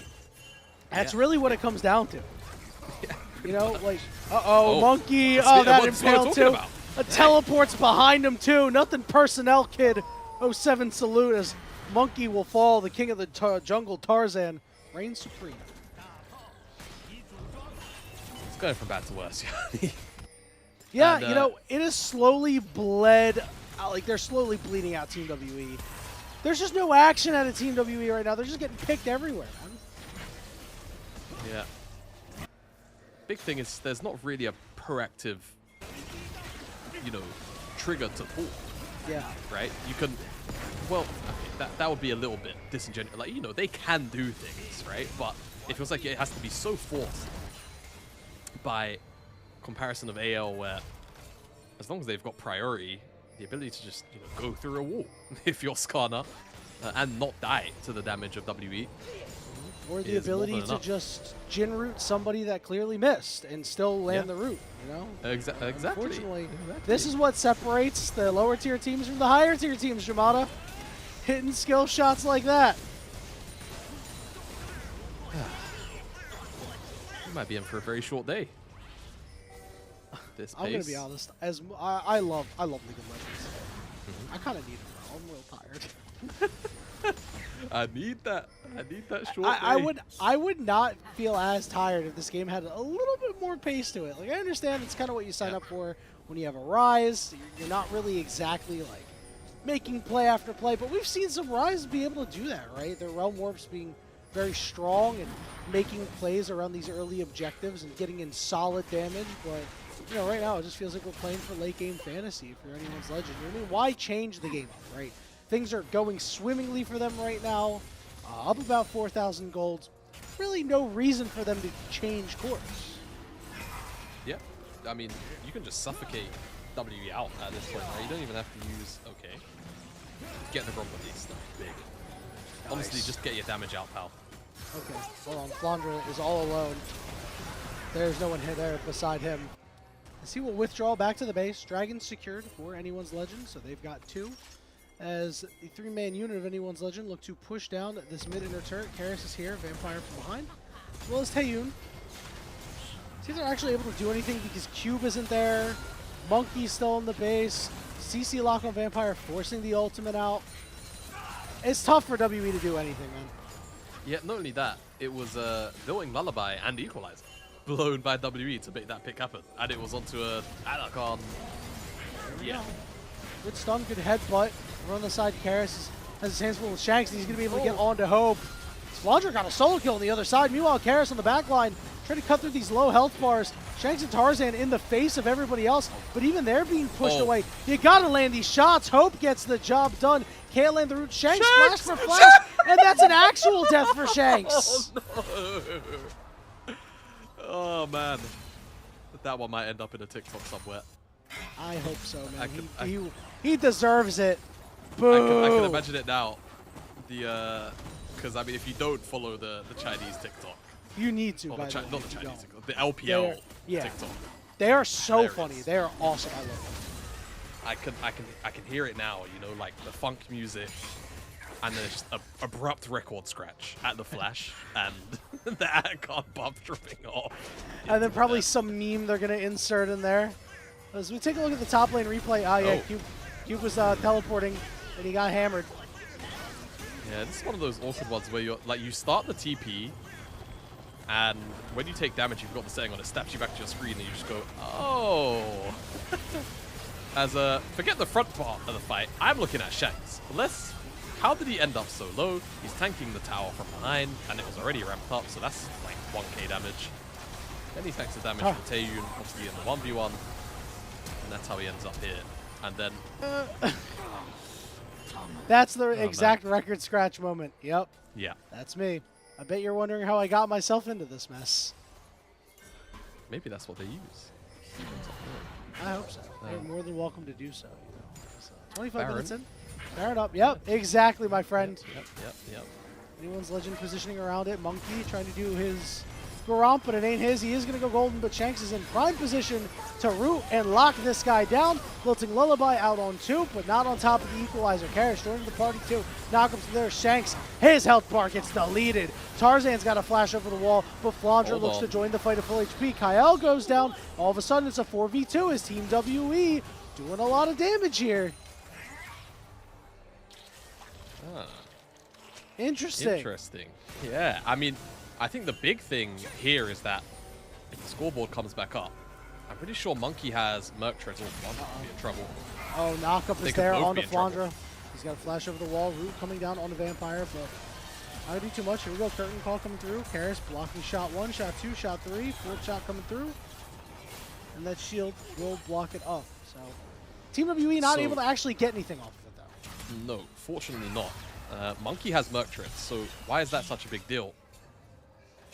Can't remember what patch number it was exactly, but they nerfed the stun duration on Skarner Z by a pretty hefty amount. So what that means is, if you connect an E, you do not have time to get an auto attack in and then ult. You just have to ult. Look at Tarzan, auto, ult. That is the difference between, Impale landing and that Zhonya's going off into a 2-man sleep, right? And that completely changes the scope of the fight. Shanks dies off the back of that. So despite getting picked off, it ends up being a 1-for-1 in the initial exchange. Almost entirely off that. Kyle's playing Elise 25 minutes into the game, and Skarner gets run down by Karis. So that's not exactly the best. Tarzan's got to brush up on his Skarner. He's got to hit tab. He's got to make that quick pick. Yeah, I mean, yeah. Surely he knew, right? But you know, after, I mean, hey, look. That, we'll see if he writes his notes. Since when have pro players been known to read patch notes? You know what? I thought that was just like an NA thing, but you're absolutely right, man. Oh, no. Nobody Do you reads not patch remember notes. who? All right, hold on. Tarzan might be pitting. I'm good. Tarzan's going to sleep. He is tanky, but he's getting chunked hard. The Impale under one target. It's Taeyun, but Taeyun manages to get away. Flandre joining the fight. The Realm Warp going to be on top of Taeyun, but now Shanks gets caught with a public execution, and he can't chase down Taeyun. He's golden, but he's dead. It's another one fight for Team WE. Yanni, I'm worried. I'm really worried. I am this too, is a brother. massive potential turning point for WE. It's all up to Flandre and Hope. They can do it. If anybody can do it, it's these guys. Baron's still relatively healthy. Yeah. Taeyun is looking to rejoin Team WE. Curtain call coming out, just looking for some good chip damage here. Fourth shot lands on the cube, gets him low. Taeyun on top of Flandre. He goes down, but ends up being a 1-for-1. Hope in a 1v4. Fourth shot lands, does not get the Baron and will go down with the ship, Oh. unable to get a kill out on the back end, but he does take a couple Barons off. I don't want to be critical. It feels like Cope could have done so much more with his flash there. I So, agree. like- You're right. Maybe get a turnaround. They're throwing. They're throwing. I They can't. toss their cookies. Oh man.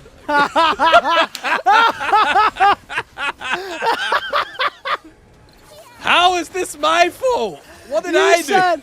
He said, looking like a quick night, Yanni. I'm sorry, that was really bad. I'm sorry, that was that Wow. that was real bad. How Just about like I it's been talk in a real Yankee bad accent for the rest of the cast, eh? Like, what?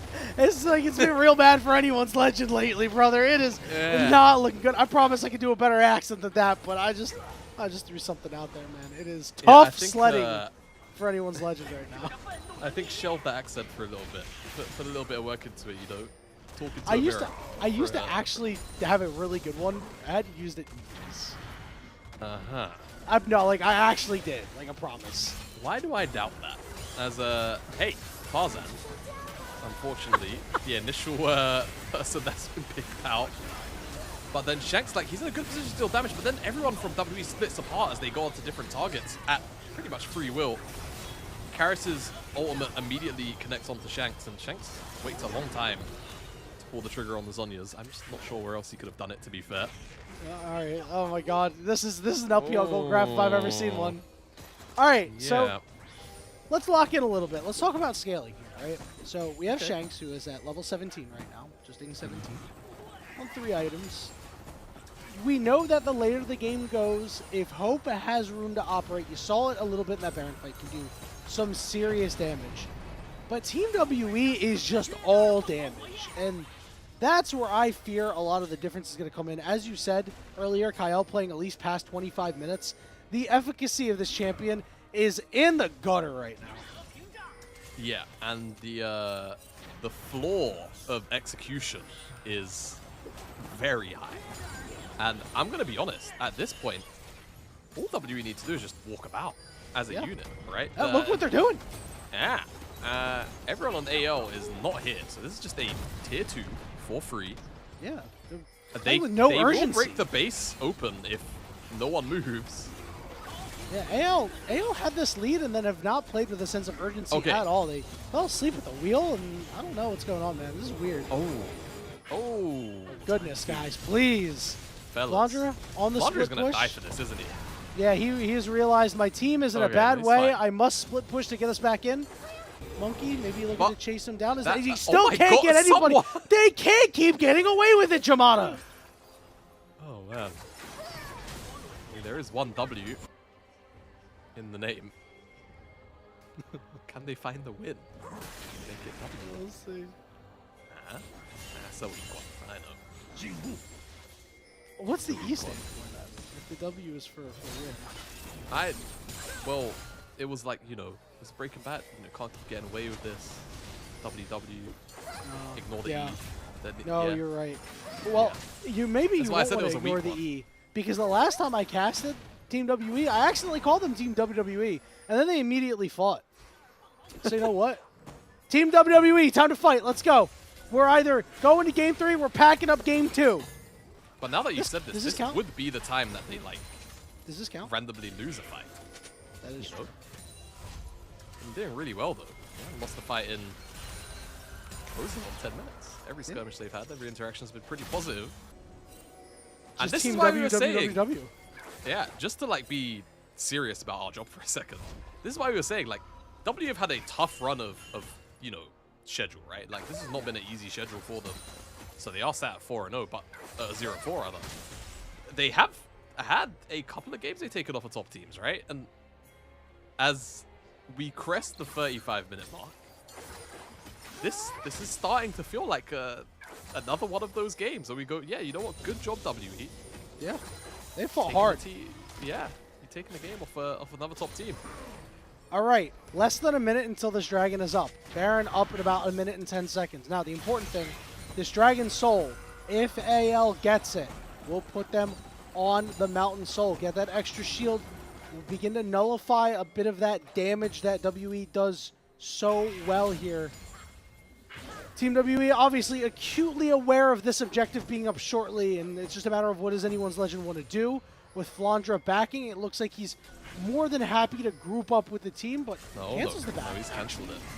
Tarzan gets tagged. Are they going to maybe try to kill him? Lilting Lullaby will put him to sleep. He's a little far away. Equalizer on top of Hope. Oh, this is bad news. Tarzan! Bomb! Tarzan! Oh my goodness. I don't... Dude, I just witnessed Tarzan trying to ult his teammate! He just... that was so bad, it nearly drew the Jamaican out of me, bro. Like, I nearly dropped to... Well, Shanks is also dead. Shanks is dead. This game's up, bro. They've given up. They have given up. Shanks will actually be able to escape some... What? Okay, Flandra sprinting away. All right. How? Dude, How the hell did he... what happened? They're gonna let him base? Ah! Get me out! The minion! Ah! He can't keep... Oh, hold on, Baron. Baron started up by anyone's legend, and Shanks does a lot of good damage to it. Flandra, yes, in the base. Tarzan respawn. Team WE has no idea this is going on! The heist of the century! Guys, What the hell, man?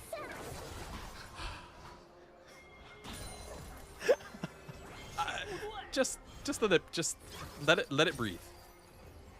All right. Let it breathe. I don't know if I want to see this replay. No, I don't know either. I don't. Oh, Oh, thank wow! God. Oh.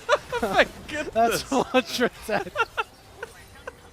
Dude, I've lost complete control of my life, just like anyone's legend has lost complete control of this game, man. It is gone. We've gone sideways. This is true LPL action, everybody.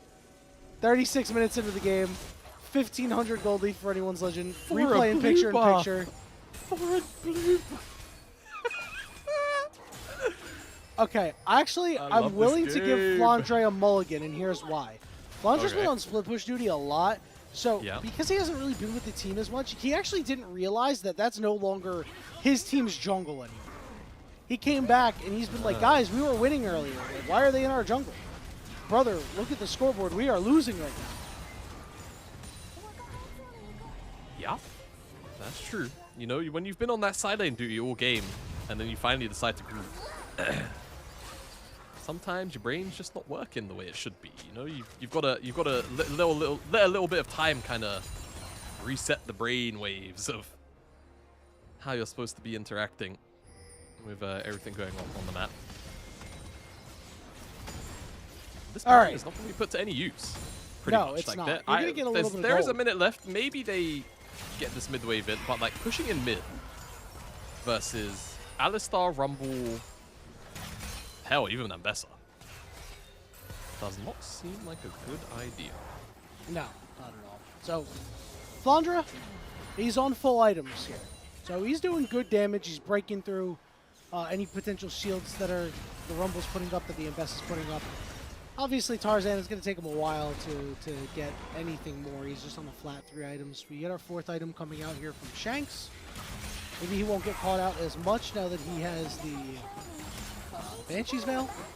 And then, of course, as we talked about, Jin starting to get to that big breakthrough. And over on the other side of me, there's just a bevy of... They're still, like, kind of not equal on items, right? You know, this Ambessa hasn't gotten their 4th item yet. Obviously, this Lilia is, like, ready to wreak some havoc. Given the fact that you now have Rylai's. It's going to be tough if Monkey is able to get into the face of anyone's legend, and anyone's legend got to turn the pick potential back on. They've got to, but I mean, W just haven't really been giving it to them for the last goodness knows how long now, really. Again, you know, one team has a Alistar. It's a good chunk. One team has an Elise. All right, Shanks is maybe looking to make a pick play onto here. They're Rumble. going to try to get... Yeah, Yep, Cube. here we go. Right onto Rumble. Kyle doing a nice job there. Cuba's going golden. He misses the CC critically.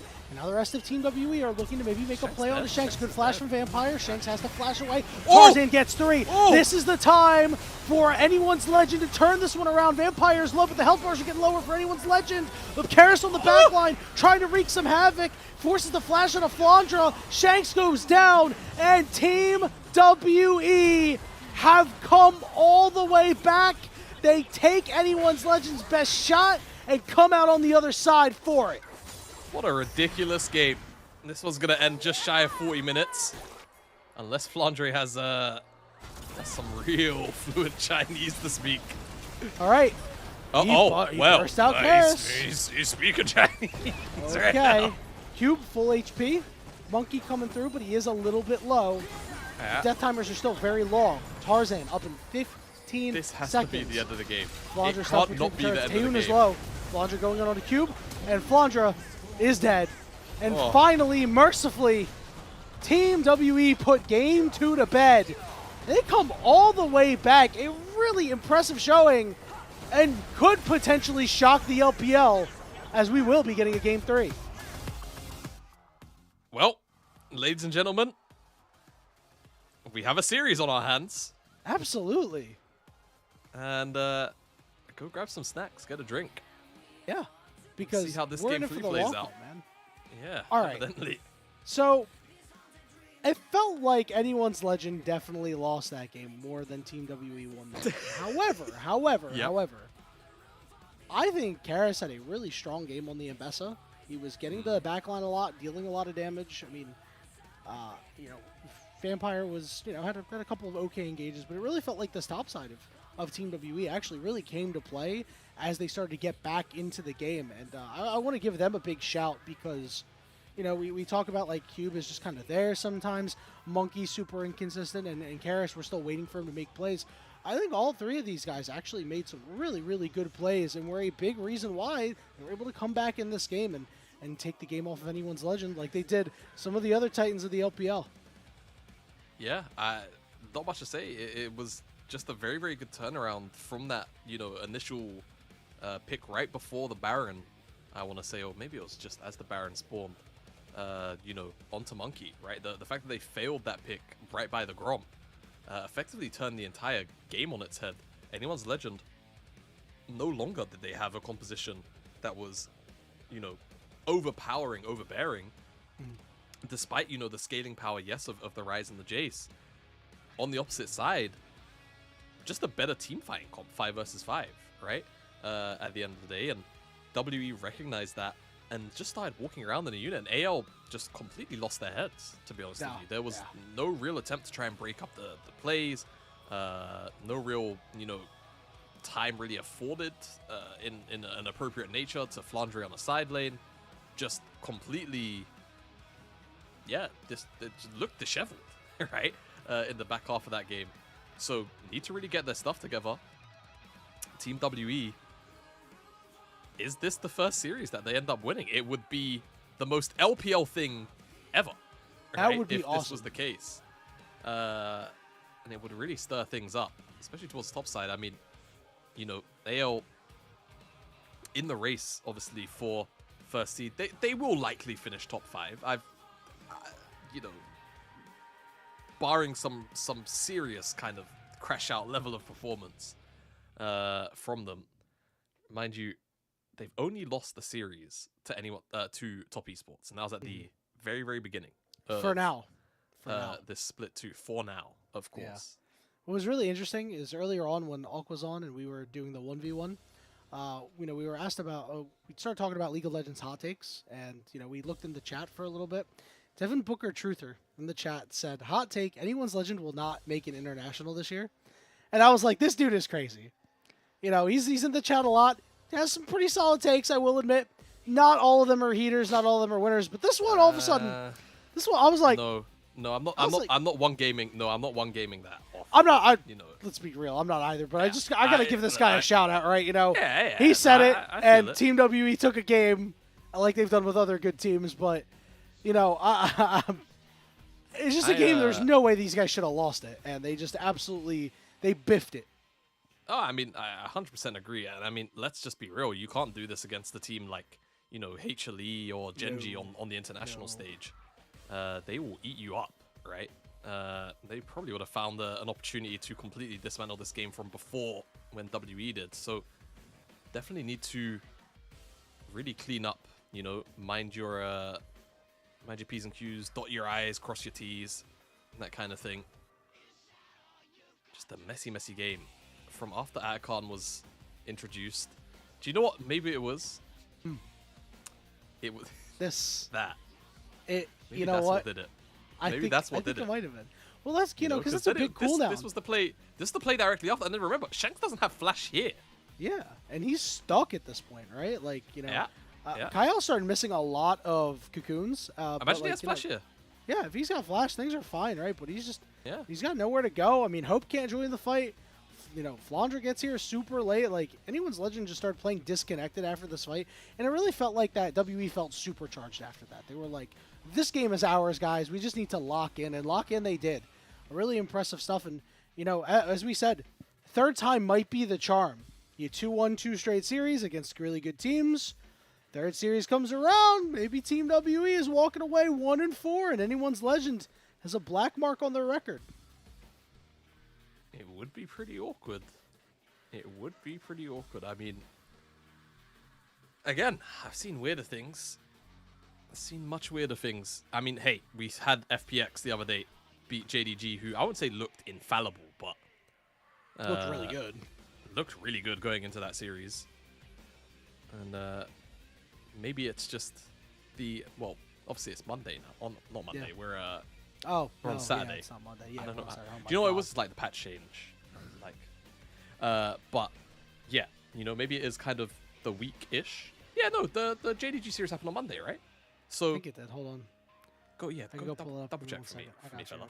I got you. Maybe it it's did. just a It week. did. It did happen Yeah, on Monday. Yes. Maybe it's just the week of the some of the lower teams in this group beating some of the upper teams and creating a little bit of chaos. Thunder Talk. in the, Yeah, in the Thunder Talk standings. beating NIP. I was gonna Yeah. say they didn't get the message against anyone's Legend, but that's okay. And then NIP beating IG. You know, this has been a very, very strange week of LPL action, Jamana. And all right, real quick before they pull it up, MVP. Like I said, I'm casting my vote for Karis. No, it should be jungle, I think. Oh, yeah. All right, sure. Gold differential at end minus 3,200. Minus 3,000. Yeah. Listen, I think Q played a pretty I okay still- game. you I know wasn't what? really. There wasn't many equalizers where I was like, oh. I will also say Mhm. that this is not the weirdest MVP of this week. Do you recall Monday there was the who was it? Was it Ala? No, There was it was a weird Jung. MVP. It was Jung. Jung on Yorick got a 1-0. What his end game record was 1 kill, no deaths, 1 assist, and he got MVP. And the MVP B-roll was just he was playing Yorick. It was just Maiden. It was just Maiden hitting side towers and him killing turrets. That was like the entirety of the B-roll. Let's go, York Maiden. Woohoo. Well, guys, we have managed to find our way to a Game 3 in a series where we really did not expect it, especially after Game 1 went. You have to imagine that anyone's Legend is going to come back something fierce in Game 3, but Team WE looking to shock the LPL. We'll be right back, and when we come back, it'll be the final draft of the day. We'll see you there.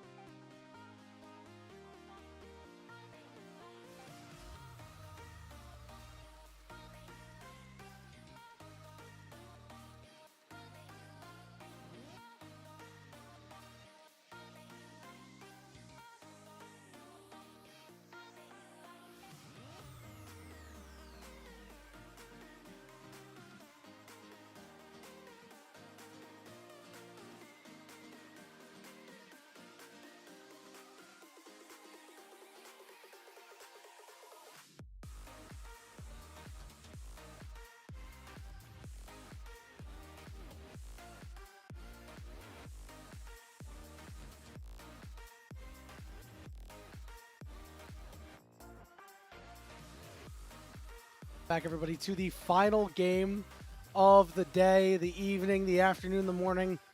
Time is just but a construct to me now. Team WE has knotted up the series at 1, Jamada. This game, Anyone's Legend took it slow, took it steady, had a lead, and then started happy gaming. And then by the end of it, they were sad gaming. And now, all of a sudden, Team WE, third time charm. One more game. If you win this one, you will shock the LPL or into the draft. Yeah, I mean, they were also happy drafting. Let's be honest, they could have just locked in Nautilus 5. But an Elise game was due, apparently, for Kyle.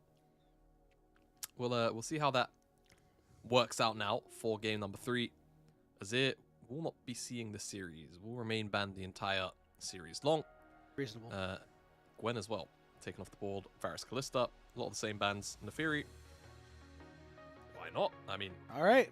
very few champs up in the S tier pool that are going to go toe to toe. At this point, you'd be thinking about something like maybe a Viego. Sejuani is obviously up, but this is like a matchup where technically Tarzan's got, you know, some aggressive playmaking options 1-to-1, and will depend a little bit more on the lanes that he has assigned. There's WE. I mean, they could theoretically just go Sejuani, slam the Jax into Flandre's champion pool, and just call it a day, and then look for something Yone aggressive is on also 3. open, by the way. Yone is also open. So Yeah, maybe, they could also do that. Yeah, I mean, if you pick early for Taeyun here, I'm just not a fan of it, right? I know that you want to give him a lot of priority in your draft because he's been such an important part of the team, but you know, I do question this. Maybe they're not afraid of Anyone's Legend picking it up, right? You know, a little bit too AD focused when there's not too many AP top laners left. So, you know, there's credence for that, as it What looks I like like Anyone's about it Legend might not be messing is- around anymore. Yeah, is it's going to force AL to have to pick their full bot lane here, because you think about the options for support that are still left up. WE could have very easily, if there's no support lock here, have gotten their support and then banned out 2 of the, you know, other good engage options or disengage options, right? Yeah, Rakan and Braum come to mind. Yeah, things like that. So it would have been really, really awkward. Though I guess maybe the Nautilus would have escaped the draft again. Let's see what Hope plays, actually, with the bans and the picks away from the previous drafts gone. It's going to be Ziggs. I mean, this is actually what I was considering maybe for Taeyun. So Yeah. I am surprised that this ends up in AL's hands. Now, let's see what W want to do. I mean, yeah, there's plenty of options. Yone for mid, Jax for top, Braum for bot, Nautilus if they want to engage and more setup for the MF. Everything kind of works. I don't think there's a bad choice. I think there's just slightly better ones. And I think Yone is towards the top of that list. Yep, that's going to be locked in for Karis here. So if I'm WE, I think I'm probably aiming at Shanks a little bit here. That Akali Yep, going away. Akali. Maybe even see a Tristana ban. Tristana's been a fairly Yeah. popular pick into the Yone as well at times. And for Anyone's Legend, just ban these supports. Make it easy on yourself. Don't overcomplicate things. I mean, you definitely go towards the Tristana, and then maybe you force, if Shanks wants to stay on AD, I mean, dare I say he picks Lucian, but that's kind of the direction he would have That to would go make me in. happy. I love that champ. Yeah, I'm glad you love it. It's not like the best champ in the world right now. There's a Nautilus ban. Hey, I'm 18-2 on that. My last 20 ranked games. Relax. Emerald. I'll have you know. Nautilus did eat that ban. So now we're talking like Rakan or Braum, right? And I think Yeah. that Rakan would fit WE's composition a weird. little bit better. You don't want to have to deal with Braum in lane, or in this game in general. But also, Rakan just makes this composition so much snappier for WE. So it's a bit of a pick your poison. I suppose Braum... Oh, Poppy. Huh. Oh, that's good. To keep Tarzan out, to keep Well, Kyle out. now it makes the Rakan pickup even more free, because like, at the very least, maybe Nice. Flandre could have gone Poppy himself if he felt like it was a necessary blind. But now he can't even do that. So where do we go from here, AL? Where do we go from here? We need AD in the mid lane. Tristana's gone. Are they not? Are they going to really just double need up AD in the maybe? I mid mean, lane?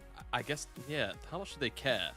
So like I Nars suppose the still question. available, right? If you wanted to pick Yeah. it. to give yourself some extra AD in the top side.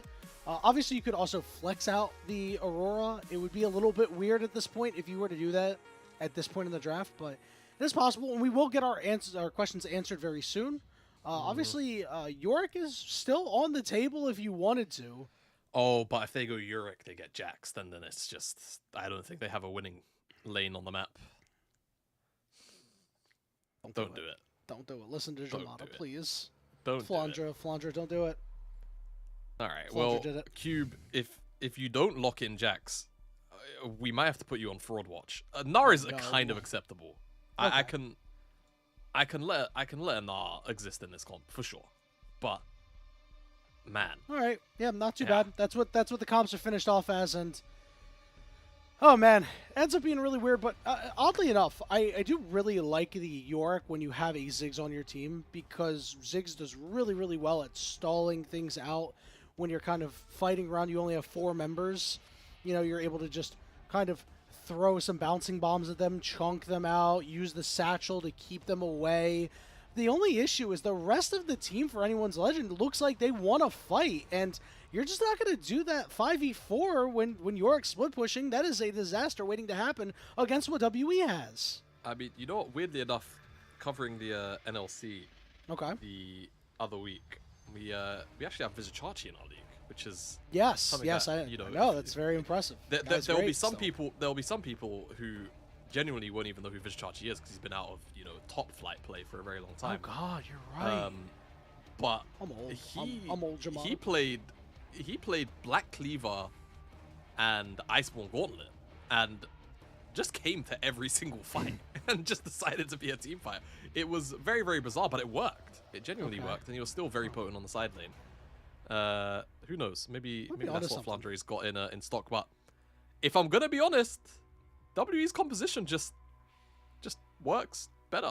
It's easier to execute like too. on paper. Yeah. Like the ease of execution is just, it's all in for WE, right? It's everyone goes forward, everyone drops their ults in as many people's heads as possible, and for AL there is just so much ridiculous amounts of nuance into a composition which has mobility, which has self-peel, which has a front line. I just don't know. I don't know how they win, other than maybe letting Flandre just try to win the side lane. It's odd.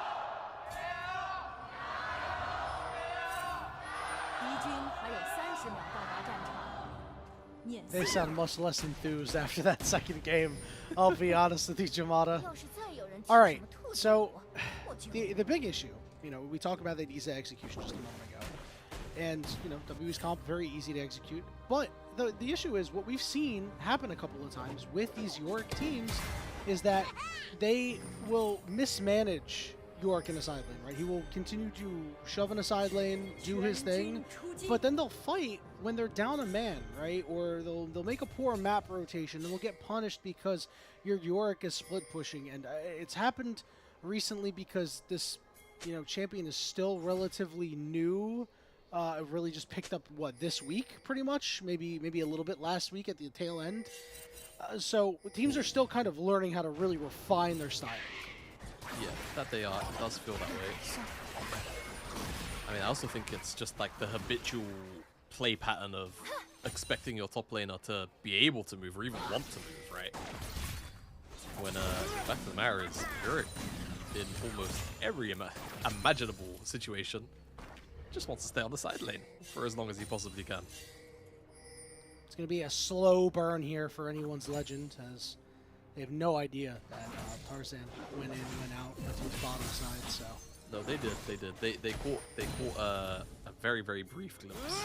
On where in the mid lane or on the chickens? Yeah, on the chickens. Karis walked over just far enough to catch vision of him walking in, so they know. Okay.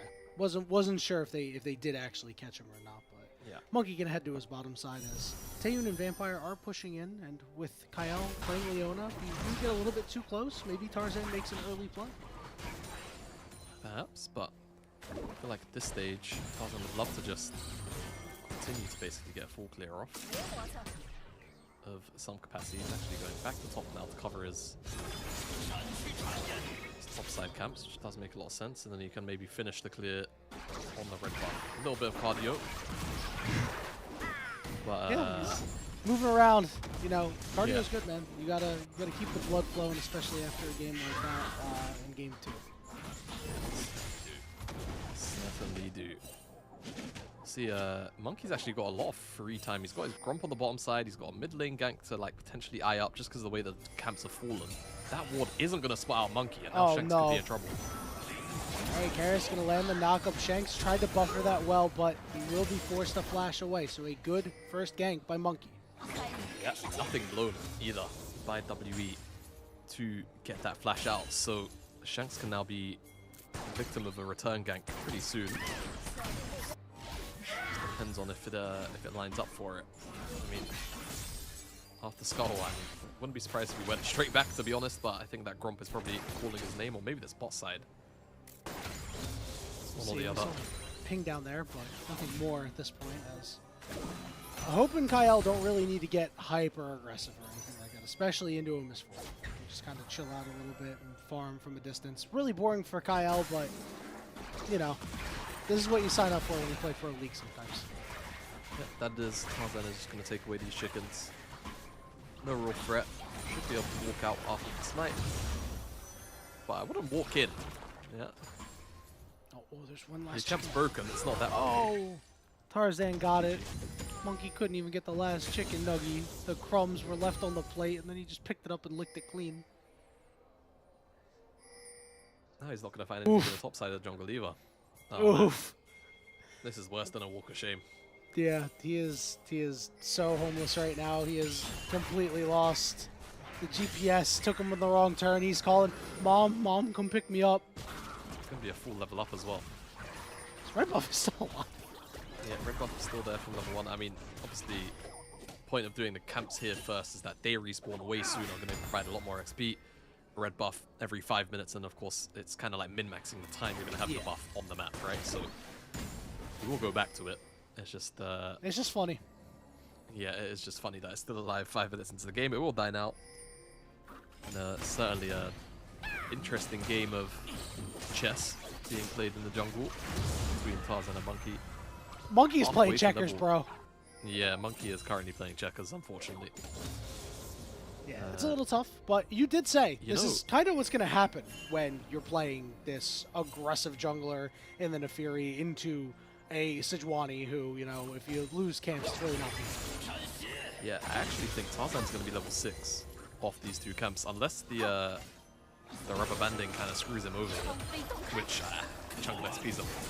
It's a very, very, very vile mistress at times. Let's see. This should take him about 3/4 of the way. And he should just do Grump. Do Grump get 6. Lock it in. You don't have to be on the grubs on time.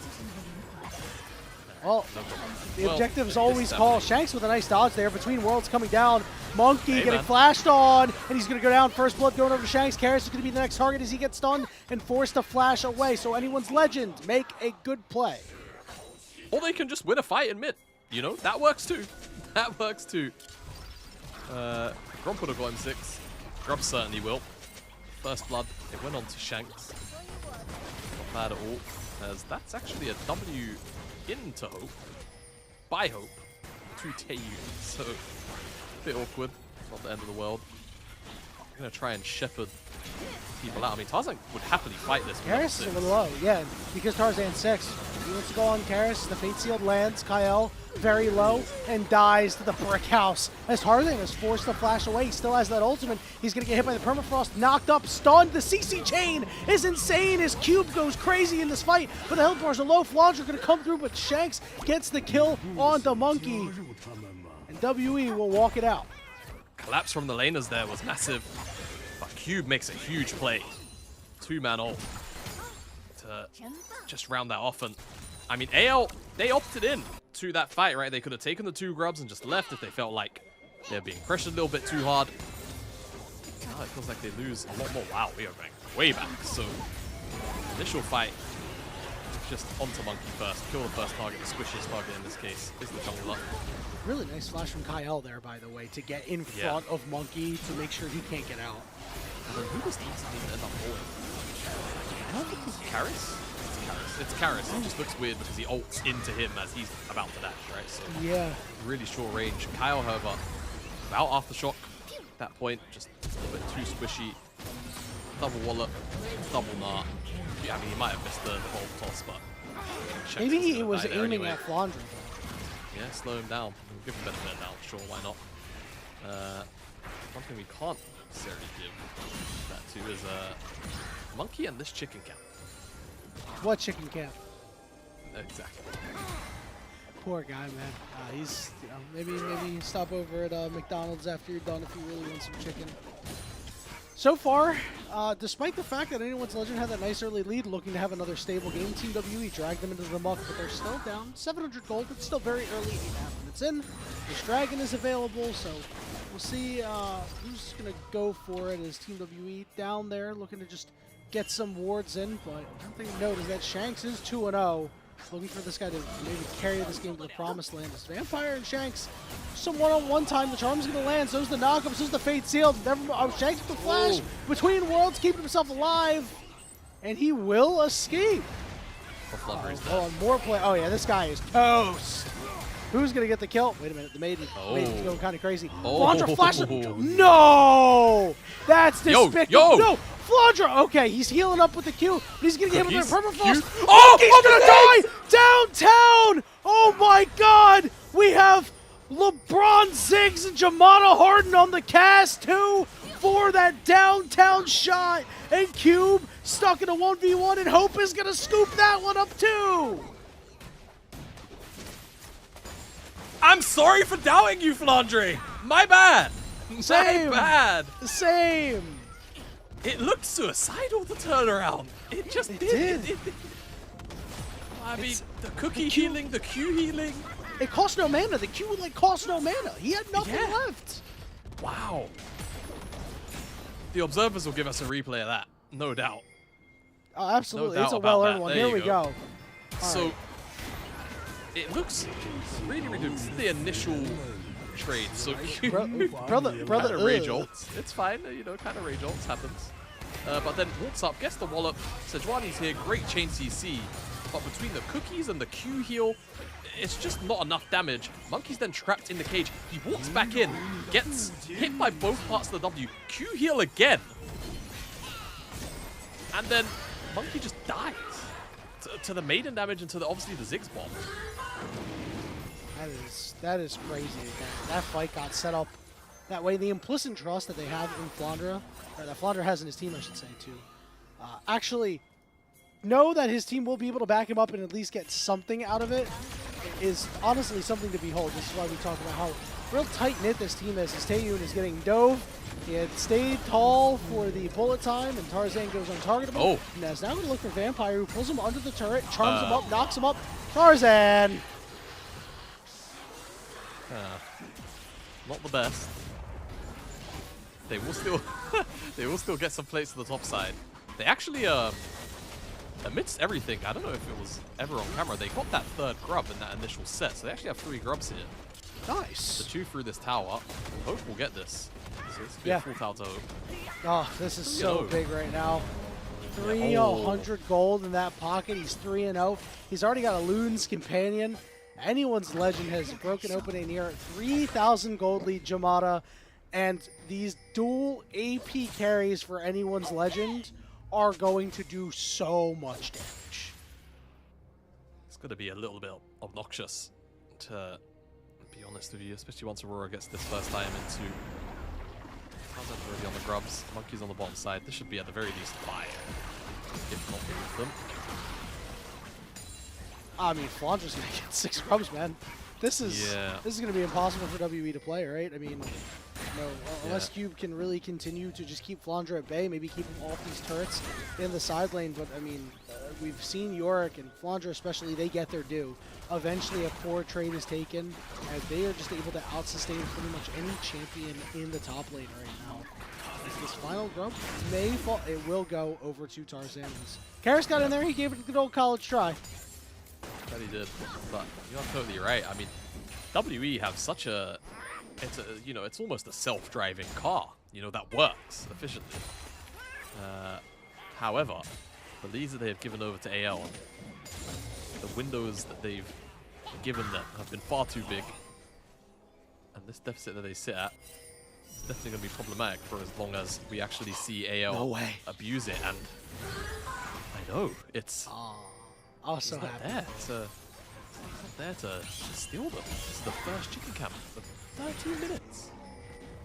Hey, listen, you know what? He got it. Although anyone's legend are setting up to Oh. really mess with Vampire here. Oh my goodness, they send everybody on him. He's got to use his ultimate to get out of there. It means the blue buff has been started up by anyone's legend. And Monkey is like, well, I got my chickens, but I guess my blue buff was a little too much to ask.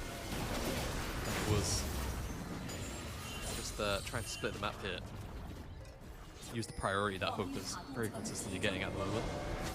30 seconds as well until the plates drop off. They'd love to maybe strip away another plate in mid or get a rotation down to bot. It looks like it will be the latter. Karras has just TP'd to that tower. There's a wave incoming as well. They want to dive this Oh, Yone. they're going to send everybody. They're sending in the house. Karras is in a little bit of trouble. Teleport coming in from the Gnar. Fate sealed on the way back to keep himself alive. It's a split fight. As you said, Flandra getting knocked up, put in the bounce house. Good ultimate from the Ziggs to do some damage. But down he goes. Now Tarzan going to be the next target. He'll be able to hop out without much of a problem. It's a 1-0 in favor of Team WE. I just, it's frustrating to watch. It's really frustrating to watch. What are we teleporting the Uric down for? Just either make the play or kind of recognize once you see numbers there. You can't make it happen, but now it's a redive. Yeah, we're flashing right on top of Karras because he has no way out. Shanks will pick up another kill and the turret will fall. You can see why they wanted to make the dive happen, right? It's easy to execute, but again, the initial one, when you know the numbers might look a bit sketchy, just drop off. Didn't do it at that time. They do it the second time around, and they do get what they came for. Does keep the gold lead just a tad extended, but again, decisions like that, 25, 30 minutes into a game, that's going to cost you, you know, especially against a stronger team. No disrespect to WE, but like, it is what it is. They're in a group where, for the most part, on paper and unfortunately so far in gameplay, they are a little bit outclassed. Yeah, it's tough, right? And I have to say, I actually kind of commend anyone's legend for that play because this is a team that was really willing to aggressively use their grubs. You know, it's so rare we see a team like Force on a turret like that, willing to burn so much, and you know they still come up aces on that play. 35 seconds to the Rift Herald, 38 seconds to the Dragon. I mean, if Team WE cannot allow this Rift Herald to go into the hands of anyone's legend. They cannot. Let's see if they do though, because I mean, AL have got prior on both sides. They can really just go wherever they please. So WE kind of have to yield that space and then come back in and look for the engage. Again though, it's just been really tricky. It's been very, very tricky. The amount of burst that is on offer, especially because Hope is making his way towards that second item. Looks like it's going to be a Leandri's. Maybe I don't know how I feel about him. Pretty sure. I always have to consult our dear ex-LPL alumni, actually, but Ziggs expert, Orts. He's the Ziggs guy. Don't know why. He's a support mate, but he happens to just know itemization to it, like the back of his hand. Listen, sometimes you just have that Ziggs. champion that you're just like, man, I love this champion even though I don't play it that often because my role dictates that I don't. Dragon has been started up, and meanwhile Vampire going to land a double charm. Monkey trying to come in too.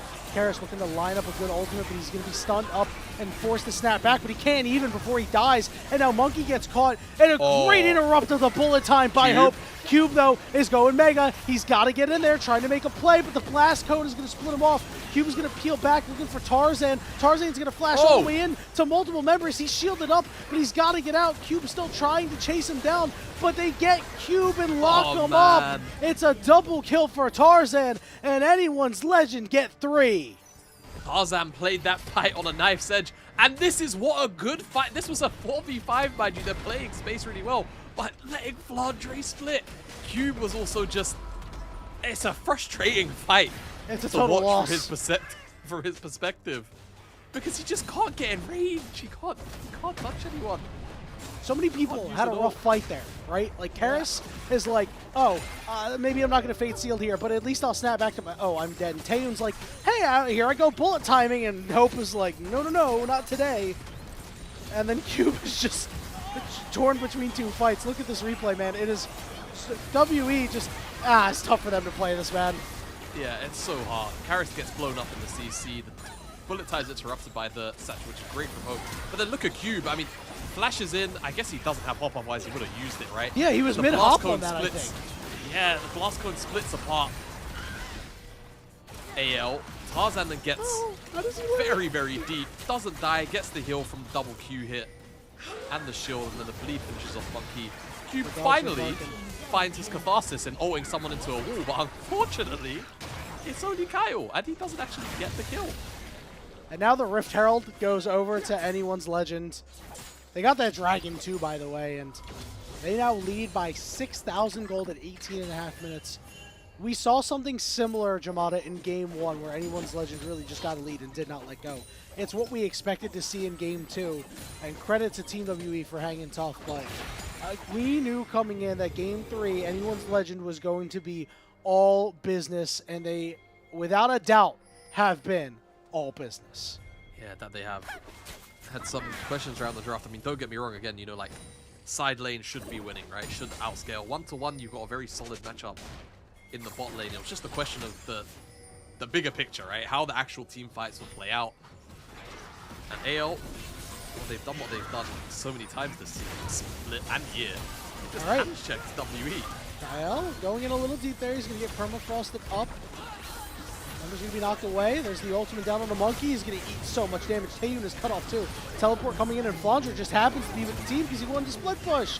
Monkey very, very low as Karras teleports in to just walk away, and now it's a 5v4. You have Rift Herald in the back pocket too if you want to drop it down here. Siege is on. Holding on to it for a... Oh, no, there it is. Say holding on to it for a rainy day, perhaps. There's the Herald and the Satchel. With the won't even be needed. They get another charge on this. They could break this tower open. Yeah, about they want 6 the extra as well. grubs. There's Twitch chat. Twitch chatters, that's you helping Anyone's Legend take down that turret. Oh! The satchel charge was mistimed. They will still find the turret anyway. And Anyone's Legend continue to increase their lead. Yeah. Over an 8,000 gold lead now. AL starting to make this game look like an insurmountable one for WE. And yeah, it's just been an absolute smacking about of WE. And it's just been a lot of very proactive, strong plays.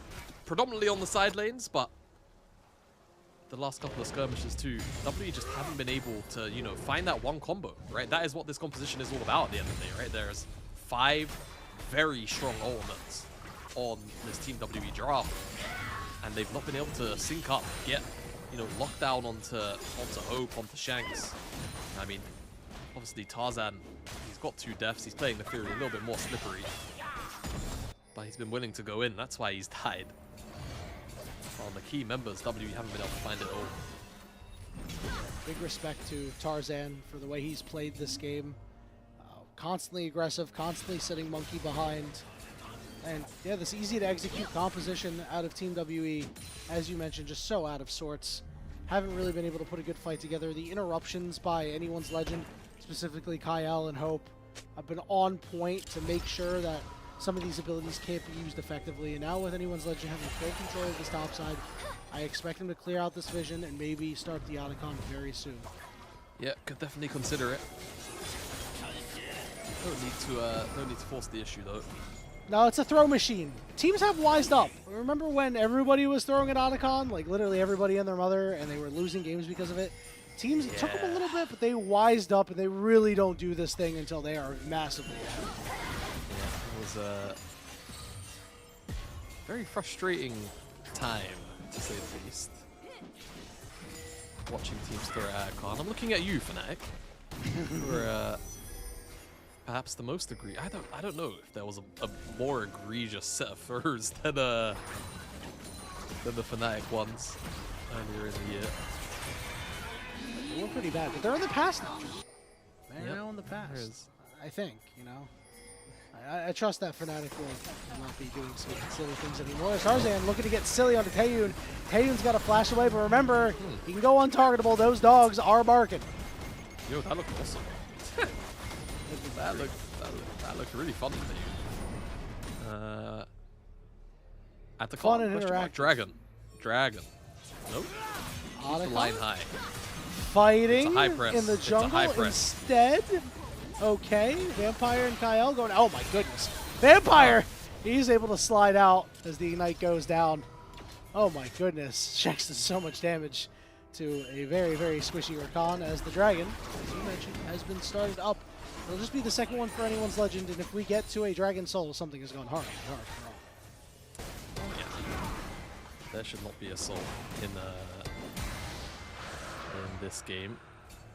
Monkey has been hugging this Atacon for a little while. He's even hit it in the face of the flail. He's already chained up. Barely respond. Can't believe that. Yeah. How dare you? So rude. Okay, you're just trying to get your stacks, Karis. I respect that. Got to land that knock up at some point, right? Multiple members of WE up here just looking to clear out some of the wards as Vampire. As on the bottom side, Flandra just hanging out with his maiden. Wish I hadn't. Don't we wish we could all say the same? My guy! My guy! Great minds think alike, eh? Exactly. Couldn't agree with you more, my friend. Oh god, we need to get lives. Oh, Tarzan! Oh no, Tarzan! Tarzan may have just lost his. The Fate Sealed goes down, but he's still so thick, and he's shielding up. Karis is doing what he can in this fight. Ultimate coming down from the Ziggs as the shutdown finally goes over to Monkey. Meanwhile, on the backside, it's Kyle and Flandra flashing and landing the Q. Shanks is trying to get away. Kyle is still alive, but is going to fall to Cube shortly. Monkey is about an auto away from death. Maybe Anacon can help out, but no.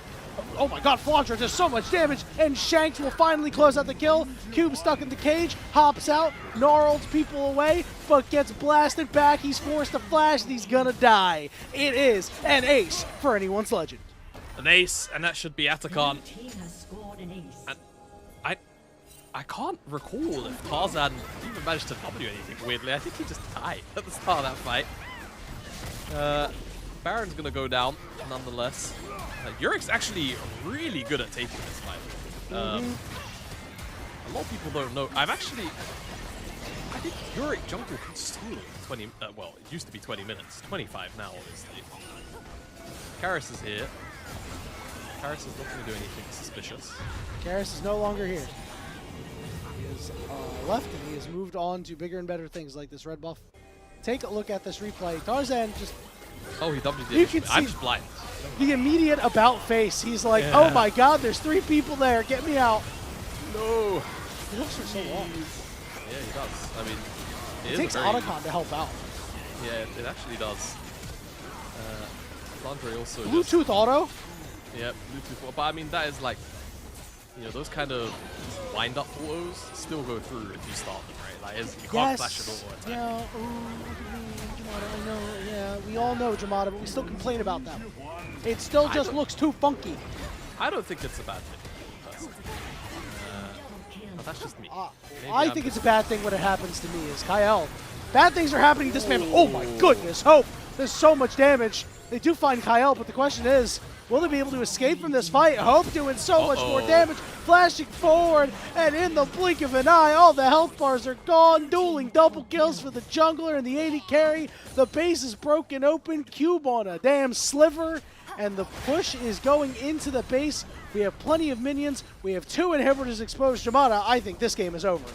Yep, it should be. Cube shouldn't be able to defend at all. In fact, he might. Ooh, a couple of things fly Save wide. the KDA, brother. Save the KDA, Save the brother. KDA. It's okay. It's all right, Cube. You tried. It wasn't pretty for him, but it was really pretty for anyone's legend. Is they were very consistent that game, much like game 1, from start to finish. They take a 2-1 in, I want to say, dominating fashion in their wins, but like in that game 2, they should have won that one too. Everybody knows that they made a couple of oopsies. It feels like they won this series 3-0. Right, like I don't want to take away credit from WE and their resilience to come back in that second game. They still had to win. Like the Nautilus pick was right there, and then everything that transpired after 25 minutes just felt like a consequence of that final, lock-in. And then speaking of locking, it felt like AL did exactly that for game 3. Just no nonsense, no messing about, straight down to business. And business as usual, it ends up technically being, though they will have a extra, you know, knock. Won't even call it a bruise in dropping that one individual game. And sometimes it just goes to show that the draft, you know, creativeness, flexibility, freedom that AL are afforded sometimes can come back to bite them in the backside, but they are certainly capable of, you know, not only drafting, you know, champions that perhaps you wouldn't necessarily look at and go, yeah, these go well together, but ending up with those drafts and still having solid game plans, right? Like, the entire game plan that game was just Tarzan dominating the 1v1 jungle, getting the Raptor camp start up.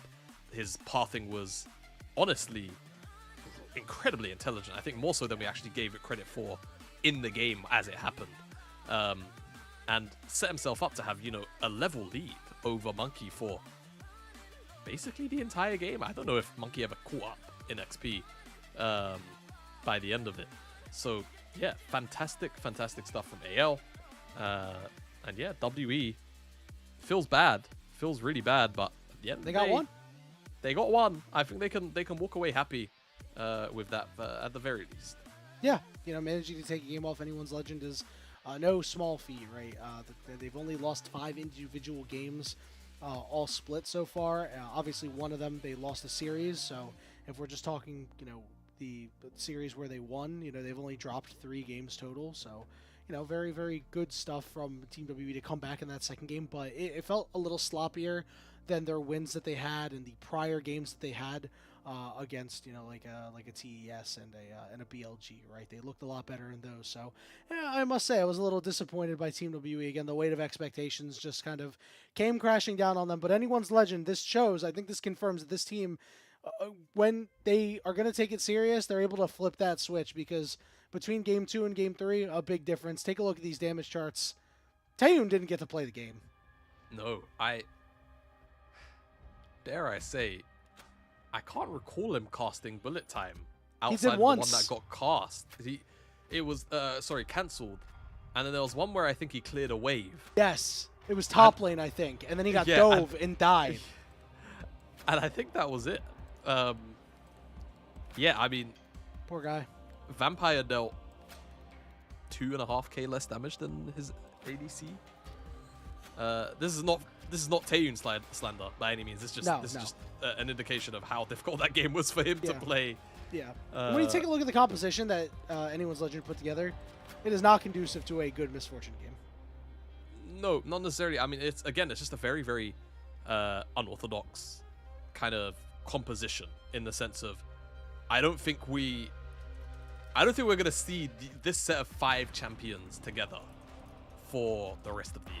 You know, like I would almost be willing to put money down on that. Like, I don't think we're gonna see Heroic Ziggs. Jamada, you're gonna rile chat up with that one. Oh yeah, my bad. I mean, nearly.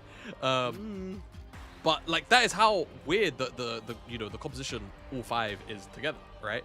But again, AL came in with a game plan of just, I beg your pardon, giving Tarzan the freedom to dominate that jungle matchup 1v1, and then bleeding it into the lanes, right? And that snowball was absolutely fantastic. WE, it felt like, more than anything, despite all of the proactivity tools, didn't really have a proactive play on the map themselves, right? Like, there was a lot of reactive moments, and that was really it from them, just trying to prevent AL from making plays. That was, again, one of the most frustrating fights I think I've seen a Gnar have in a very, very long time. Yeah, it is very tough, and, you know, again, that fight was just so broken from the start that, you know, one piece dies, then they get interrupted, and it's just a mess. And, you know, Cube, if things went a little bit better, would have been in a position to pop off. Did the Taeyun cleanse being in a cage, or did I just see something? You just saw something. Okay, I just saw. Okay. Yeah. It was. I glanced at it. I just saw the cleanse, and I was like, What did he just cleanse? Okay. Yeah, no, good. he cleansed. I'm starting to see stuff. You know, it's getting very. We- It's we getting are- around that time for me. I was about to say we are quite deep in the Yes, we're lost in in the the night sauce for you. I brother. mean, we're basically in the morning. It this is 10 in the for you. morning for me.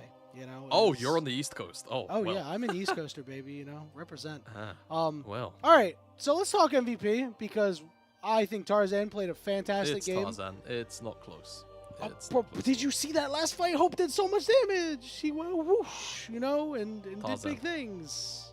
It's got to be Tarzan. Tarzan. No, I'm Yeah. with you on that. Yeah. All right. Uh, Do you think there's a it- world where they give it to anyone else, like where they just erroneously mess up the vote here?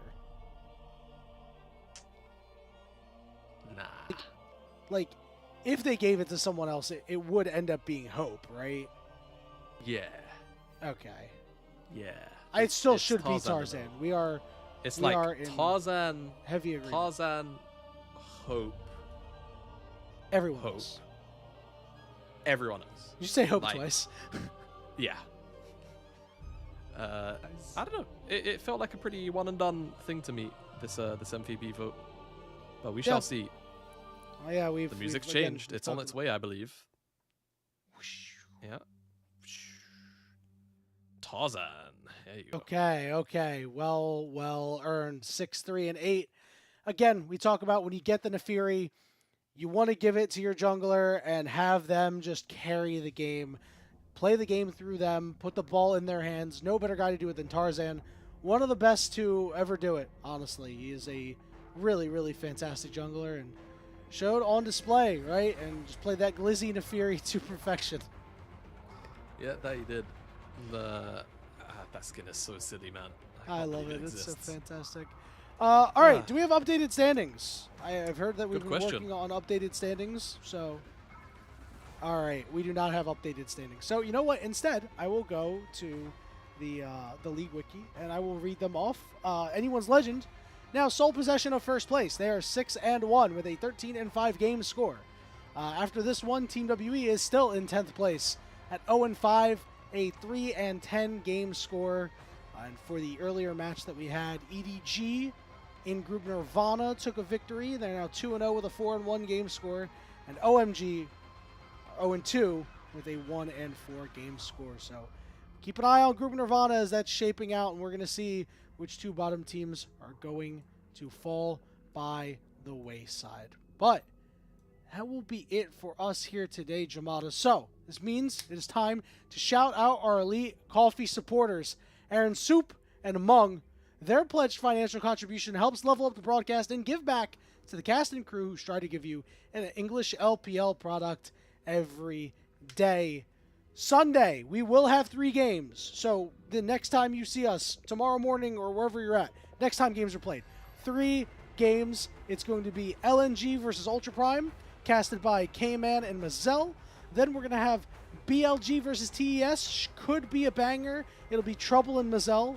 And then the last match will be FPX versus NIP. That'll be Trouble Inc. and Slayer, who will be making his return, I believe. He has been sick the last 2 weeks. We've missed him here desperately. And it'll be nice to hear him back on the sticks. Jamada, anything to say to the people before we depart? No, this was a fantastically fun series to watch, and go watch the LEC. We're gonna raid them because I'm pretty sure Yep. it being Saturday, they're starting early, so Yeah, they should hang be tight. Go watch League. on their way to Yep. starting their broadcast in a bit. Major region to major region. All right, we'll see you tomorrow for LPL action. Bye.